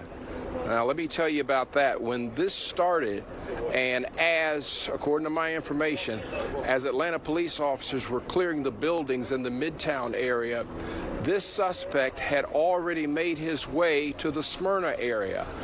I'm told from multiple law enforcement officers that he carjacked a man and stole the white vehicle. That white vehicle he drove around for a while. They were able to intermittently check on that vehicle because of a license plate reader hit. So they would go to that location, then there would be no car found. It would hit again, and so all throughout the afternoon, the last 3 hours, in fact, there have been officers fanned out around Smyrna, around Cumberland Mall, and now over here near Truist Park in the Galleria area. So again, they did that. They've recovered. He ditched the car over here. That car has been towed away. My latest information is that he then may have gotten into another car, a red pickup. So authorities are trying to firm that up. And throughout the afternoon, Cobb County police officers, and we've seen Atlanta police officers come up to Cobb as they try and chase this guy, believing that he doesn't want to rely on just being on foot. He could be stealing additional vehicles to try to make his getaway. From Cobb County, I'm Morris Diggs, Fox 5 News. Rob, thank you. Morris, thank you so much. We do want to go right to our Rob DiRienzo, where we're seeing new activity now outside of Northside Hospital. Rob, what more can you tell us from where you are? Christine, Tom, just moments ago, we saw several police officers emerge from the scene with these big brown paper bags, presumably forensic evidence. The investigation is now focused in on over here is collecting that forensic evidence and trying to piece together what happened and in what order it happened. I want to take a step out of the way to show you. You can still see a very large police presence by the entrance to Northside Medical here on West Peachtree Street. But again, we did just see within the last few moments several police officers come out with these big, large brown paper bags, again, presumably evidence that can help them paint the picture of what exactly happened here. But that's what we're mainly seeing right here. We have also seen, as I mentioned earlier, a lot of employees just trying to get home. They're trapped right now, a lot of them who work on the 11th floor, because the entire 11th floor of this building is a crime scene at this point. So the people who witnessed this just horrific event, they can't even go home, get in their cars. So really, it's just a really frightening situation for everybody throughout the day, a very stressful situation. And now a lot of them are still stranded as police continue their investigation, which is still very active at this point. Yeah, one wonders, Rob, when that building will reopen. Did it reopen later this afternoon? And what about tomorrow when folks need to re-access that medical facility? Well, as you can see behind me, Tom, the entire scene is still closed off as police continue their work. They're not letting the public into that area, that side of the street. They're keeping us on this side, as well as the employees. Now, the employees who don't work on the 11th floor, they've been escorted one by one up to their respective floors to get their keys, their belongings, and possibly leave. So there are some people being escorted in, but right now it's just considered a giant crime scene at this point. Yeah, you really have to just protect what could potentially be there as clues, so police can get some of these questions answered on a motive in particular. Rob, thank you so much. Paramedics rushed the injured victims from Northside to Grady Memorial Hospital for treatment. Let's get out to Fox 5's Claire Sims, who's been monitoring the situation there all afternoon. Claire, you were just part of a news conference by hospital officials there. What did they tell you about the conditions of the victims? Yeah, in just the last 20 minutes, you watched it here live on Fox 5 as Dr. Robert Jansen, who's the chief medical officer here at Grady Memorial Hospital, walked us through where things stand at this point. So earlier this afternoon, they told us there were 4 of those victims, the 4 injured victims, transported here by Grady EMS to Grady Memorial Hospital. When they got the call that there was a mass casualty incident, he said that's when they started to get ready. They had trauma surgeons go to the emergency room. They were ready. They cleared people out to make space in the emergency room. They said they were anticipating as many as 12 patients. Luckily, there were only 4. Of course, 0 would have been preferable in this case. Now, in the last few minutes, again, they gave us an update. They said there is 1 victim who remains in the operating room. 1 other victim was just taken out of the operating room and is apparently doing well. And then a third was undergoing something called interventional radiology. Now, we talked a little bit about what that means with Dr. Jansen. He said that is when, rather than going into surgery and opening a patient up, you use radiology. That's when someone maybe has a vascular injury, so something to do with their blood vessels. They said they use catheters, they use radiation to try to address those injuries rather than a surgery, although he said it is still an invasive procedure. It is still something that requires anesthesia for the patient. So he said the 3 victims who obviously were the most serious were the 2 who were taken into surgery immediately, and then that third who underwent that radiology treatment. There is a 4th patient who they described as stable. That person remains in the emergency room portion of the hospital receiving treatment, and they did confirm that all 4 of these victims did sustain gunshot wounds, although they would not say exactly where on their body, whether they had been shot once, more than once, multiple times. Didn't really want to go into the extent of their injuries at this point. Of course, they are still obviously bound by HIPAA. They want to protect the healthcare information of these people. We do not know at this point their identities, although we do know that all 5 of the people shot from Atlanta police, we are told that they were women in varying ages, 20s all the way up to the 70s. And so that's the latest that we have here from Grady. They said the next few hours, of course, will be critical. Again, 1 patient remains in surgery this afternoon, and we hope to give you any more updates as soon as we get them. We are live outside Grady Memorial Hospital. Claire Sims, Fox 5 News. A lot of good info. I appreciate the reporting you're getting us from there at Grady Hospital. Claire, thanks so much. All right, we want to take a look at some video that just came in that our Eric Perry was talking about earlier, just a couple of minutes ago. That is allegedly the mother of the shooting suspect that just got into that black SUV there, presumably a police vehicle. She apparently was with investigators since the time of the shooting, perhaps helping in their investigation locate her son. Police Chief Darren Shearbaum was asked of her involvement, but here you can see her head and upper body covered with what looked like a jacket there, getting into the vehicle.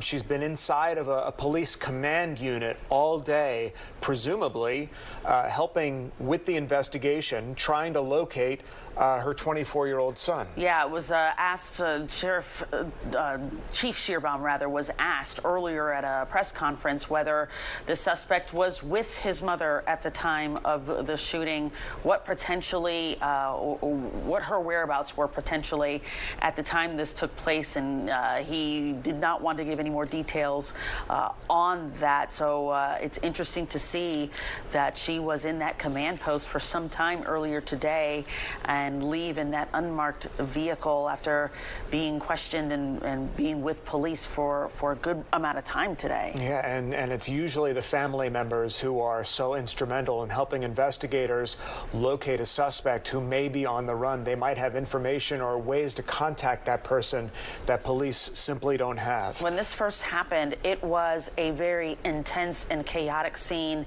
not only as multiple agencies swarmed to Midtown Atlanta when they first got the call of an active shooter, but for the folks who were inside these buildings who may have heard some of the gunshots, who may have gotten the alert to shelter in place. We have some video of when some people were first able to leave the building. You could see people console each other. You could see people hugging. Very emotional moments here for the folks who were presumably inside the building or even nearby when all this happened. You can just get word of an active shooter. You don't even really have to be in the building where it happened to be, anxious or upset about the possibility of someone on the loose who is armed who just shot 5 people. And the emotions clearly palpable among the folks that are out there. This is again in the immediate aftermath, only moments after this shooting took place at 12:08 p.m. at the Northside Hospital Medical Complex on West Peachtree Street on the 1100 block. Obviously, folks evacuated from their buildings as investigators tried to get a handle on the situation. A lot of them on cell phones, presumably calling family members to tell them that they're okay. Yeah, Deidre Dukes was one of the first people on the ground for us there in Midtown, and there was a press conference earlier by police where you were too as well, Deidre. Just kind of reset and tell us what the latest is that you're hearing at this hour. Yeah, that search actively underway now for 24-year-old Dion Patterson. As that search is underway, Chief Shearbaum at this time saying there were still some questions that they just could not answer for us. Questions such as what was the suspect doing on the 11th floor of this hospital during that time? What was he doing there? Why were all the victims who were targeted women? Was that due to the fact that this was a particular part of the facility where we would have solely females, women there, or was it a situation where he was specifically targeting women? The chief saying at this point he really could not provide that information. But currently right now the investigation underway here as the search continues for this individual. As you all have been saying throughout this newscast, the suspect's family is cooperating with police. The chief did say that.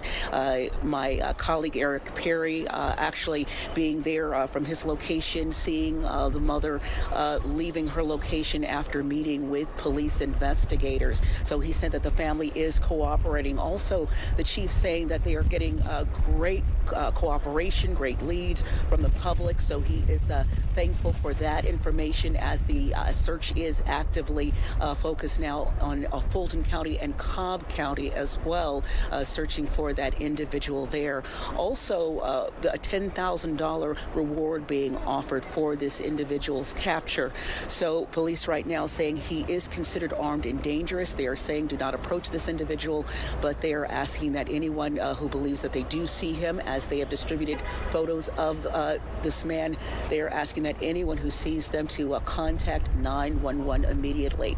As for this location here right now, as you can see, quite a different scene from what we saw here just a few hours ago. The roadway has been reopened in large part to traffic, people coming back and forth. The businesses in the area reopened for business, as we still have a heavy police presence here. This crime scene now, criminal investigation underway as police gather evidence and also as they continue to interview witnesses. So that's latest here in Midtown. Deidre Dukes, Fox 5 News. Yeah, the Midtown area only a block away from where another shooting took place back in August. Clearly rattled by this situation today. Deidre, thanks. Let's go now to our Kim Luffler, who is in Cobb County for us. There's so many moving parts in this investigation and multiple crime scenes as well. Kim, you are at an apartment complex that's being built there in the area near the Galleria, the Battery area along Cobb Parkway. What's happening there behind you? What have you found out? Well, we are at the Edison Apartments, and there are several members of Cobb County Police that are here. I'm going to step out of the way so you can see what is going on. A few of the police vehicles that were here have moved off since we've been on scene, but officers are here directing traffic, and there are officers checking every vehicle that has exited the apartment complex since we've been on scene here. There have been several school buses that have also come and dropped off students as well. I spoke to a mother who was concerned if she was going to be able to get her children that were being dropped off here, but luckily she was able to do that just fine. That's one reason why Cobb County police officers said that they are here to make sure those kids were able to get home safely. But again, since we have been on scene here for about the last hour or so, officers are here directing traffic and also checking every vehicle that comes out of this facility. Again, we're going to remain on scene here and bring you the latest as we learn more. But for now, we'll send it back to you. All right. Kim Luffler, thanks so much. We want to take you up to Skyfox 5, who's been above not only the crime scene, but where this search for the suspect has been taking place over what appears to be an apartment complex under construction. To give you a little bit of geographical perspective, this is near the Battery, near Truist Park, and near the Cobb Galleria. Yeah, and Kim Luffler was just reporting from a different set of apartments, Edison Apartments there in Cobb County. So it's interesting to see, again, multiple scenes that we're continuing to watch as police actively look for 24-year-old Dion Patterson, who's considered armed and dangerous. We haven't seen much transpire beyond, these scenes where there are multiple police cars, sometimes yellow police tape up. So we'll continue to watch each and every movement of authorities, not only in Fulton, but also in Cobb County, until they find this armed suspect. And so the suspect said to have carjacked the vehicle right outside of the crime scene in Midtown Atlanta today, and presumably carjacked another couple of other people on his way up to Cobb County, where the focus of this investigation now stands. Let's get back to the scene of where this all happened, and Fox 5's Rob DiRienzo, who was there in the immediate aftermath of the shooting this afternoon. Rob? Yeah, Tom, such a different scene here now than it was several hours ago when I first got here around 1 o'clock. Now, just moments ago, police have reopened West Peachtree Street. You can see that cars are now coming out, and you can see cars leaving Northside Medical Center as well. Now, they are continuing their investigation on the 11th floor of the medical center where this mass shooting happened earlier today. I spoke with a woman who works inside the building. Take a listen to what she had to say. It's really, really surreal. Like I said, I feel like you hear about this all the time, and it doesn't, cross your mind that, you could be in this situation.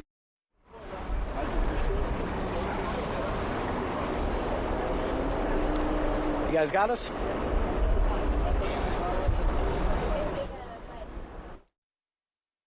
It's really, really surreal. Like I said, I feel like you hear about this all the time, and it doesn't, cross your mind that, you could be in this situation.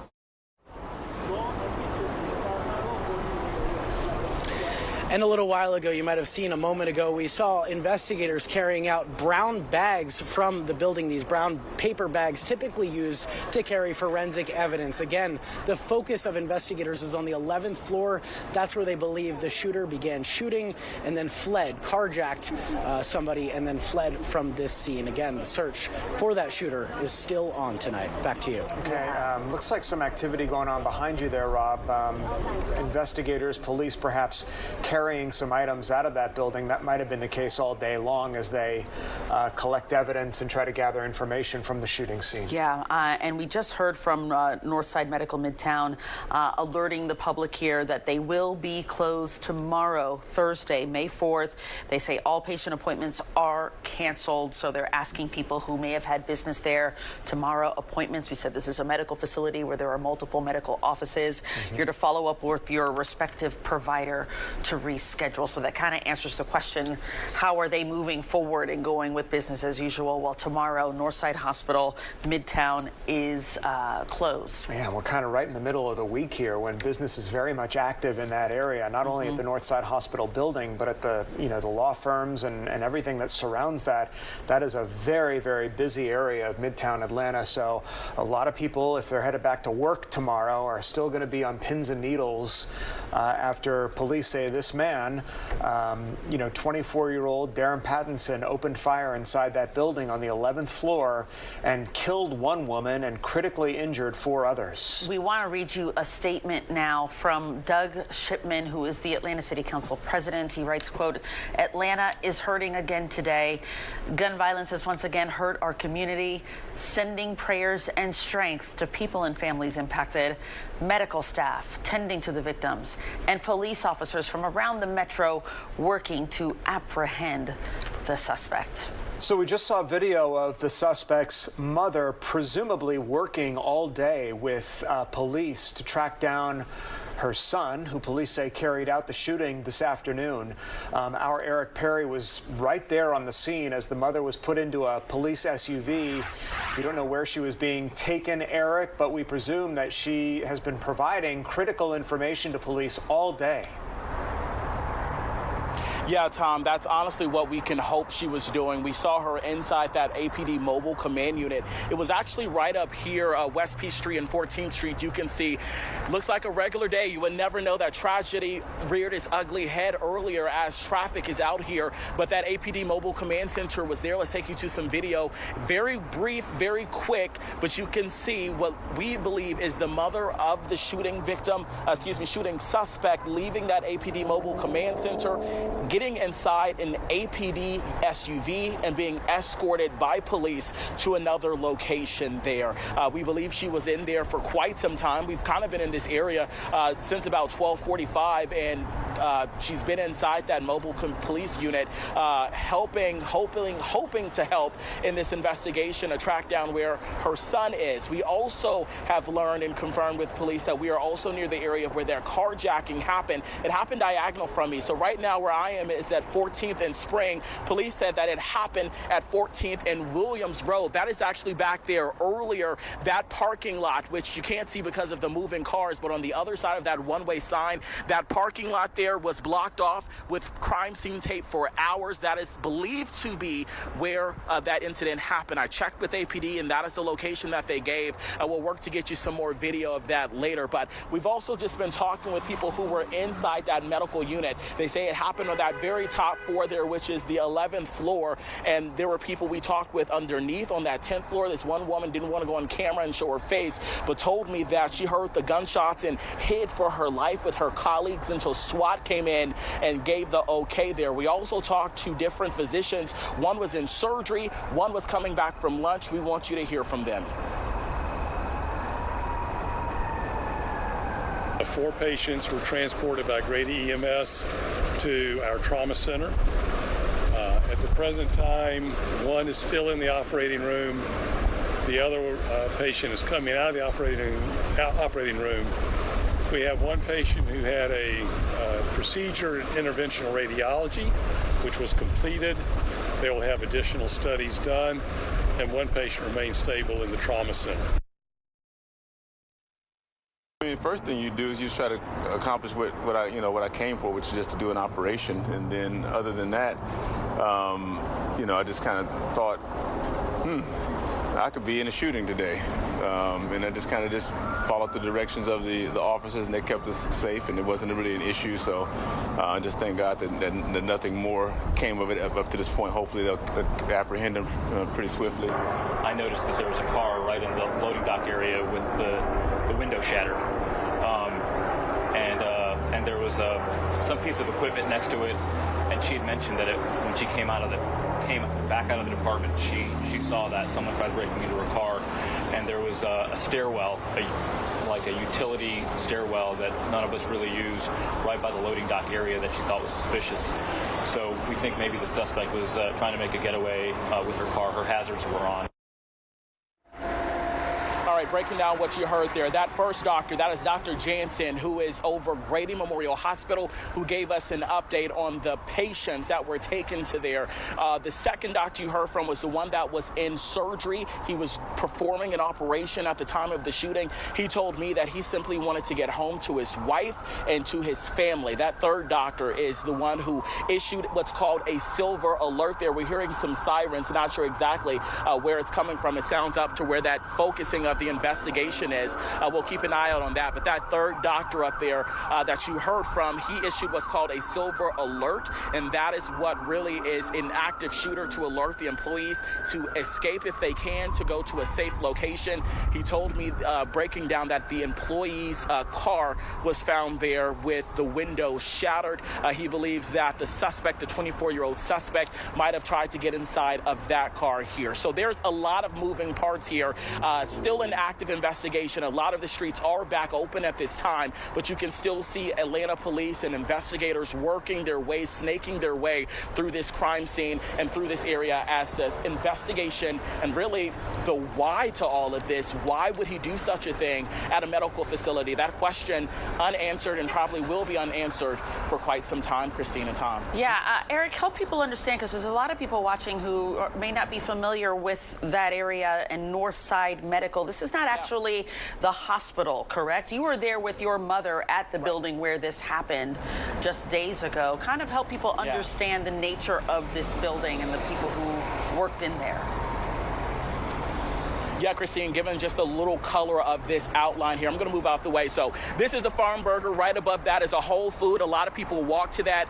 Right next to is something called the Icon. That's a high-rise living facility. And then next to that is that medical facility. You're right. That's not a hospital, but just different offices. I was there maybe like last week or week before last with my mom. Just going in, you know, you can't imagine just being with the loved one and them getting checked out themselves, visiting a doctor's office in something like this happening. You have an ramen spot that's pretty good. That's right over there. You have different places to eat. An Indian restaurant that's over there. That's pretty good. I go all the time. And the last thing that I would imagine in this area, a highly trafficked area, a highly trafficked foot traffic and car traffic area, is someone opening fire in a situation like this. You know, unfortunately, it happened less than a year ago, right up the road from where you are, Eric, and it seems to have happened yet again. Eric Perry there, live on the scene with video of the suspect's mother getting put into that police vehicle just a few minutes ago. And under the protection of police, which is very interesting that they are still keeping close ties with her. Vehicle to another. Absolutely. So I want to reset the table for you now and just bring you up to date on what happened. At 12:08 this afternoon, the suspect, 24-year-old Dion Patterson, allegedly opened fire in that Northside Hospital medical building on the 1100 block of West Peachtree Street. This set police and authorities into a frenzy, trying to capture this suspect, who police say killed one victim and injured 4 others, all of them women ranging in ages from 72 years old to 24. We heard from Atlanta Mayor Andre Dickens and the Atlanta Police Chief, who say that they've been in touch with state and local officials, from the governor to our congressional delegation, even the White House. Yeah, and it's a huge response from authorities, from SWAT to Atlanta PD to Fulton County Sheriffs, MARTA Police, firefighters. It's a wonder that this sole suspect was still able to get away from authorities and make his way at some point to Cobb County, where officials are still actively searching multiple scenes for 24-year-old Dion Patterson. He was last seen in that surveillance, which we believe was captured at Northside Medical, wearing a gray hoodie, pants, a brown satchel around his shoulder. And in a couple of the images, you could see him holding a gun and pointing in the direction purportedly of where he was shooting. We don't know who he was pointing that gun at. Now, our Wes Spencer is at the live desk for us. He has been monitoring any new information that has been coming in. Russ, what else have you been learning there from the newsroom? Well, Christine, we're learning new details bit by bit about Dion Patterson. We reported earlier that his last known address is in Clayton County. We've now confirmed that he has an arrest record in Henry County dating back to 2015. Back in 2015, Dion Patterson Patterson was arrested for possession of marijuana, less than an ounce, and then in 2017, he was arrested twice for a probation violation. The next year, in 2018, he joined the Coast Guard. The Coast Guard confirmed that for us this afternoon. They are aware of the circumstances and working with Atlanta PD. Apparently, Patterson was discharged from the Coast Guard in January of this year.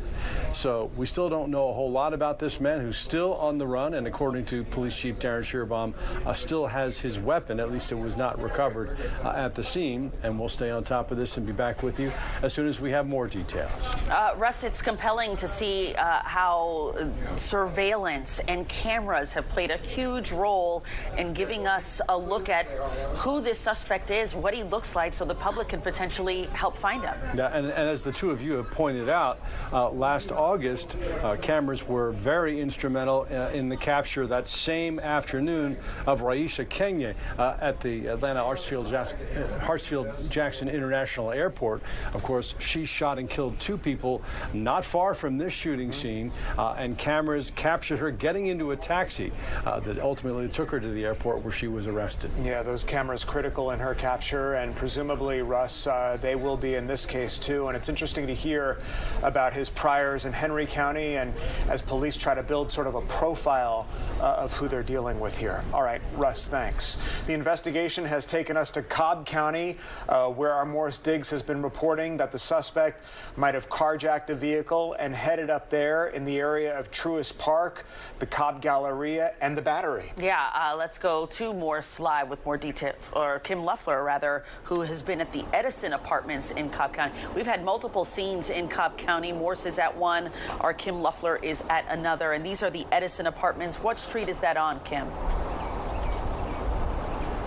Well, we are just right outside the Battery here, just past the Battery, turning onto the street right here at the Edison Apartments. I'm step out of the way so you can see what's going on. We just saw some officers move back into the apartment complex just shortly before we went on air here. But you can see there are several members of the Cobb County Police Department that have been at this apartment complex. Rather, they have been checking every car that has exited the building. We did see them checking the trunks of some vehicles as well as they were turning onto the road here. They've also been directing traffic. We did have not too long ago several students who were in this area being dropped off, and police officers were saying that they were here to make sure all those students were able to get home safely. One mother was worried she wasn't going to be able to pick up her kids, but luckily she was able to do so. But again, we saw some officers that were out here directing traffic. We just saw a few more of these vehicles pull up here just in the last few minutes. We did see them start to move into the apartment complex just in the last couple of minutes here. So of course we're going to stay on scene, and we will keep an eye on things, and we'll bring you more as we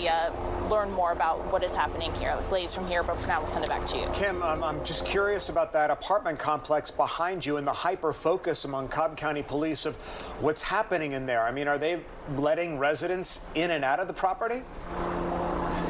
We have seen several vehicles going into this complex as well. Again, it's been every vehicle that I've seen exiting the complex that they have been checking.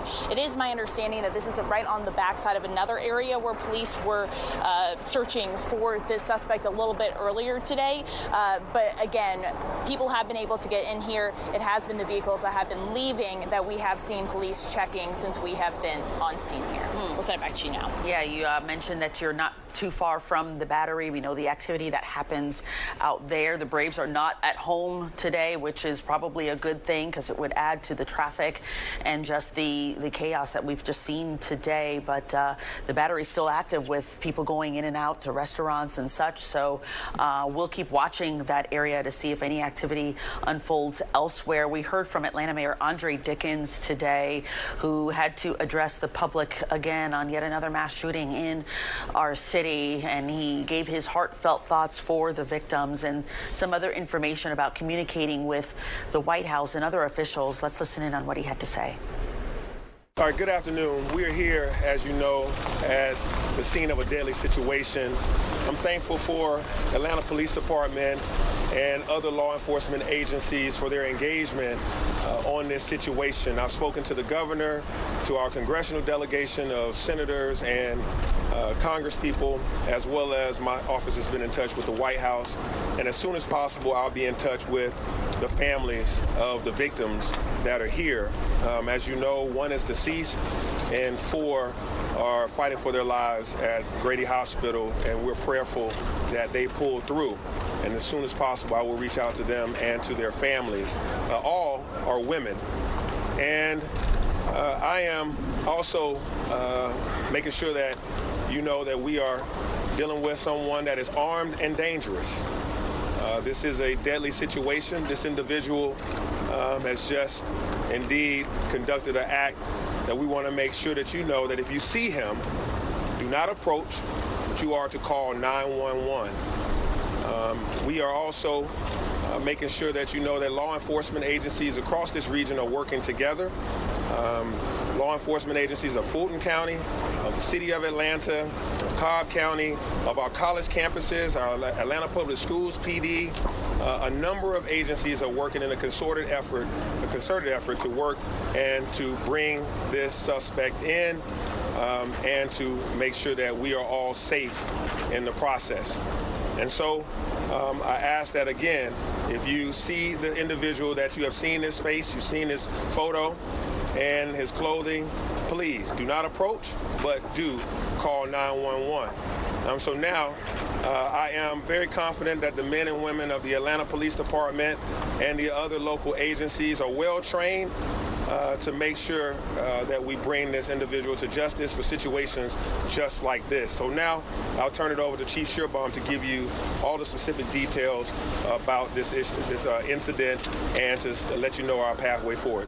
So that was Mayor Andre Dickens a couple of hours after the shooting happened, updating us on what they know, the multi-jurisdictional approach to trying to capture the suspect, everyone from MARTA Police, Georgia Tech Police, Atlanta Police, the Fulton County Sheriff's Office, of course, Cobb County, Smyrna now involved. It's a multi-agency effort to find this shooter, who the mayor says if you see, don't approach, but call 911. The mayor said that he's been in contact with state and local and federal officials. Even the Secret Service is part of this investigation. Yeah, news of this active shooter reverberated around the country today. Senator Raphael Warnock was on the Senate floor and addressed the floor on gun reform legislation and how badly it's needed.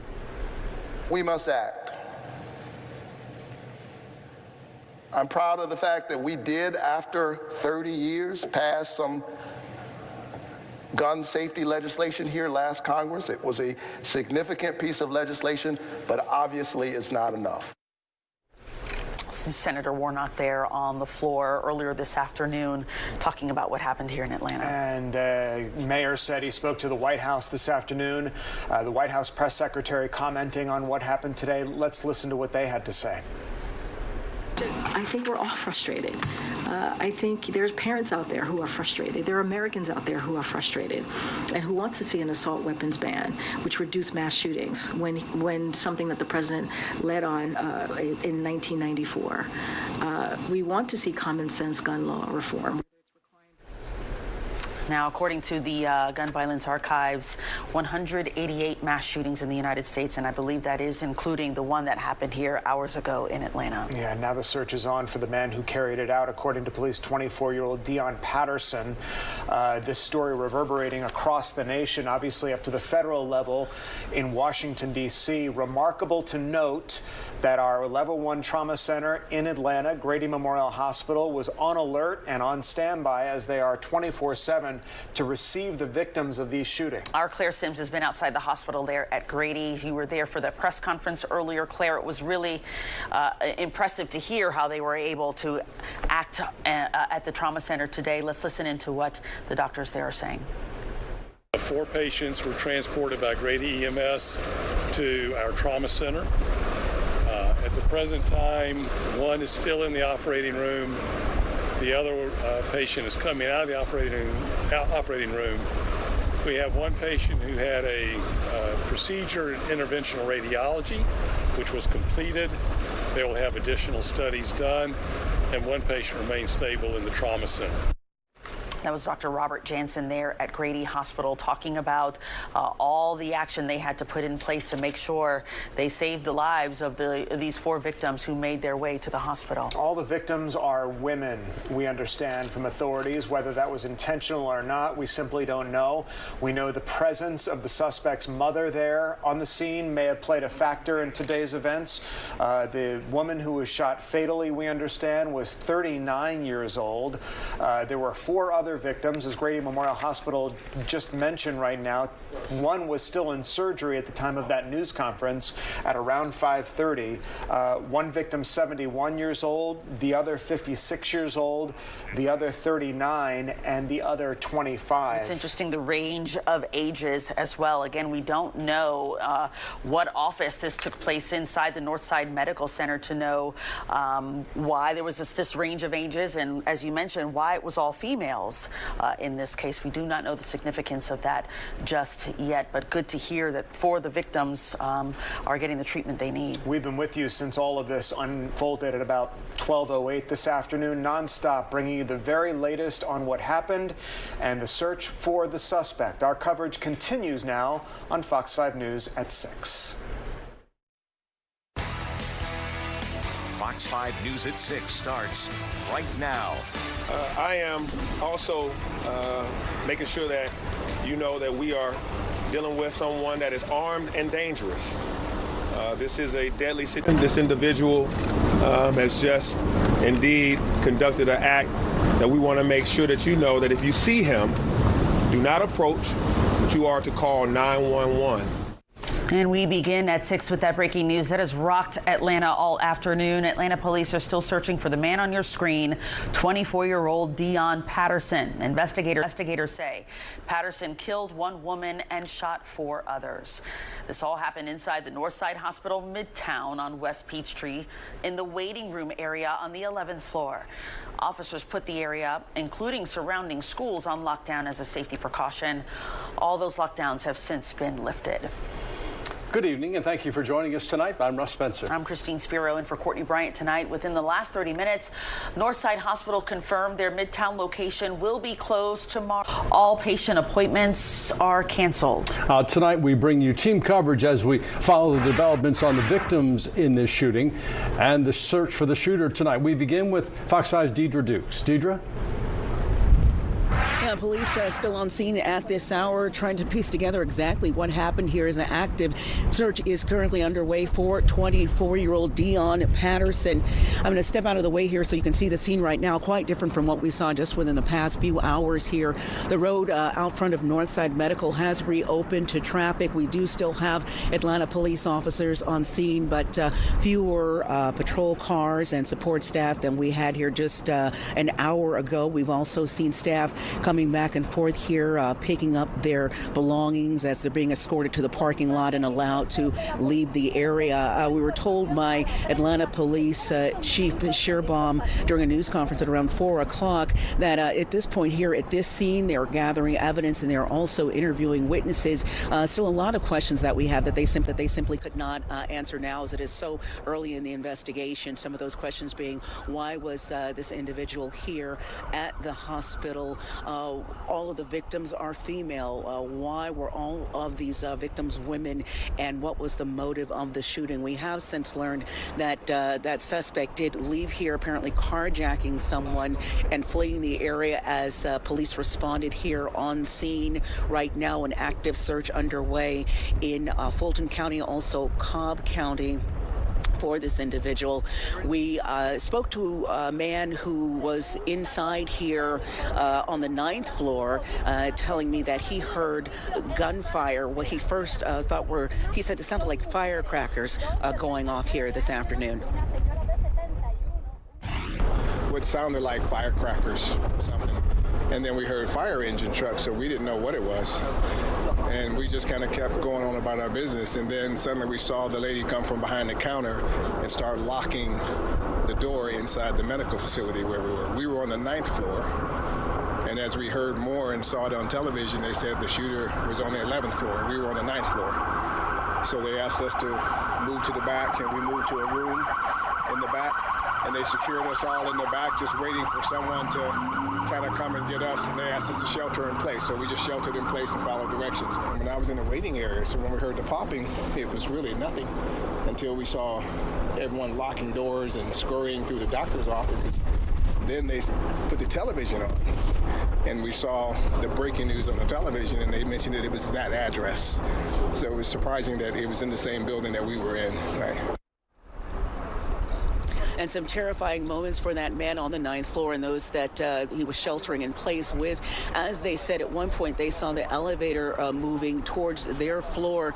Of course, not sure if, in fact, that might be the shooter coming to their floor. They said they were so relieved when those elevator doors opened, and in fact, police came out. They said SWAT officers, and they were safe and knew that they were going to be cleared off of that floor. Again, some of the medical staff and also some of the patients, we saw them leaving out just a few hours after this had all began to unfold, starting to leave this area around 2 o'clock in the afternoon.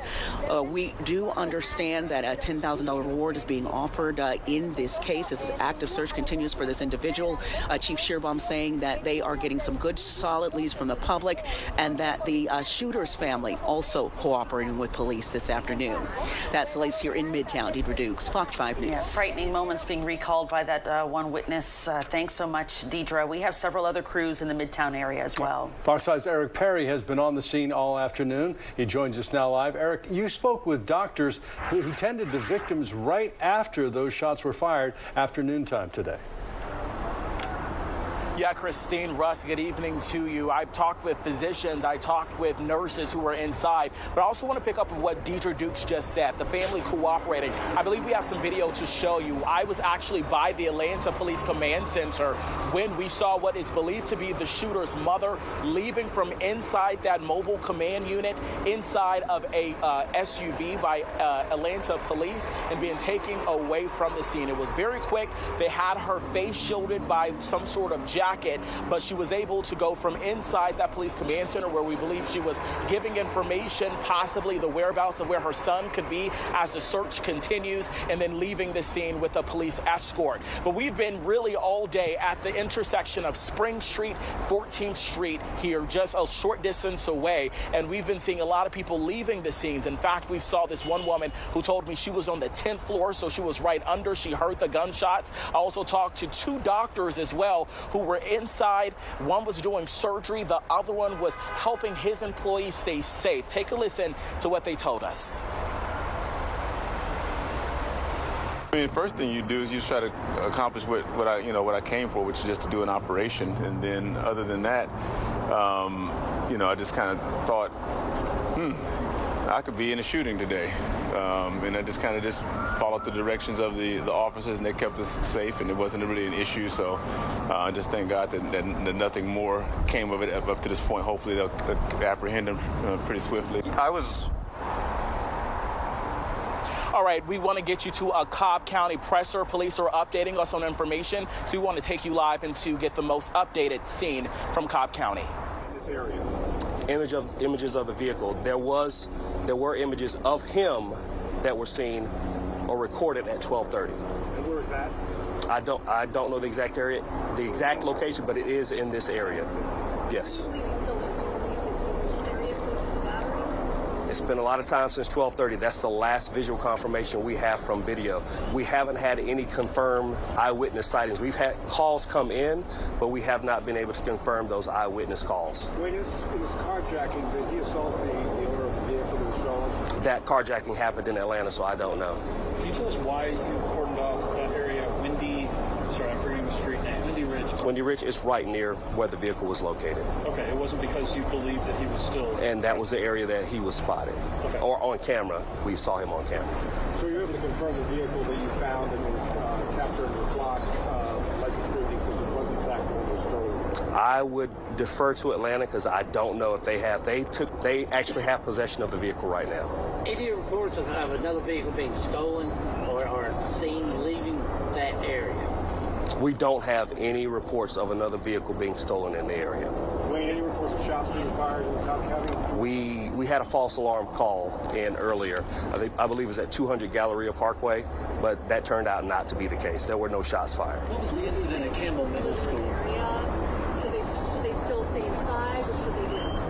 Right now, we have not had any confirmed sightings since our own pulling up cameras at 12:30, so we don't know where he might be. We believe he might still be in the area, but we don't have confirmation of that. So right now, just remain vigilant and please call 911. The same message that Atlanta PD has been pushing out, we're pushing out the same message. All of Metro Atlanta, if you see him, he's still considered armed and dangerous, please call 911. And I had a question right here. There was some sort of situation at Campbell Middle School. Are you able to speak to that? There was a lot of input. Was that unrelated?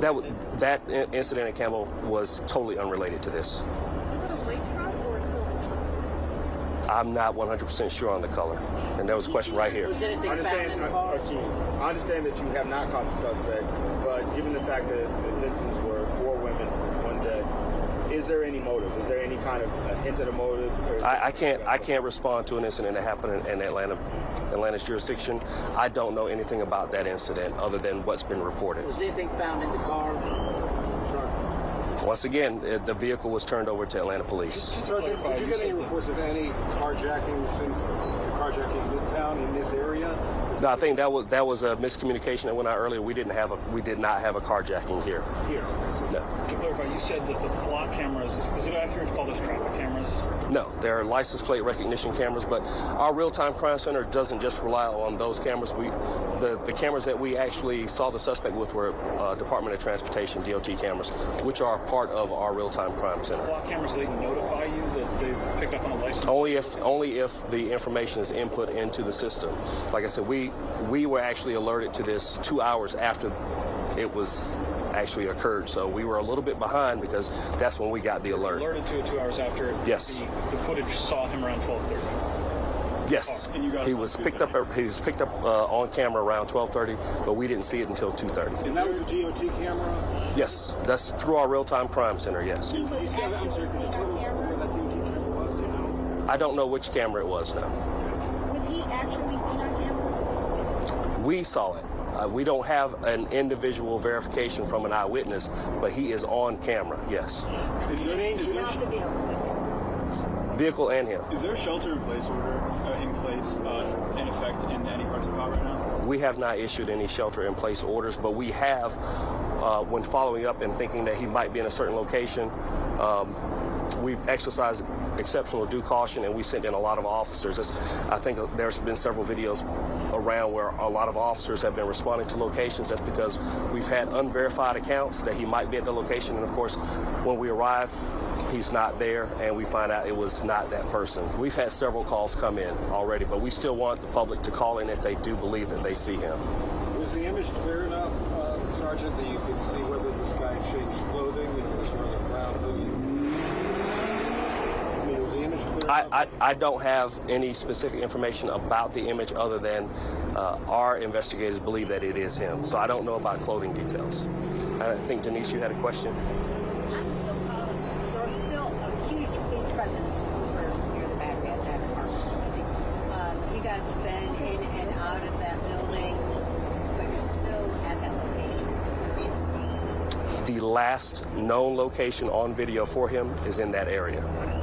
So we still haven't had any confirmation either through video or through independent eyewitnesses that he's not in that area. So that's why we're still concentrating heavily in that area. What's he doing in the video? Is he sneaking or just trying to look normal? I don't have any information about his behavior in the video other than just confirmation that it was possibly him. Cobb County ever had any interactions with him with the police department?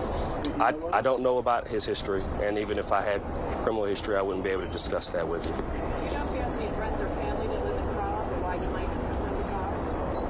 I don't know that.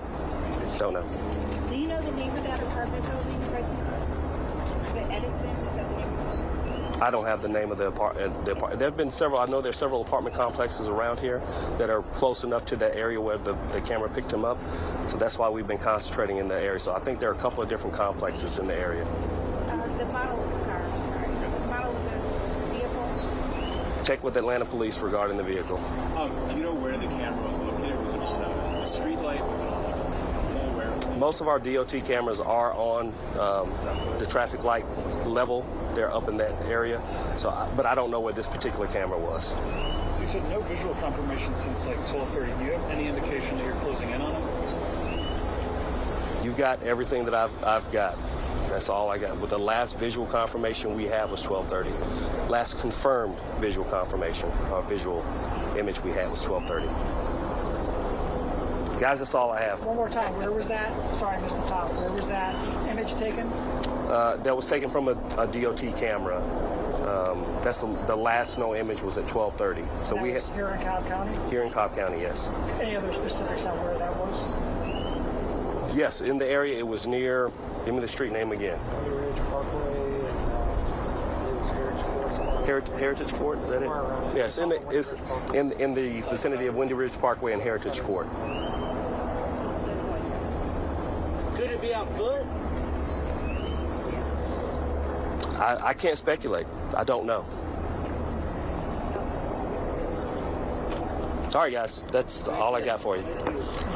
I know y'all come up with a million ways to ask the same question. Cobb County Police Department with some extraordinary new information. Apparently, it has been 5.5 hours since police know where Deon Patterson was. He killed the people, allegedly, at 12:08 in Midtown Atlanta. By 12:30, he was up in Cobb County. They captured him on a DOT camera, and that's the last time, 5.5 hours ago, almost 6 hours ago, that they have any idea where he was. There was a little bit more clarity on the carjacking. It looks like that carjacking did, in fact, happen in Atlanta. We thought there was maybe another one in Cobb County, but Sergeant Delk saying there was not a carjacking in Cobb County, that carjacking happened in Atlanta, and he made his way, like you said, up to Cobb County, and was apparently in possession of that vehicle that you saw there that was taken near Windy Ridge Parkway and Heritage Court, or that's where he was captured on the DOT cam at least. But that white pickup truck was being towed away and put on a flatbed. It appears that is the vehicle that he carjacked. And police made it clear that they don't know where he is at this point. We remember when Brian Nichols went through the rampage at the Fulton County Courthouse and there was a search for him. He accosted a woman and was in her apartment, did not hurt her. But at this point, it's important to point out how important it is to be careful if you spot this man. The mayor has pointed this out. Police have pointed it out. Deon Patterson, according to police, has killed one person and critically wounded 4 others. One of those 4 now in stable condition. But he's clearly willing to kill somebody, according to police. If you see him, call 911. Do not engage in any way. And authorities were asked clearly, do you know where he is? And it's, like you said, after so many hours, I'm sure it's really frustrating for them right now to not have an answer on where this individual is, who's considered armed and dangerous. We've been showing you the surveillance images that were captured at Northside Medical in Atlanta of him holding that gun and pointing that gun in the waiting room there on the 11th floor. So I know it's frustrating for probably the public as well to not have any information on where this individual is. But there are no shelter orders in place for Cobb County at this time. But obviously things could change once they pinpoint where this individual can be. You saw the amount of authorities that swarmed onto Midtown Atlanta today. So to think that he was able to so swiftly get out of the hands of authorities and slip away is really remarkable. Yeah, 22 minutes later, he was in Cobb County, according to that DOT camera. Important to emphasize what you said. Sergeant Delk pointed out there has not been another carjacking in Cobb County. If there had been, they would certainly know about it. So they don't apparently believe at this point that he has at least carjacked someone else. He could have stolen a car. We'll keep on top of that and keep you posted as that search continues. Focused now, obviously, in Cobb County. In the meantime, paramedics arrest the surviving victims, 4 of them, to Grady for treatment. Fox 5's Claire Sims is live outside Grady Hospital, where doctors earlier, Claire, actively worked to save the lives of these women. Yeah, the chief medical officer here at Grady Memorial Hospital updated us here outside of the hospital just after 5 o'clock and gave us the latest information about those victims' conditions. 4 patients were transported by Grady EMS to our trauma center. At the present time, 1 is still in the operating room. The other patient is coming out of the operating room. We have one patient who had a procedure in interventional radiology, which was completed. They will have additional studies done, and one patient remains stable in the trauma center. Now, that was Dr. Robert Jansen. He said the staff here at Grady sprang into action as soon as they learned there was a mass casualty incident. The hospital had trauma surgeons standing by. They moved patients out of the emergency room to make sure that they had enough space for those shooting victims, and they had chaplains on standby and extra security. They told us all of 4 of those patients arrived here at Grady within 20 or 30 minutes of each other. Now, at one point, they did close the hospital to visitors, unsure of where the alleged shooter may be, though that was short-lived. And in fact, we're told family members of at least 2 of the shooting victims are here at the hospital to be here for their loved ones. Now, we're told that those 3 who were the most critically injured, the 3 who are in critical condition, will be moved into intensive care. 2 of them are already in intensive care. That 3rd one, who remains in surgery, or at least was still in surgery about an hour or so ago, will be moved to intensive care once she is out. And we're told that it's those trauma surgeons who will continue their care in that intensive care unit until they are out of the woods, hopefully sooner rather than later. And we will have as much as we can as soon as Grady gives us any more updates. We are live outside Grady Memorial Hospital. Claire Sims, Fox 5 News. Yeah, Dr. Jansen mentioning all those victims had gunshot wounds. All right, Claire, continue to update us as we learn more. Now the manhunt continues again for 24-year-old Dion Patterson. We've been telling you police consider him armed and dangerous. And at the risk of sounding repetitive, you should not approach Patterson. If you see him, instead call 911. Fox 5's Morris Diggs joins us now in Cobb County, close to where the search is happening. Morris? Well, as often in this case, is the initial reports can come in fragmented, but there's one thing that has been consistent, and that is that the authorities do believe that Mr. Patterson was driving around in a white Toyota. We've got those pictures to show you again. It was some time before they were able to actually find the vehicle. My initial reports coming from multiple law enforcement sources is that in the area of Spring Road, they believe that he had been driving around in that area. At one point, there was a concern that he might have been around the area of Campbell High School, Campbell Middle School, but as you heard Mr. Delk say from Cobb County, that convergence over there on that school was unrelated. But several hours. I got one notice after 3 o'clock or so that indeed he had apparently ditched that white vehicle over near Truist Park, and we're just a couple of blocks from the park where I am right now. That is where they turned over custody of that vehicle to Atlanta police for them to search it and see what kind of clues there could be. This is a situation in which, as Mr. Delk said, they get tips from all over. Atlanta police get tips, call in, Cobb County, Smyrna. They are obliged to try and check out every one of those tips. But what has been happening up in the Cobb area, in the Smyrna area throughout the afternoon is that they go from one place to another place to another place. They check the buildings, they check the garages, and it doesn't pan out. But as he mentioned, and I'll wrap up with this, again, if you think you see this man, and we'd gotten a report that he might be in a red pickup, that may not be the case. Again, Russ, as you mentioned, it's possible that he may have stolen a car out of a garage, but all these things they have to check out. But lastly, if you think you see the man, call them. They would rather check it out than say, hey, it's going to be another dead end.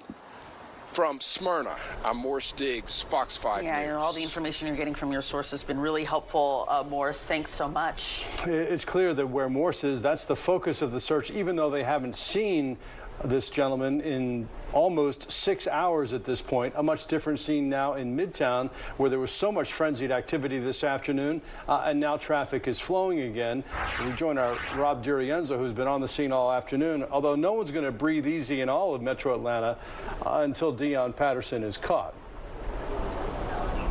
Yeah, that's exactly right, Russ. As police focus their search in Cobb County, here the focus is on piecing together what exactly happened on the 11th floor of this North Side facility earlier today. I want to take a step out of the way to show you what it looks like inside right now. A few moments ago, we saw a lot of people. It looked like staff members, security, police crowded around the front desk of the facility here, possibly looking at video footage to kind of piece together the sequence of events that everything happened in. A little while ago, I spoke with a woman who works inside this facility. Take a listen to what she had to say. It's really, really surreal. You know, like I said, I feel like you hear about this all the time and it doesn't, you know, cross your mind that, oh, you could be in this situation. And back out here live again, you can see police gathered outside. Things have calmed down really within the last few hours. As you mentioned, Russ, a few minutes ago, that West Peachtree is completely reopened just in time for people to try to get home after such a stressful day. Now, I spoke with a woman who was inside the facility, which we've learned is the Laureate Medical Group inside Northside Hospital on the 11th floor. She said she was in the pharmacy area when she heard about 6 pops. She fell to the floor, tried to get to cover, and then when she was evacuating the area, she says that she had to navigate around the victims, including the 39-year-old woman who lost her life. She was obviously very devastated, didn't want to go on TV. But now again, people here, the people who work inside, are now just trying to get home and catch their breath after a very heartbreaking and devastating day here, while everybody else here in Midtown is just trying to get home themselves. Back to you. Yeah, really traumatic scene based on what people say they saw and heard. Thanks so much, Rob. Yeah, according to the chief doctor there at Grady, 3 still in critical condition. So our thoughts and prayers are with them tonight as the search continues. That really is the primary focus at the moment. Yeah, we want to go next back up to Cobb County, where our Kim Luffler has been actively watching a scene where authorities were at a set of apartments there in Cobb County. What more are you learning, Kim? Yeah, we're just outside the Edison apartments here in Cobb County, not far from Circle 75 Parkway, and I'm going to step out of the way here. You can see it's still an active scene. We've noticed a fairly significant amount of officer vehicles that have left the scene here, but for hours, officers have been checking every single vehicle that has been exiting this apartment complex. We did see them checking trunks in some of the vehicles that have been exiting here. People have been able to come in just fine, but we did see some officers directing traffic about an hour or so ago. Then we noticed them start to head into the apartment complex there. We noticed a bunch of them in one vehicle heading out not too long ago either. So noticing some officers leaving this area now, but certainly still a very active presence. Now, this is not far from an apartment complex under construction, or a building under construction, just on the other side of us here. So, and then we came around the corner here, and that's where we saw the officers at this apartment complex as well. So this has been going on for the last several hours. Of course, we're going to keep you updated as we continue to watch this scene here and learn more. But that's the latest from here. We'll send it back to you. Kim, we appreciate you being our eyes and ears on the ground there. Thanks so much. Well, we're going to stay on top of this breaking news out of Midtown, where an active shooter is on the loose. That shooter opening fire at doctors' offices here at Northside Medical Center in Midtown. 5 people, again, were shot, 1 fatally. Midtown Atlanta was placed in lockdown for several hours, but that has since been lifted. There is an active manhunt happening right now, focused primarily in Cobb County, though we heard from Cobb police just moments ago that they really don't know where he is at this point. Police are searching several locations. This is who they're looking for, 24-year-old Deion Patterson. Yeah, the Crime Stoppers is offering a $10,000 reward for information leading to an arrest. If you see him, do not approach him. He is considered armed and dangerous. This is still an active story, so stay with Fox 5 for the latest, and as soon as we get new details, we'll be certain to pass it along to you.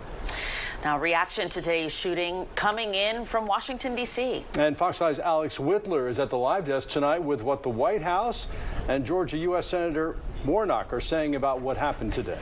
Yeah, Russ, the senator said this most recent shooting is cause for major gun reform. He says those two words so often polarize the country, but encouraged lawmakers to come together to make this country safer. Not even 3 hours after the search for the Midtown shooting suspect, the person that killed one woman and left 4 others hurt, Senator Warnock spoke on the Senate floor in Washington. He told his colleagues 87% of Americans want to see common sense gun laws, and he asked why no further gun laws have been made.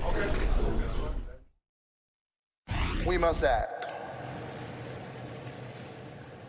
I'm proud of the fact that we did, after 30 years, pass some gun safety legislation here last Congress. It was a significant piece of legislation, but obviously it's not enough. And it's not just Georgia leaders commenting on this shooting. White House Press Secretary Karine Jean-Pierre acknowledged it too, saying the president is upset to hear about another incident of gun violence in our country. I think we're all frustrated. I think there's parents out there who are frustrated. There are Americans out there who are frustrated and who wants to see an assault weapons ban, which reduced mass shootings when something that the president led on in 1994. We want to see common sense gun law reform. The senator made those comments as investigators from multiple Metro Atlanta agencies, as we've been telling you, are continuing their search for the suspected shooter. At the live desk, Alex Whitler, Fox 5 News. Alex, thanks very much. Again, the White House responded to the shooting here in Atlanta as police search for the gunman. Let's hear more from White House Press Secretary Karine Jean-Pierre.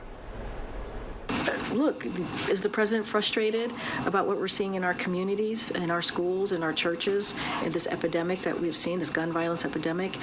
And this is yes, of course he's frustrated. This is a president that has taken historic actions the first 2 years, executive actions, signed, as you mentioned to me, a piece of legislation that was bipartisan, and it was the first legislation that we had seen in 30 years to deal with this issue. But we know that more needs to be done. The president is calling on U.S. lawmakers to go even further with future legislation.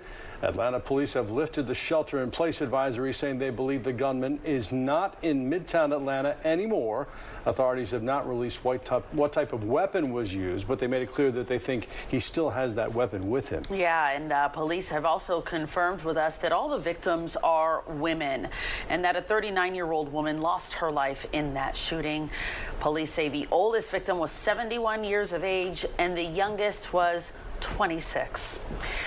We'll continue to stay on top of the breaking news there in Midtown as an active shooter, again, is still on the loose. We have no idea. Authorities saying they have no idea where the shooter is. We do know that some of the crime scene tape has since been taken down. You see our Rob D'Arienzo, who has been perched there in front of Northside Medical, where, yeah, yellow tape had been up there for hours, really, since it happened.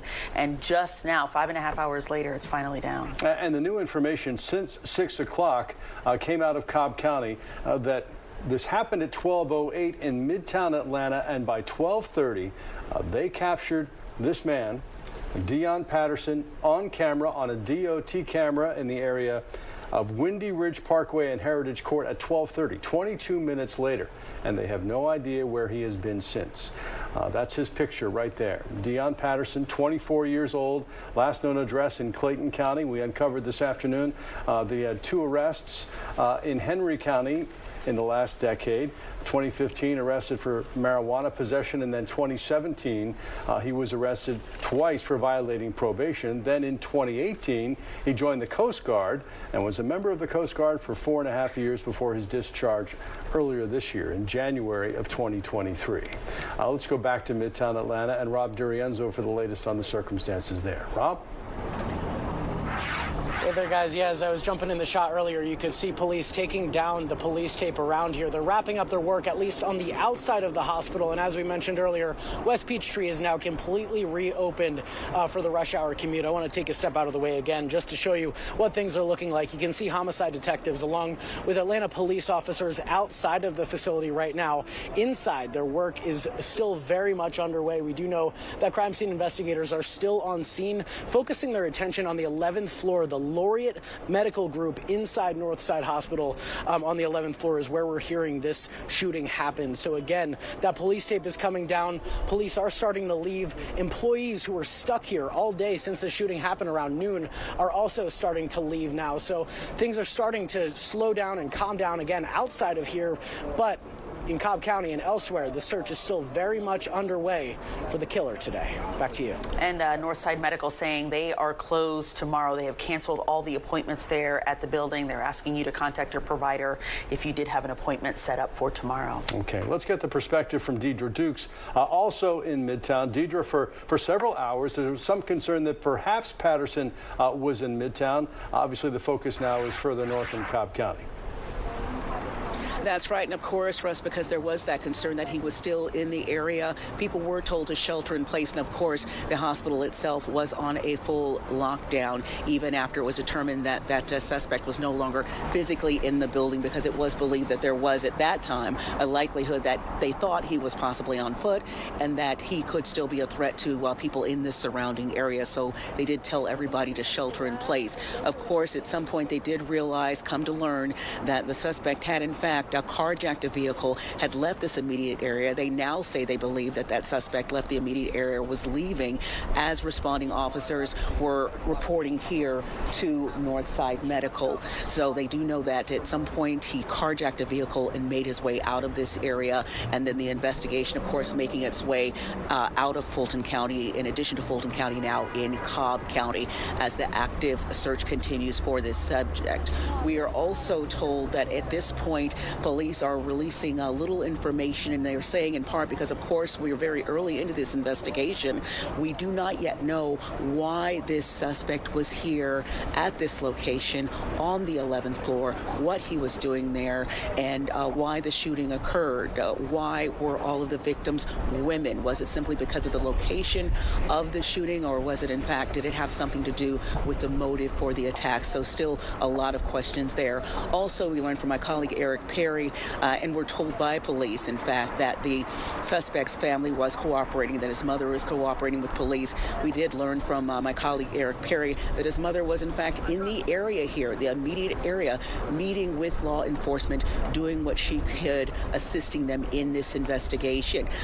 Chief Sherbaum also telling us during a news conference earlier that the public has been extremely helpful, that they have been getting some leads from the public, thanking them for that, reminding the public that there is a $10,000 reward being offered, in this case, a Crime Stoppers reward, asking anyone who sees this individual to contact authorities, at the same time stressing that he is considered armed and dangerous, telling people not to approach him, but in fact, if they see him, to call 911. And again, at this point, there is heavy police activity, multi-jurisdictional investigation, active search for this man who police do say right now the focus of the investigation is in Fulton and Cobb counties. That's latest here in Midtown. Deidre Dukes, Fox 5 News. And hopefully people will heed the warning if they spot this individual and come forward if they see something.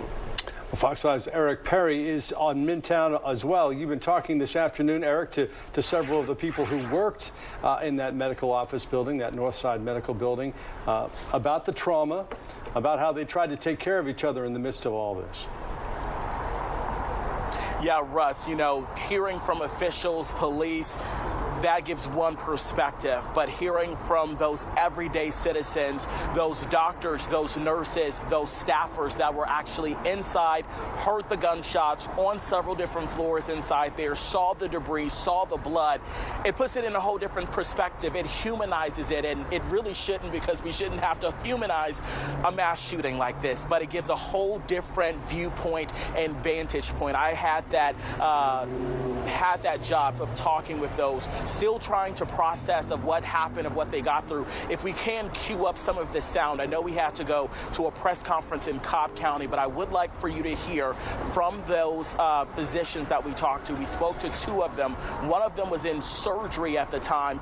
All he wanted to, and I will just walk you through it, I don't think we have it, but one of those physicians was actually in surgery at the time. He came out to find out of all what happened. He told us he just simply wanted to go to his mom's house. Then I talked to someone who was was in radiation oncology. He was walking back inside of that building from his lunch break when he realized and saw the police going inside. That's when he issued what's called a silver alert to his employees. That meant for them to go to a safe spot or to their meeting spot. When he realized that one of his employees was not there, he went back inside trying to find them. We do actually have that for you. I want you to hear how they described it for us.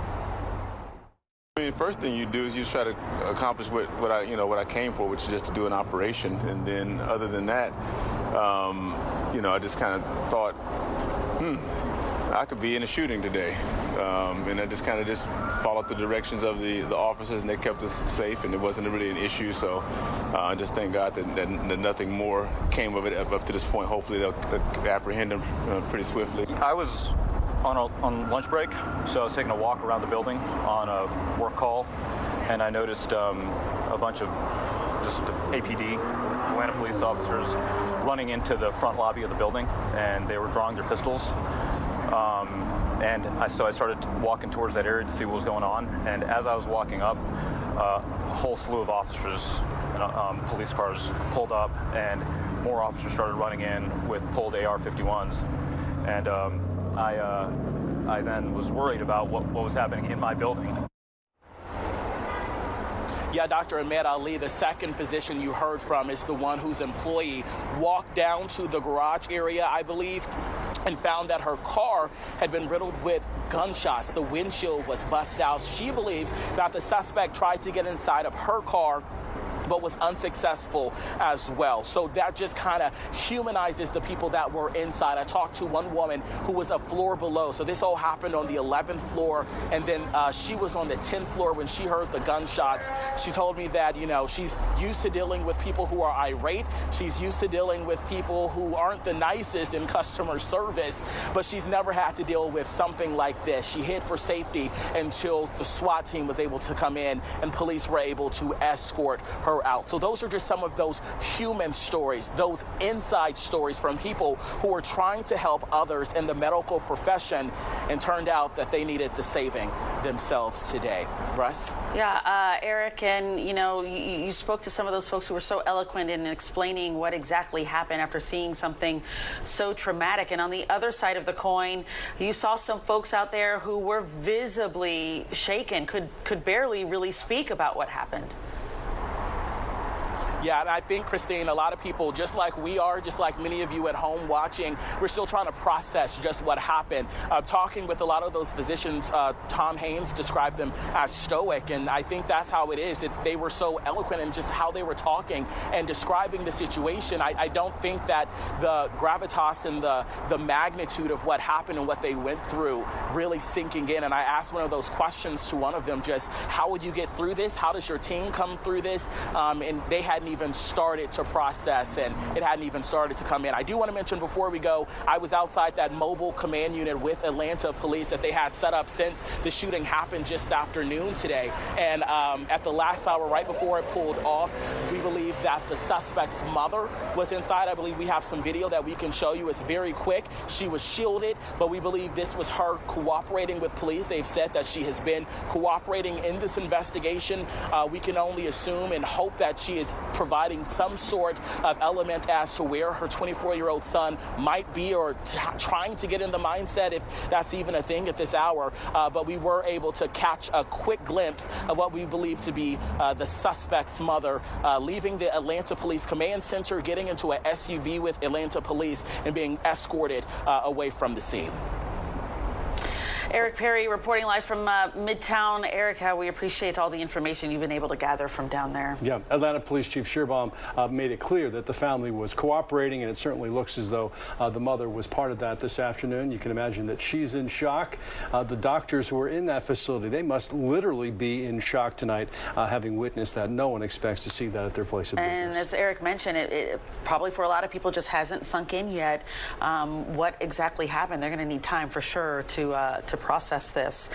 We want to go to our Denise Dillon, who is up in Cobb County. She was there when moments ago Cobb County Police gave a presser on details on the activity that happened there in Cobb County related to this case. Denise, they've got to be, I would imagine, frustrated that they don't know where this shooter is at this moment.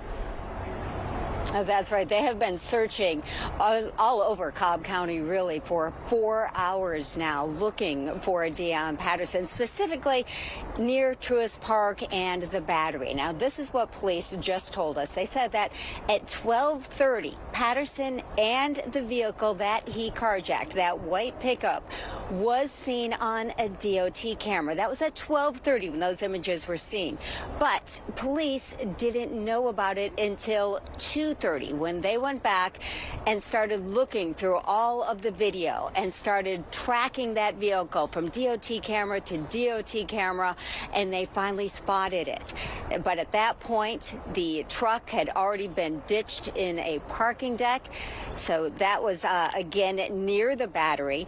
And then after that, there were images of Patterson himself spotted near an apartment building. Again, also near the Battery that is currently under construction. We do have sound from Sergeant Wayne Delk, who spoke to us just a short time ago. The shooter may have come to Cobb County, so we began to actually check our flock cameras. We actually went back and did discover that the vehicle had entered Cobb County. The vehicle has since been recovered by Atlanta PD, so for more information about the vehicle, you need to contact them. Around 12:30, by looking back at some of the cameras, we did spot what appeared to be a suspect in this area, which is why we have such a heavy presence. This was a couple hours after the incident, so this was around 2:30 or so that we actually discovered that the shooter was possibly in the area. So we are still searching right now. And again, no actual sighting of him since those images were caught on camera at 12:30. But police are reminding everyone to stay vigilant and remember that he is considered armed and dangerous. Denise Dillon, Fox 5 News. Yeah, I was just going to say, Denise, the shelter in place in Midtown has been lifted, but there never was one in Cobb County. Sergeant Delk made that clear this afternoon. I have to imagine, just to emphasize, that they are telling folks up in Cobb County, look, there's no shelter in place, but keep your eyes wide open. That's exactly what they're saying. And again, you know, you see him, you spot him, because, you know, just call 911. Do not approach him. But at this point, you know, it's been several hours, more than 6 hours since he was actually spotted. So at this point, they have no idea where he could be. And again, in Cobb County, you know, those real-time cameras have seemed to at least give folks, police, some clue as to maybe where his whereabouts are. But again, frustration to some degree that he still has yet to be caught. Yeah, remarkable the timing of all this as we look back on it now, with the knowledge that this began just after noontime, 12:08 in Midtown Atlanta, and within 22 minutes he was spotted on that DOT camera in Cobb County. How do you get past all those people so quickly? Because we know police responded to that scene in a matter of seconds. It seems like it was very swift. So hopefully at some point we'll get some information out on an armed and dangerous suspect, hopefully being caught very soon. If you're just joining us, just coming home from work, 5 people shot, 1 killed in Midtown. Happened just after noon at the Northside Medical Building there in Midtown in the 1100 block of West Peachtree. 4 people injured, 3 of them critically rushed to Grady Memorial Hospital. They were prepared for a mass casualty event. That was canceled because originally they were told that they needed to be prepared for at least 12 people. That turned out not to be the case, thankfully.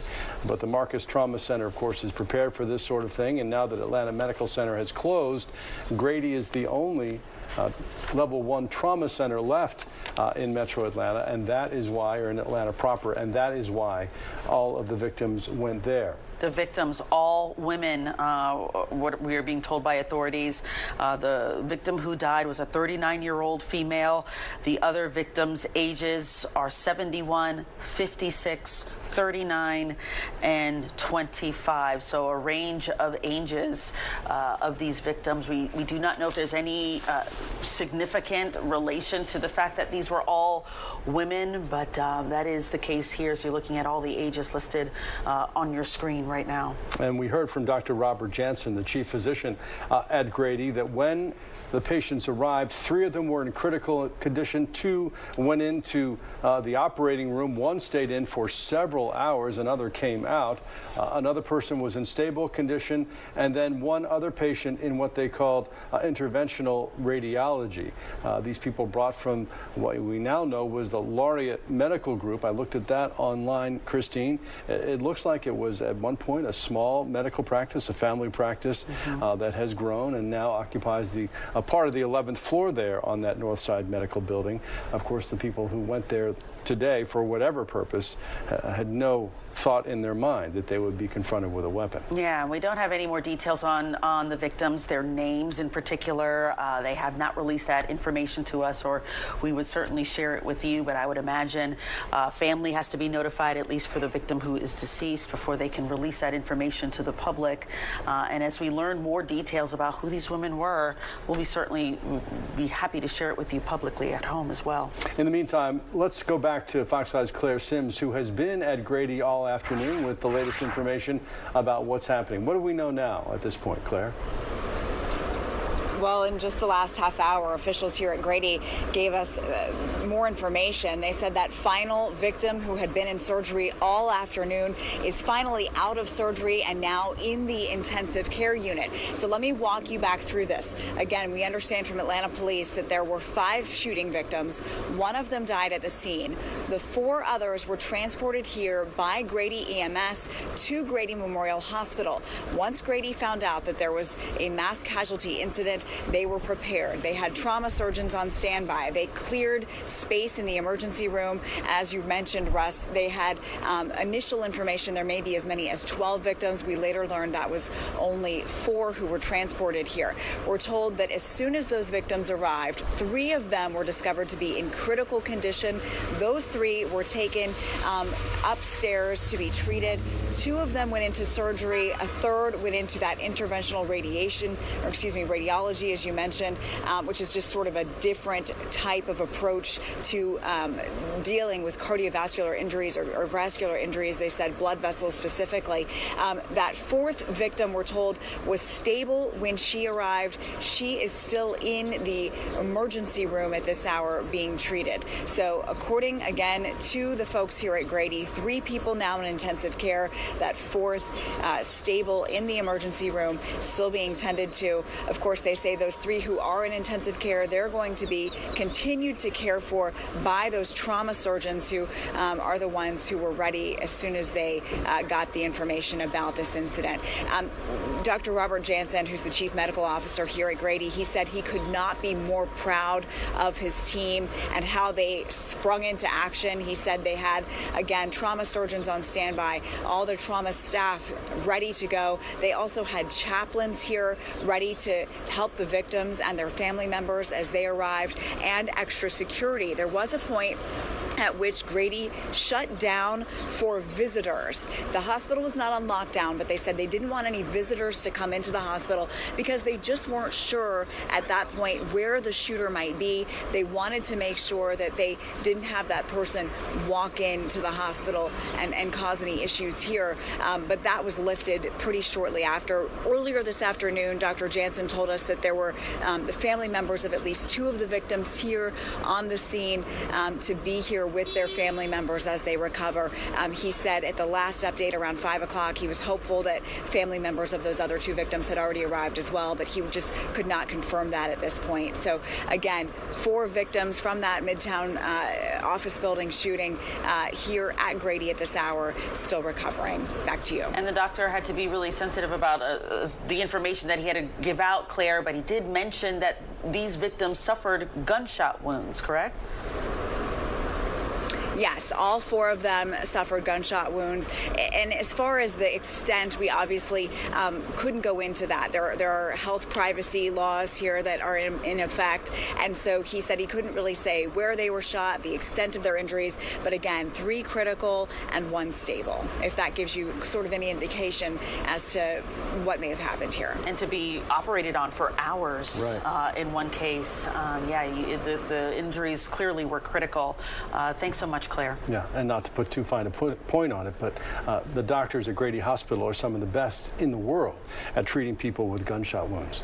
Never want to have something like that happen, but it's wonderful to have Grady as a resource when it does. And you have to underscore the importance of why they do these active shooter trainings, these mass casualty trainings in the case of Grady. It's for moments like this, so there's no second guessing what to do. It's almost routine for them when something like this happens. They know what to do immediately. Yeah, unfortunately, they have to be prepared for 3 times more, and Dr. Jansen says they were prepared for that this afternoon.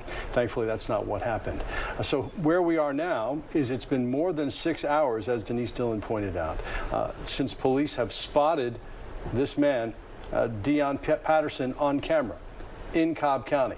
They didn't find out about it until 2 hours after the fact, so they were behind the 8 ball as they tried to track him around the area around Truist Park and the Cobb Galleria, apparently to an apartment complex in that area where they lost the trail. It has been several hours now, and again, the focus in Cobb County is finding this person before anyone else gets hurt, and it appears that the police don't have any idea where he is. And the cooperation from the suspect's family is going to have to be critical in this situation, whether it's the mother in this case, who we know has been talking with police for hours. Maybe there's a way that she knows how to get a hold of her son to get him to surrender, to turn himself into police. As the hours and as time goes by, though, it just gets even more critical to find the suspect. And as we've been saying, there's been no shelter-in-place order for Cobb County. Right. Technology helps in the beginning. They certainly saw Deion Patterson when he went out onto the street there in Midtown, and they followed him up to Cobb County. Let's go to Cobb County right now. Fox 5's Morse Diggs has been talking to police about their strategy and what they're doing to try to find this guy. Morse? Well, Russ, we were able to tell our viewers fairly early on that law enforcement believed he'd made his way out of Midtown, as they had to go ahead and check all those buildings up to the Smyrna area. Now, what they were able to do, and I think we've got the picture that we can show again of the vehicle, Cobb authorities confirmed that this white Toyota vehicle had been carjacked from the Atlanta area, and as you've been reporting, Russ, quickly made his way up to here in Smyrna area. Now, during that time, I was able to speak to some Cobb officers who were on the lookout and monitoring, and said that also some license plate reader hits came up. And so you would have them go from one area to another area. Then the car would perhaps been parked somewhere. It was later in the afternoon that ultimately this white Toyota was found abandoned very close to the Braves Stadium, over in the Battery Park area.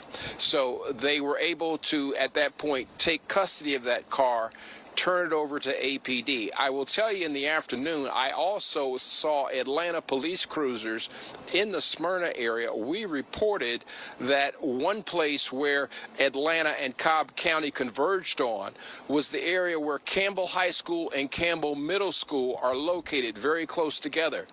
It turns out, though, when they checked those parking lots, that turned out to be a non-starter. One more thing I will say, all afternoon, they have been getting tips from individuals who think they recognize Mr. Patterson. They check that out, but when they get there, if he ever was there, he's no longer there. So, again, unsure where they are, but they do want you, if you think you know something, to call in. They would rather spend the time checking it out than, of course, ignoring it. From Cobb County, I'm Morse Diggs, Fox 5 News. Morse, let me ask you a question. How much more difficult does it make it for police? I know you've been talking to them all afternoon. How much more difficult is it for them now that they don't know what kind of a vehicle he might be in? He could be anywhere, it seems like. He could be, and we had one report, and this may not have panned out, that he may have switched and been able to go into a structure and come out in a red pickup truck. That was information they were trying to check out. It looks like they never got that part confirmed. So again, you just have a string of tips. Someone in some situation is going to see something, and it's very important that that person not figure, well, I'm probably wrong. Don't do that. Go ahead and call the authorities. Let them check it out. No tip is too small, right? Whatever you see, say something about it and call authorities. Do not approach this suspect. Morse, we appreciate you being on the ground for us throughout the afternoon. And we're going to stay on top of this breaking news. It began in Midtown, an active shooter on the loose. The shooter opened fire at a doctor's office at Northside Medical Center in Midtown. 5 people shot. 1 of them killed, all of them women. Midtown Atlanta was placed in lockdown for several hours. That has since been lifted. Yeah, there is, as we've been telling you, an active manhunt since the 12 o'clock hour, finding 24-year-old Dion Patterson. Crime Stoppers, again, announcing a reward for up to $10,000 for information leading to his arrest. This is from a driver's license photo we were able to obtain, so you can get a good look here at what Dion Patterson looks like. If you see him, don't approach him. He's considered armed and dangerous. These are the surveillance images that were captured earlier today of what he was wearing at the time of the shooting. This story continues to be active and very fluid. As information comes in, you want to stay with Fox 5 for the latest. We're going to pass those along to you on air and online as we get it. This has been going on for almost 7 hours now. Again, police say they got the call at 12:08 and rushed to Midtown Atlanta, to the Northside Medical Midtown. And they went to the 11th floor. They cleared the building. They found blood stains on their way up there. 4 people who were injured, 3 of them critically, who they rushed to Grady Memorial Hospital. And since then, they have been trying to track down Dion Patterson. He made his way very quickly up to Cobb County. Within 22 minutes, he was captured on a DOT camera up at Windy Ridge Parkway in Cobb County. They don't know where he has been since then. So if things change tonight, and we certainly hope that between now and the 10 o'clock news that this man is caught, if that happens, we will break in to inform you. In the meantime, we are going to be online with the very latest information that we get from police. You can go to fox5atlanta.com on Twitter and Facebook. We are going to update this throughout the afternoon because we want people to be safe.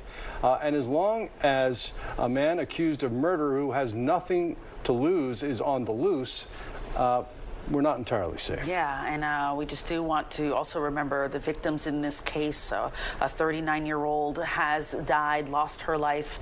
The other 4 victims are also females, ranging in ages of from 25 to 71 years old. So we obviously wish the best and a speedy recovery for those who are wounded and still getting treatment at Grady Hospital at this hour. One of the victims in the operating room for hours. We do know all the women suffered gunshot wounds. We don't know the specifics